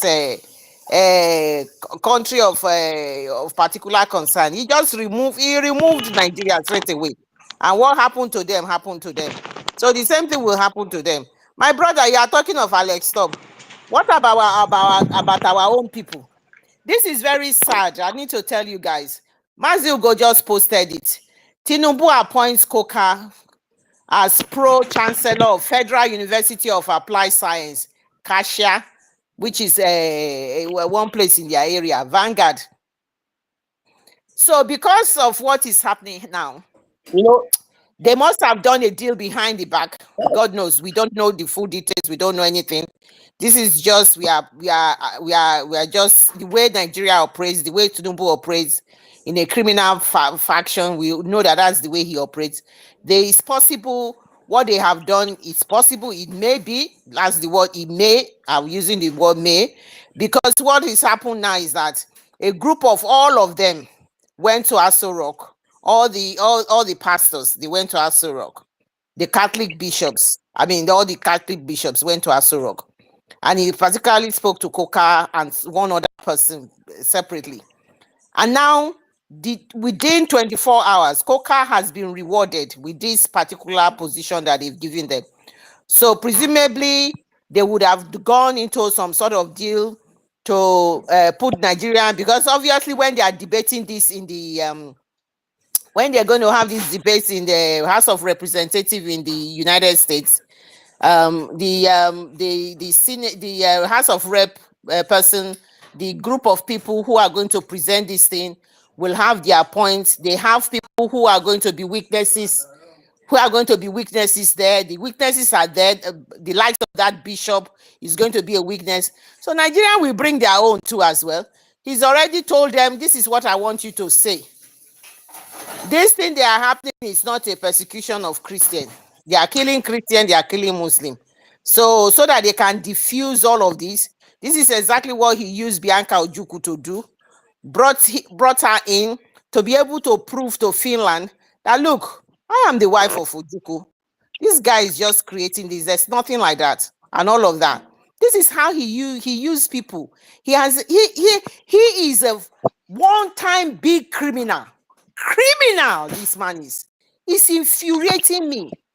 I am so saddened that people, how can the country like that zoo bring such a criminal to rule them? This criminality, he has been doing it for a long time, wheeling and dealing. And he always believed he will always win with all this criminality. He said there's nobody he cannot buy. And he has proven that with Finland. He's not going to do that again in the United States. So maybe we can we will see what we can do, because this man must be stopped from this criminality. The way the country is being run now, praising Wike for what the way Wike is doing. It's all the group of criminals that he's praising, surrounded himself by criminals. They're all perpetrating criminal activity. They don't give a damn. He's bought the all the West African country. It's just too bad, my people. So you are talking of Alex Tob when this criminal pastor, criminal bishop, is, instead of him to throw away this thing that he's giving him, he's going to accept it. What reason? He went to Aso Rock within 24 hours. He's been given this position. You see how they roll? I just thought I'll tell you that. Let me post this video. Let me post this video that made by our leader MNK. I will just post it there. When you talk about these people, they are not bishop. I don't know why people keep calling them all this name that you're giving them. They went there for their own personal something, and as the drug lord himself, the president of the zoo, knows the game he's playing very well. These people knows what they are doing very well, and he used the opportunity to make this particular, because he knows that something is about to befall them. The killing, these particular killings of killing in Nigeria, killings of Christians by Boko Haram, all these things. So he had to find a way. These people, they're always ahead of they're always ahead, doing their things, know how to. They will do something, they will see something to cover it. Now, these two people now that went there, they never knew what they went there for. They know, but they thought maybe first, normally, na their personal pocket they go there for. Now you get anybody will be bishop, or that's why our leader said, if you wake up in the morning and go to church in that Zoom, hellfire straight. We are going hellfire straight. These people they are not pastors, they are not any bishop, they are just there for their own personal pockets. It's only how to collect offering and tithe and tithe. That's how they know. That's the only thing they know. That they are well taught in their game. They teach them how to rag people money in church. You are calling them pastors and what? They are not. They are not. They went there down to okay. Yes, the news spoke of that some bishops went to Aso Rock to discuss to go and discuss what? Is it not the same Bishop Kuka that MNK told something the other then? Was it not the one? Has he learned from this lesson? He is now collecting bribe from one because it's part of bribe. It's part of bribe. Okay, they went there, how many of them? So why now the two of them? Why the so-called Kuka? I don't know. When you look, see, a terrorist state is a terrorist state. A terrorist state is a terrorist state. There is nothing. Coca is collecting that on the detriment of innocent people being killed. In Ebonyi, people were slaughtered, killed in the church. Coca is collecting a reward from the drug lord. He should be ashamed of himself. He should be ashamed of himself. He's not a true man of God. He should be ashamed of himself. How many people will be killed? Recently they are killing bishops. They are killing Catholic priests everywhere. Burning churches. People are being killed. And then you are going to collect. They are rewarding you for your silence against this killing, because that is what it is. Because all along that the United States is not debating about the killings in Nigeria, they didn't call you. One of them was making a speech and said, when you first came before you came into government, we made an appointment to see you. You didn't see us. And later on, you still didn't see us. But it is good that you invited us now. So he hasn't been seeing them. But now that he needs their help, he's called all of them. They all with all their long gowns. About how many of them they drag themselves to Aso Rock, and this is what they are rewarding them with. This is what they are rewarding them with, to shut their mouth up or to testify against the people who are truly fighting for the innocent people. That is what it is, and it must be called out and be condemned by the whole country. Condemn. These are the people that have brought the Nigerians to their knees. These people, they are the ones that have brought Nigerians to their knees, because they were never truthful, they are never right, they are so wicked, and this is what they've been doing since, and that is why it's even getting worse. Why will you collect this reward? Less than for 24 hours, it's already collected the reward. My brother, is very painful. Very painful. So that's it. There is okay. Are we talking about the killings? Okay. What happened? In fact, let me not just go back to that, because what about the killings in Lekki? Is anyone talking about that one today? That one don't pass by. There is one thing in this zoo that I found out. They are quick in forgetting. That is, they I don't know how they do that. They will just wave, because it's terrorist that you cannot, you don't have anything to do. You cannot do anything, you cannot say anything. If you talk, they go do this. If in fact, so everybody is just playing along along together with their terrorist mindset. Whenever you see someone that comes from that zoo, you will know their behavior, their mindset, and their character is all about their personal interest. It's just that personal interest. That is their problem. They do not want anything that will benefit them and others. They just want just for them. Because if the so-called Kuka went there for people's interest, he wouldn't have. In fact, I'm not sure that Tinubu would even talk of to give me anything at all, and he would reject it. I don't know what they are practicing in their so-called faith. I don't know what they are practicing. This is where sometimes I get angry with these so-called people called Christianity, because their own mentality is very, very dull. You see, So you So, he went for his own sorry, pocket. my brother. Sorry, let me just say something. You see this, their stuff that they are doing. You see the way Nigeria is patching. They are patching a whole country with lies. That is, they are looking for ways, as in they are just like, if it is coming out of this side, they will just look for something and close the loophole. And this is how they will continue until Nigeria will just get to ground zero. Nothing they will do that will stop them not to go down the way they are going now. Nothing they can do. People that they are living, the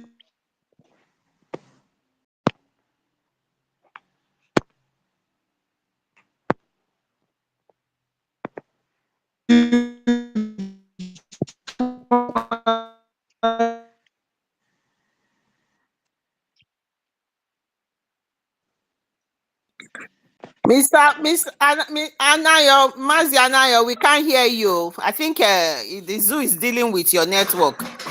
The zoo is dealing with your network. Hey, zoo, zoo won't kill us.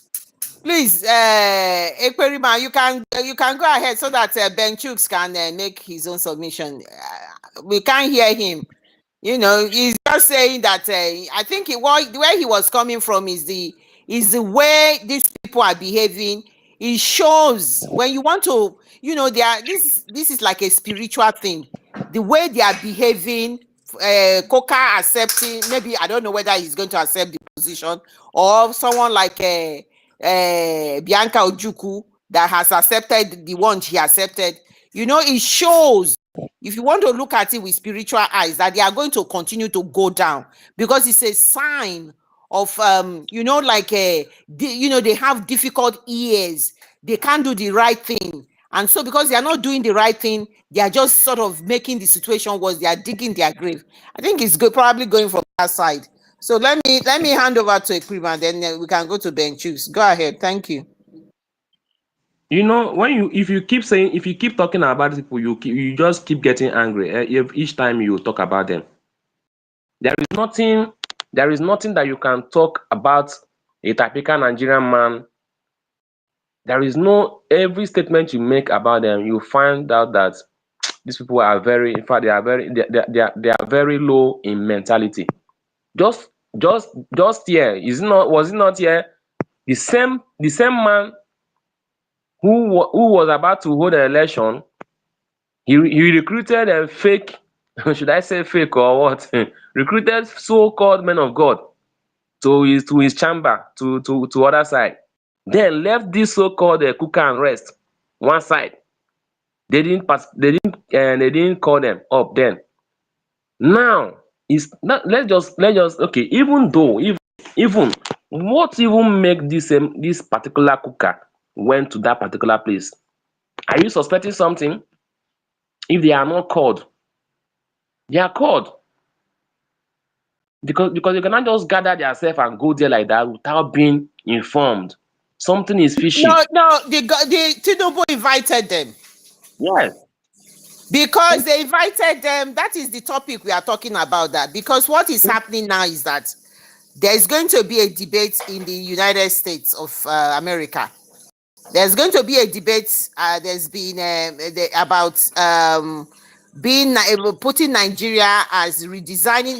You know when Trump was there before, they put Nigeria as a country. Like those persecuting Christians and all of that.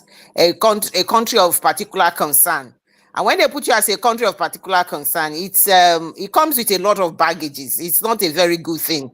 So they can give you sanctions. The whole world will know you as that type of country, and it will impact in everything that you're doing.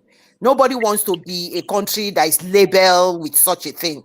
So and they've got mountainous evidence, and the fact that the president that was there before, the president who first put Nigeria there, is back on now. So he's got all that knowledge, and they're going to give him more information.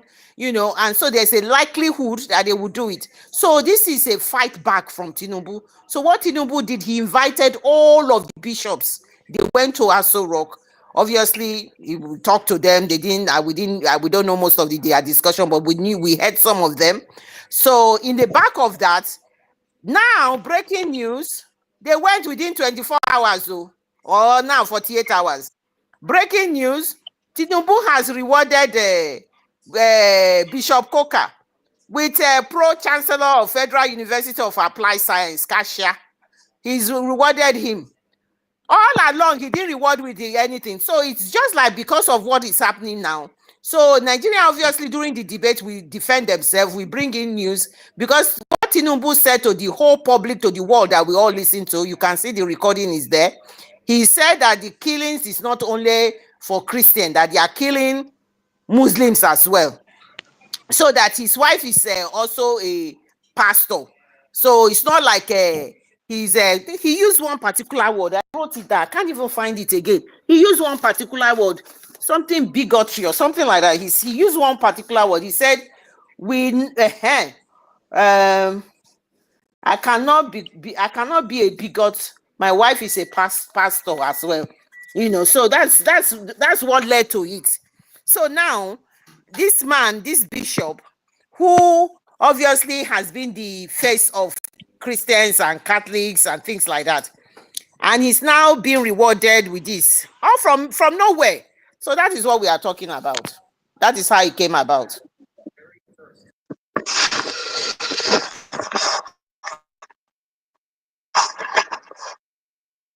Go ahead, Ben Chooks.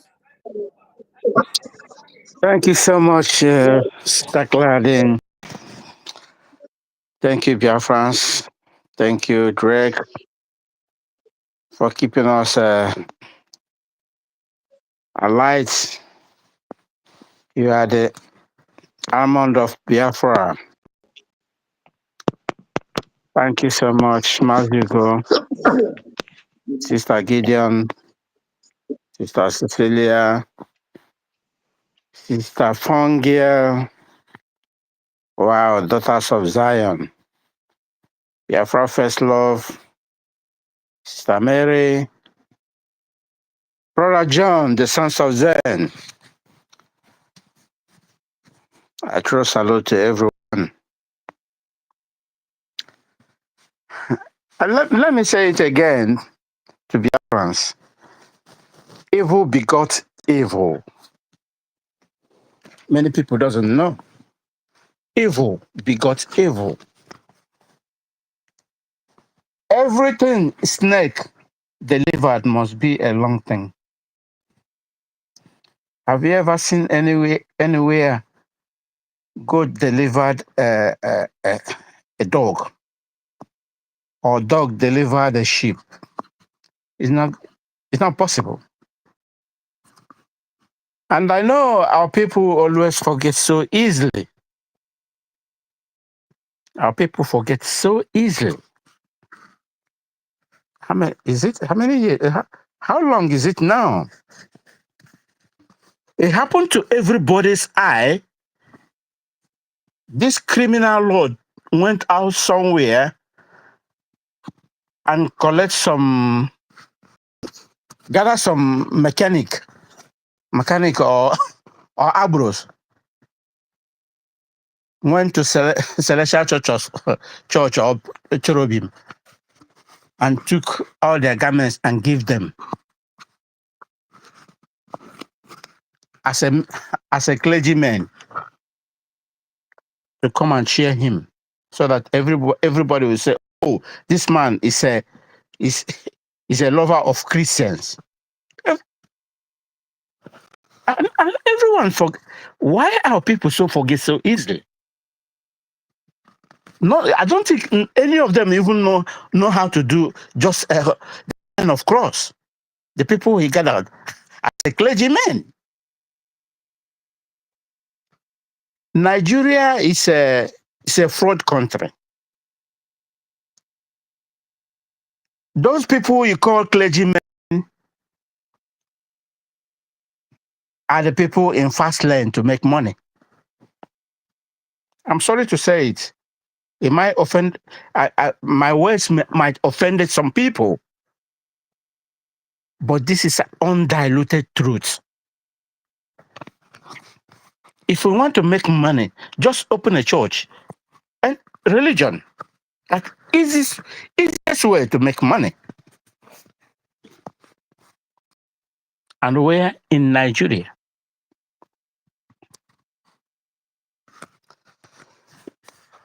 Can anyone here said one thing or the other or two?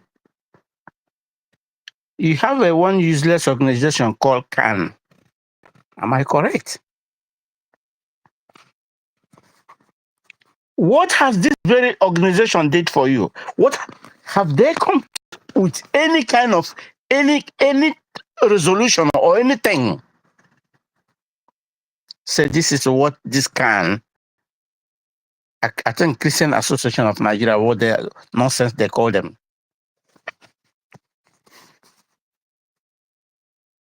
I'm not in doubt that Tinubu will call Kuka. Kuka is a criminal. He's a born criminal. This is a man who go against our leader, Mazi Nnamdi Kanu, when Mazi Nnamdi Kanu was evangelizing, telling Nigerians, open your eye. You are sinking in an ocean. You are dying. They will come to ravage all of you. And Kuka was in Sokoto challenging Mazi Nnamdi Kanu, calling him a small boy, calling him all sorts of things, that this boy doesn't know what he's doing. Mazi Nnamdi Kanu said, if I open my mouth to give you a course, people will say, oh, you have started accusing clergymen. But they didn't know that you are embodiment of evil. Mazi Nnamdi Kanu left cooker, or maybe a pressure cooker. Oh, he's a pressure cooker. That's what I call him. Mazi Nnamdi Kanu left. When they killed Deborah and Co. and burned villages, burned markets in Sokoto, then they start looking for the life of Kuka. What happened to him? He ran away. He ran away from Sokoto. Nobody could be able to hear Kuka. When he realized all what Mazi Nnamdi Kanu said, he came back. Oh, I'm sorry. I don't know that what this man is saying was a reality. Then he find another way. When he knew that another criminal has entered there, then they gathered themselves, men of vulture, in the name of men of God. When they start making noise, then you know that they need something. Then the criminal knows what they need. You call him and give him, like what my sister said, the appointment they gave him. Now he will shut up his dirty, stinking mouth. These are the way they are rolled. We know them. We study them. We follow them. Foot by foot, bomber to bomber. We know all the tricks they are using. But it's a shame. It's a shame. Our people doesn't take things like as it is supposed to be. In that stupid and useless country, it's only when it affects you direct, and then they will not. Then you say, "Oh, Nigeria is not good. Oh, Nigeria is bad." But when someone is telling you, hey man, where you are standing is burning, you say nothing is happening. That is the way they use their brain, the way they demented them.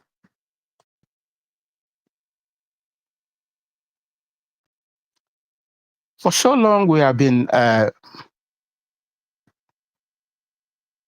preaching prosperity, evangelizing, trying to remove the cobwebs from the brain of people, but they refuse to hear. Nigeria is the only country it can learn by hard, like Okute, hard. They don't learn in a normal circumstances. They learn in a hard way.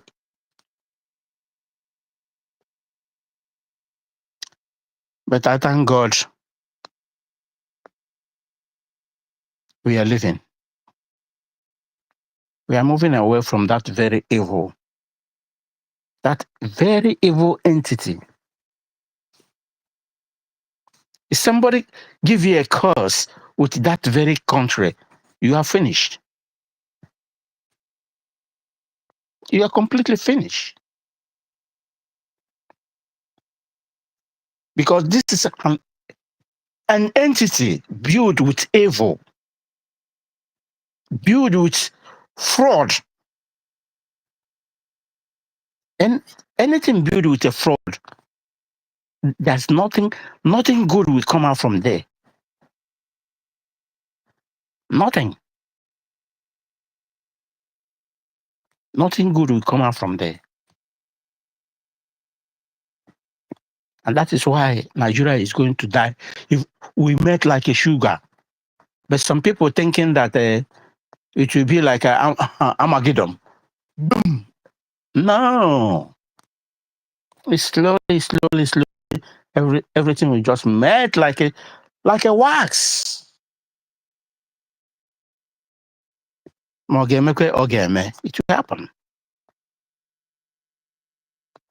But many people doesn't know when it's gonna happen. Our leader, PM, Simon, he said, one day you sleep in Nigeria and wake up in Biafra. But people doesn't know how it's gonna come. And they didn't know when it happened. Like play. Monkey will enter monkey. You know, go come back again. And that is how it will be. There is a question I asked one certain time to people about democracy and hypocrisy. Diplomacy and hypocrisy. People start dancing up and down, talking everything. Everybody's giving his own definition.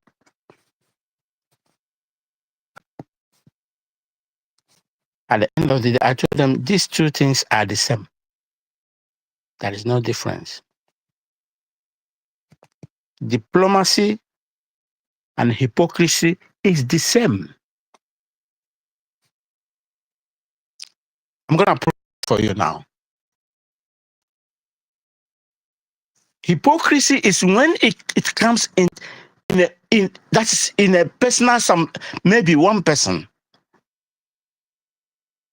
Then it becomes a hypocrisy. But when it affected everybody knows about it, then it becomes diplomacy. This is the kind of game Finland is playing. It's a game.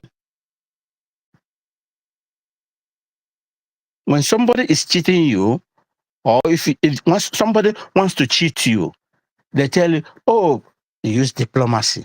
This country use diplomacy. Because they want to do something illegal. Something that is not straightforward. But if one person that did that thing that a whole nation did, then it become hypocrisy.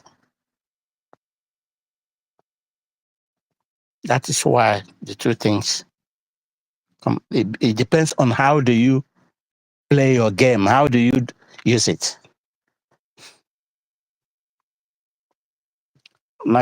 Finland want to use us to play diplomacy and thinking that their diplomacy will yield them something. Biafra, as I used to say it, everything is in our hand. Everything is in our hand. Every Dick and Harry knows that Finland has become compromised right from beginning. They have become compromised. They know the game they are playing. And when you are running speed or you are on a race, somebody just draw you on your clothes. Many of us here are footballers.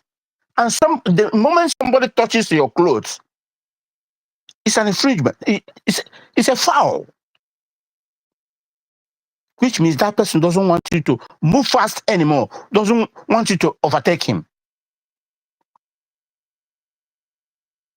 Finland has played foul, very big foul game. And nobody will give them penalty. Nobody will penalize them. Because we are in a world of evil. The world knows nothing but evil when it comes in terms of a black man. You are nobody counts you as anything. This is what we are undergoing now. Particularly when they see a light from you. Even before, they know what you want, but you yourself doesn't know what you are. When they will study you, read you, know your value. But that evil in them will not allow you to triumph, to do something tangible. Because if they leave you, that speed you are using, they themselves will become worthless. That's why sometimes they brought religion to us in order to confuse us. Now, whenever you do something with your fellow black man, then they ask you, remember God, oh? Remember God, oh? According to them. Have you seen any white man that asks you to say, remember God? Even if he's putting knife on your neck. Have you seen any of them from their mouth? Remember God, oh? They use it to brainwash us. I don't say you should not believe what you believe in, but we should open our eyes and ask ourselves questions. I think I will drop here. I can see somebody hand is on top. Yeah, I don't want to take your time so much. Thank everyone. Claudine. Yeah, thank you, Mazi Benchooks. Thank you so much. We are the ones doing ourselves. We have people fighting and for the world to recognize the killings, as they describe it, said they call it killing fields must stop. The killing fields in Nigeria must stop. And our own people are the ones sabotaging. I don't know how we are going to deal with this the crop of people that are just so selfish, so self-centered. I don't know how we're going to deal with them. Mazi Abuchi, thank you for coming. The Thank mic is yours. you. Thank you, my sister. Thank you, Benchis. Thank you, Greg. And thank you, all the ministers on board. Happy Sunday to all of you. And I believe the day is finding you all in good work, in good health.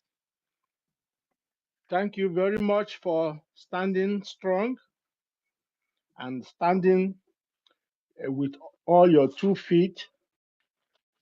Biafrans are a place where freedom will continue to be because we are free people. We don't hold anybody. We don't stalk anybody. We are people that like to do things for ourselves. So, Biafrans, thank you for being resolute. And fellow Biafrans, we all know that we are already home. Some people are still thinking that Biafra is far away from them. Biafra is here.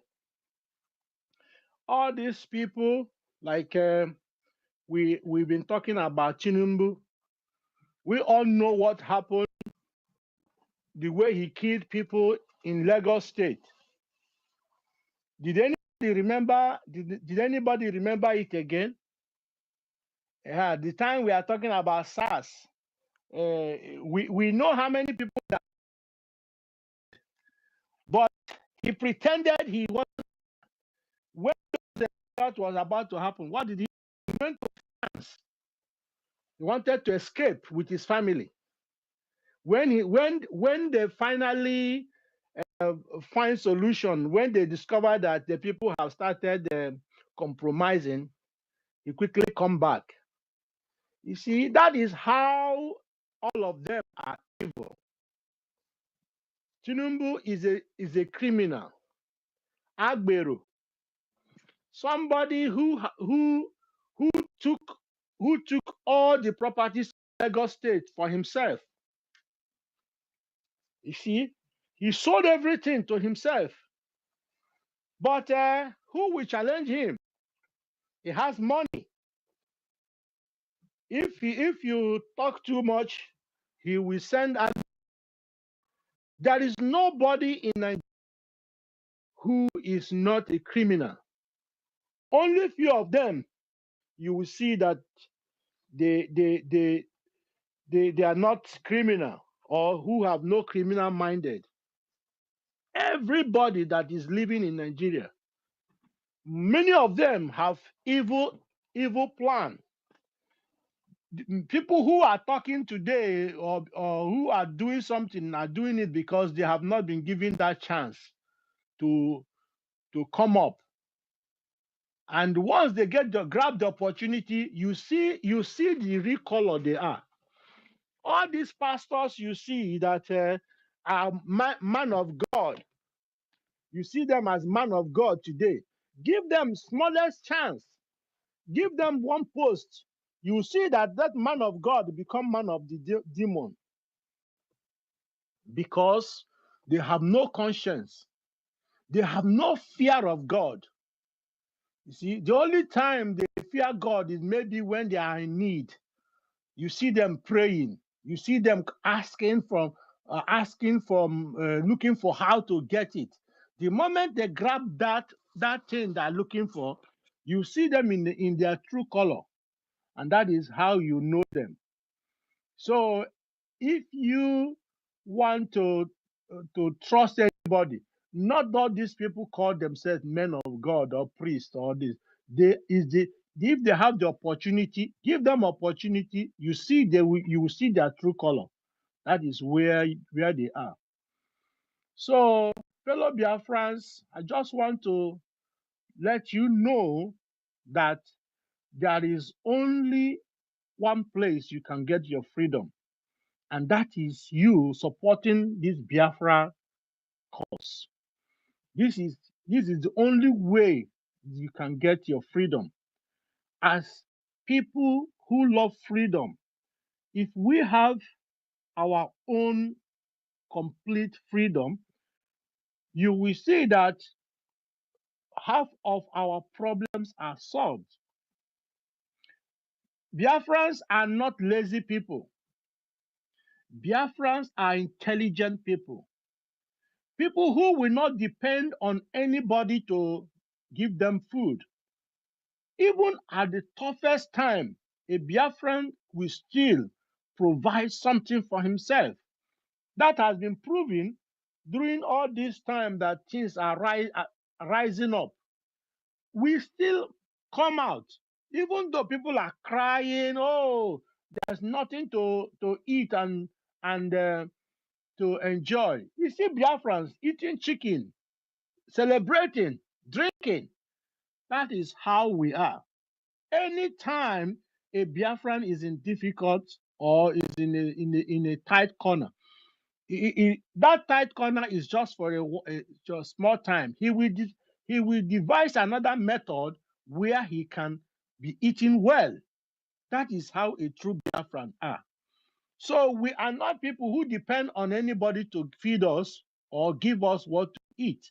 That is why, as a Biafrans, the only way you can measure up is when we completely come out from this shenanigan Nigerian.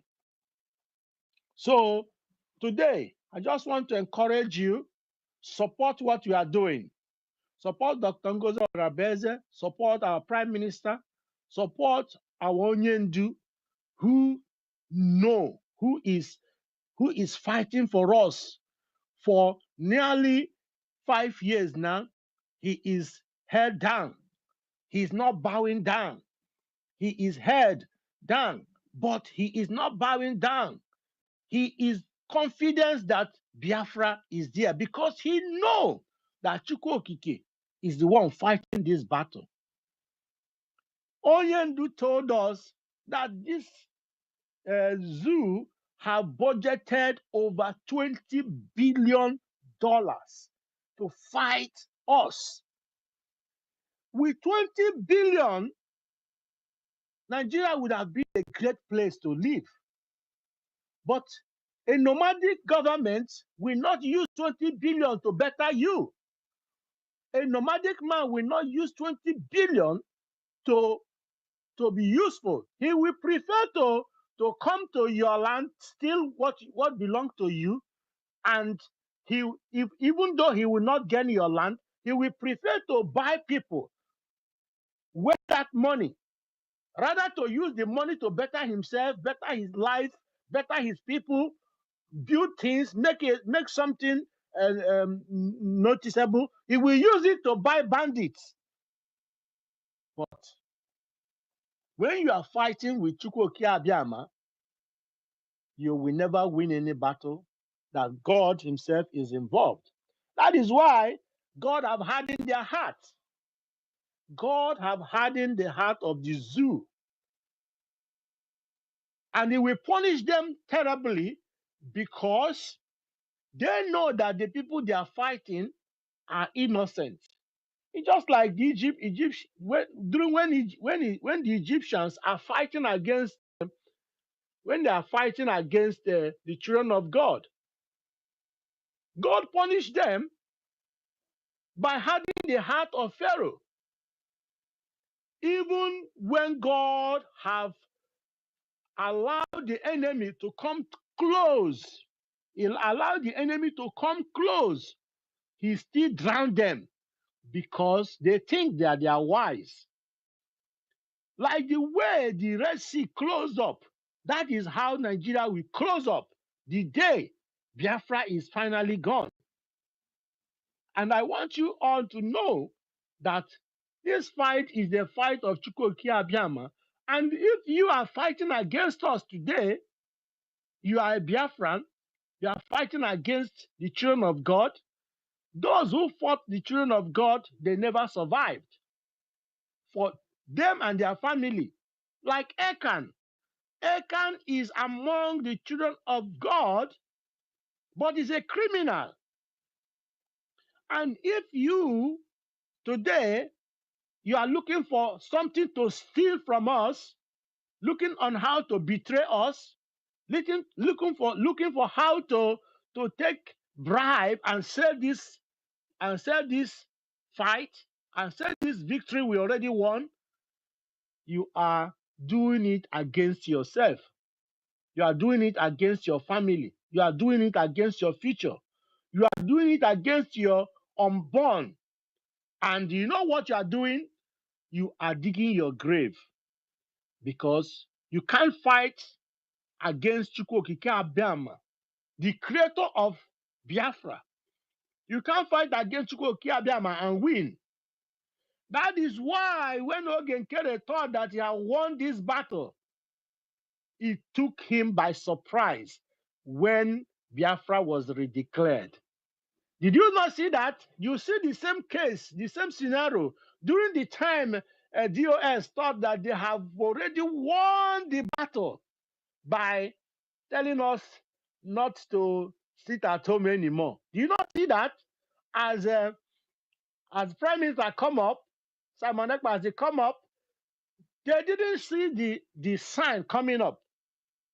That is to tell you that the battle we are fighting is a God's battle.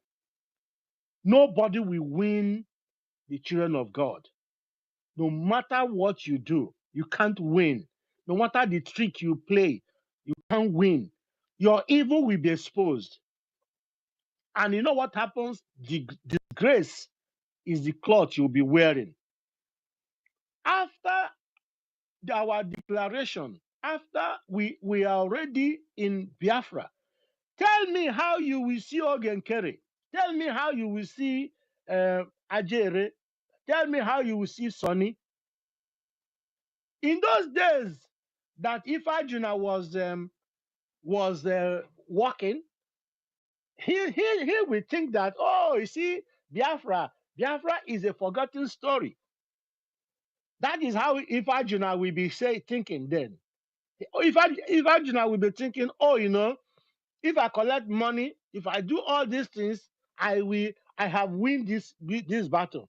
But today, when you mention Ifajuna, what comes in your mind? Betrayal. Betrayers will always remember what they did.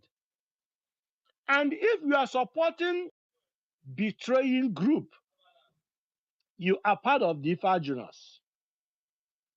And God will dig you out, and your disgrace is your portion. So, fellow Biafrans, we are already home. We are already home. We want to be together. We want to continue to fight. We want to continue until every one of us is totally free. We are heading home. Come December, we are going home. You remember when our Prime Minister was saying after 2nd of December, that things will change, that we will be different. But on the 29th of November, it was the change that took place. And all of us were very happy. Very happy, because if 29th of December, November didn't come, what would have been our story today? Even with what Finland is doing and trying to continue to suspend us. But I want you to know that because Chukwu Okike Abiama want to play his card, he want to show these people that no matter what they do, no matter all the ganging, no matter what they are trying to do, that he is in charge. Chukwu Okike Abiama is in charge. So trust the leadership. Trust what God is using our doctor, to do. So, fellow Biafrans, be strong, be determined. Remember, with 20 pounds, Biafra become what they are today. You know what happened during the wartime. Biafrans were given 20 pounds. Out of all the millions they have in their account, they give you 20 pounds. Biafrans are not known for giving up. 20 pounds today, we become the jealous of Nigeria. We become the jealous of everybody. That is to tell you that Chukwokike Biama is the one with Biafra. Biafra survived all the terrible blockage, all the terrible kwashoko, all the terrible war. We survived. Today, we are the jealous of all the whole people. We want to go. They said, no, you can't go. You must remain one. You know why? That is jealousy. They are full of jealousy. They are saying, you know what they are thinking? If these people turn 20 pounds to billionaire they are today, how much will they turn around when we give them freedom? That is why they don't want you to be free. So you must be resilient. Be resilient, because you know that if we have complete freedom, total control of our resources, total control of our skill, total control of all our doctors, all our engineers, all our people, Biafra will be singled out as the greatest. And like our Prime Minister said, the day Biafra die is the day die. And the day Biafra is recognized is the day the whole Africa is alive. Go and dig that word. It is too deep.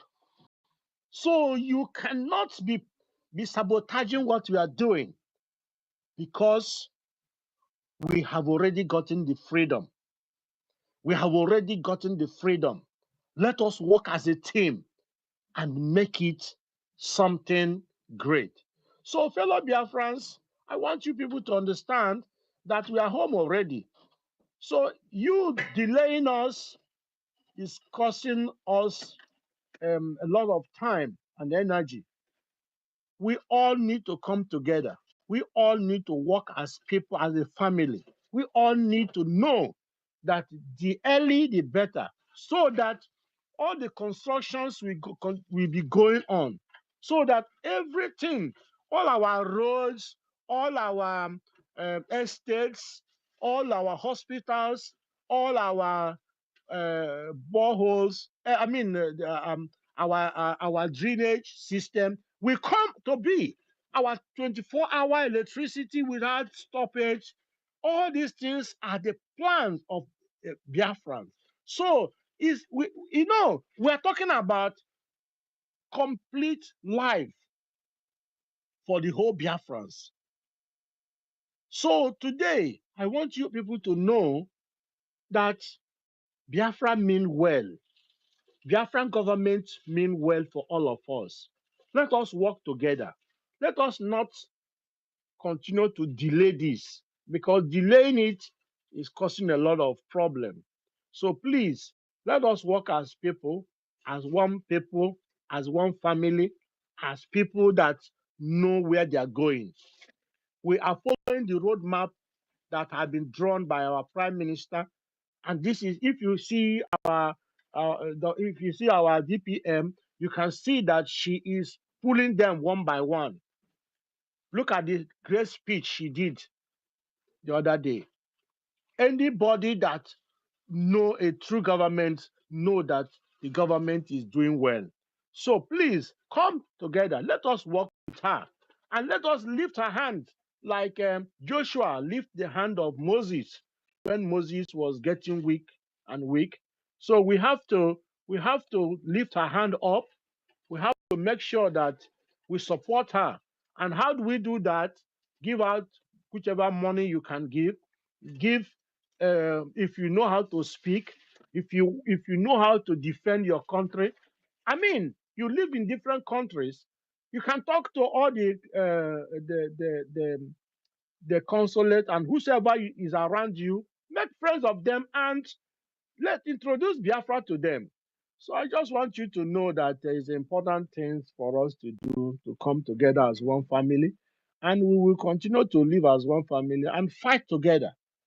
And I just want you to know that we love you, we love Biafra, we love what we do, and we know that God is using the right people to strengthen us. And thank God, God is working in our own favor. You know, if it were not that God is working with us, look, Trump just won. Can you imagine?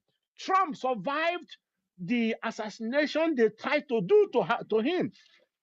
You know, God is working in our favor, putting things together, you know, and now you can see the handwork of God around us. So please, fellow Biafrans, let us work as a people, let us work as family, and may Chukwu Okiabiama grant you understanding and give you full benefit to support what we are doing.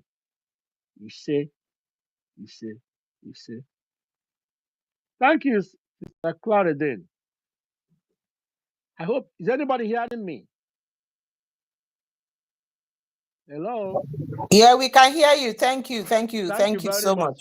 God Thank you bless. for your submission. Thank you. Thank you. Thank you. Thank you. Thank you. Okay. Smart Dan, you're here.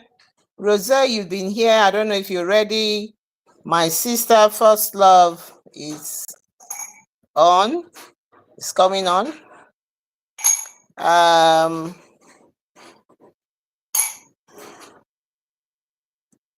Biafra First Love, you're welcome. You're welcome. Go ahead. Your Yes, hands are ma'am. up. Thank you. Dewono Umuchuku. Thank you, Miss Claire. Thank you, Great Drake, the Great, Sir Williams, Mazu, Honorable Ugo, Mazu Raze, and everyone I remain the protocol. Thank you. I wanted to bring to your attention that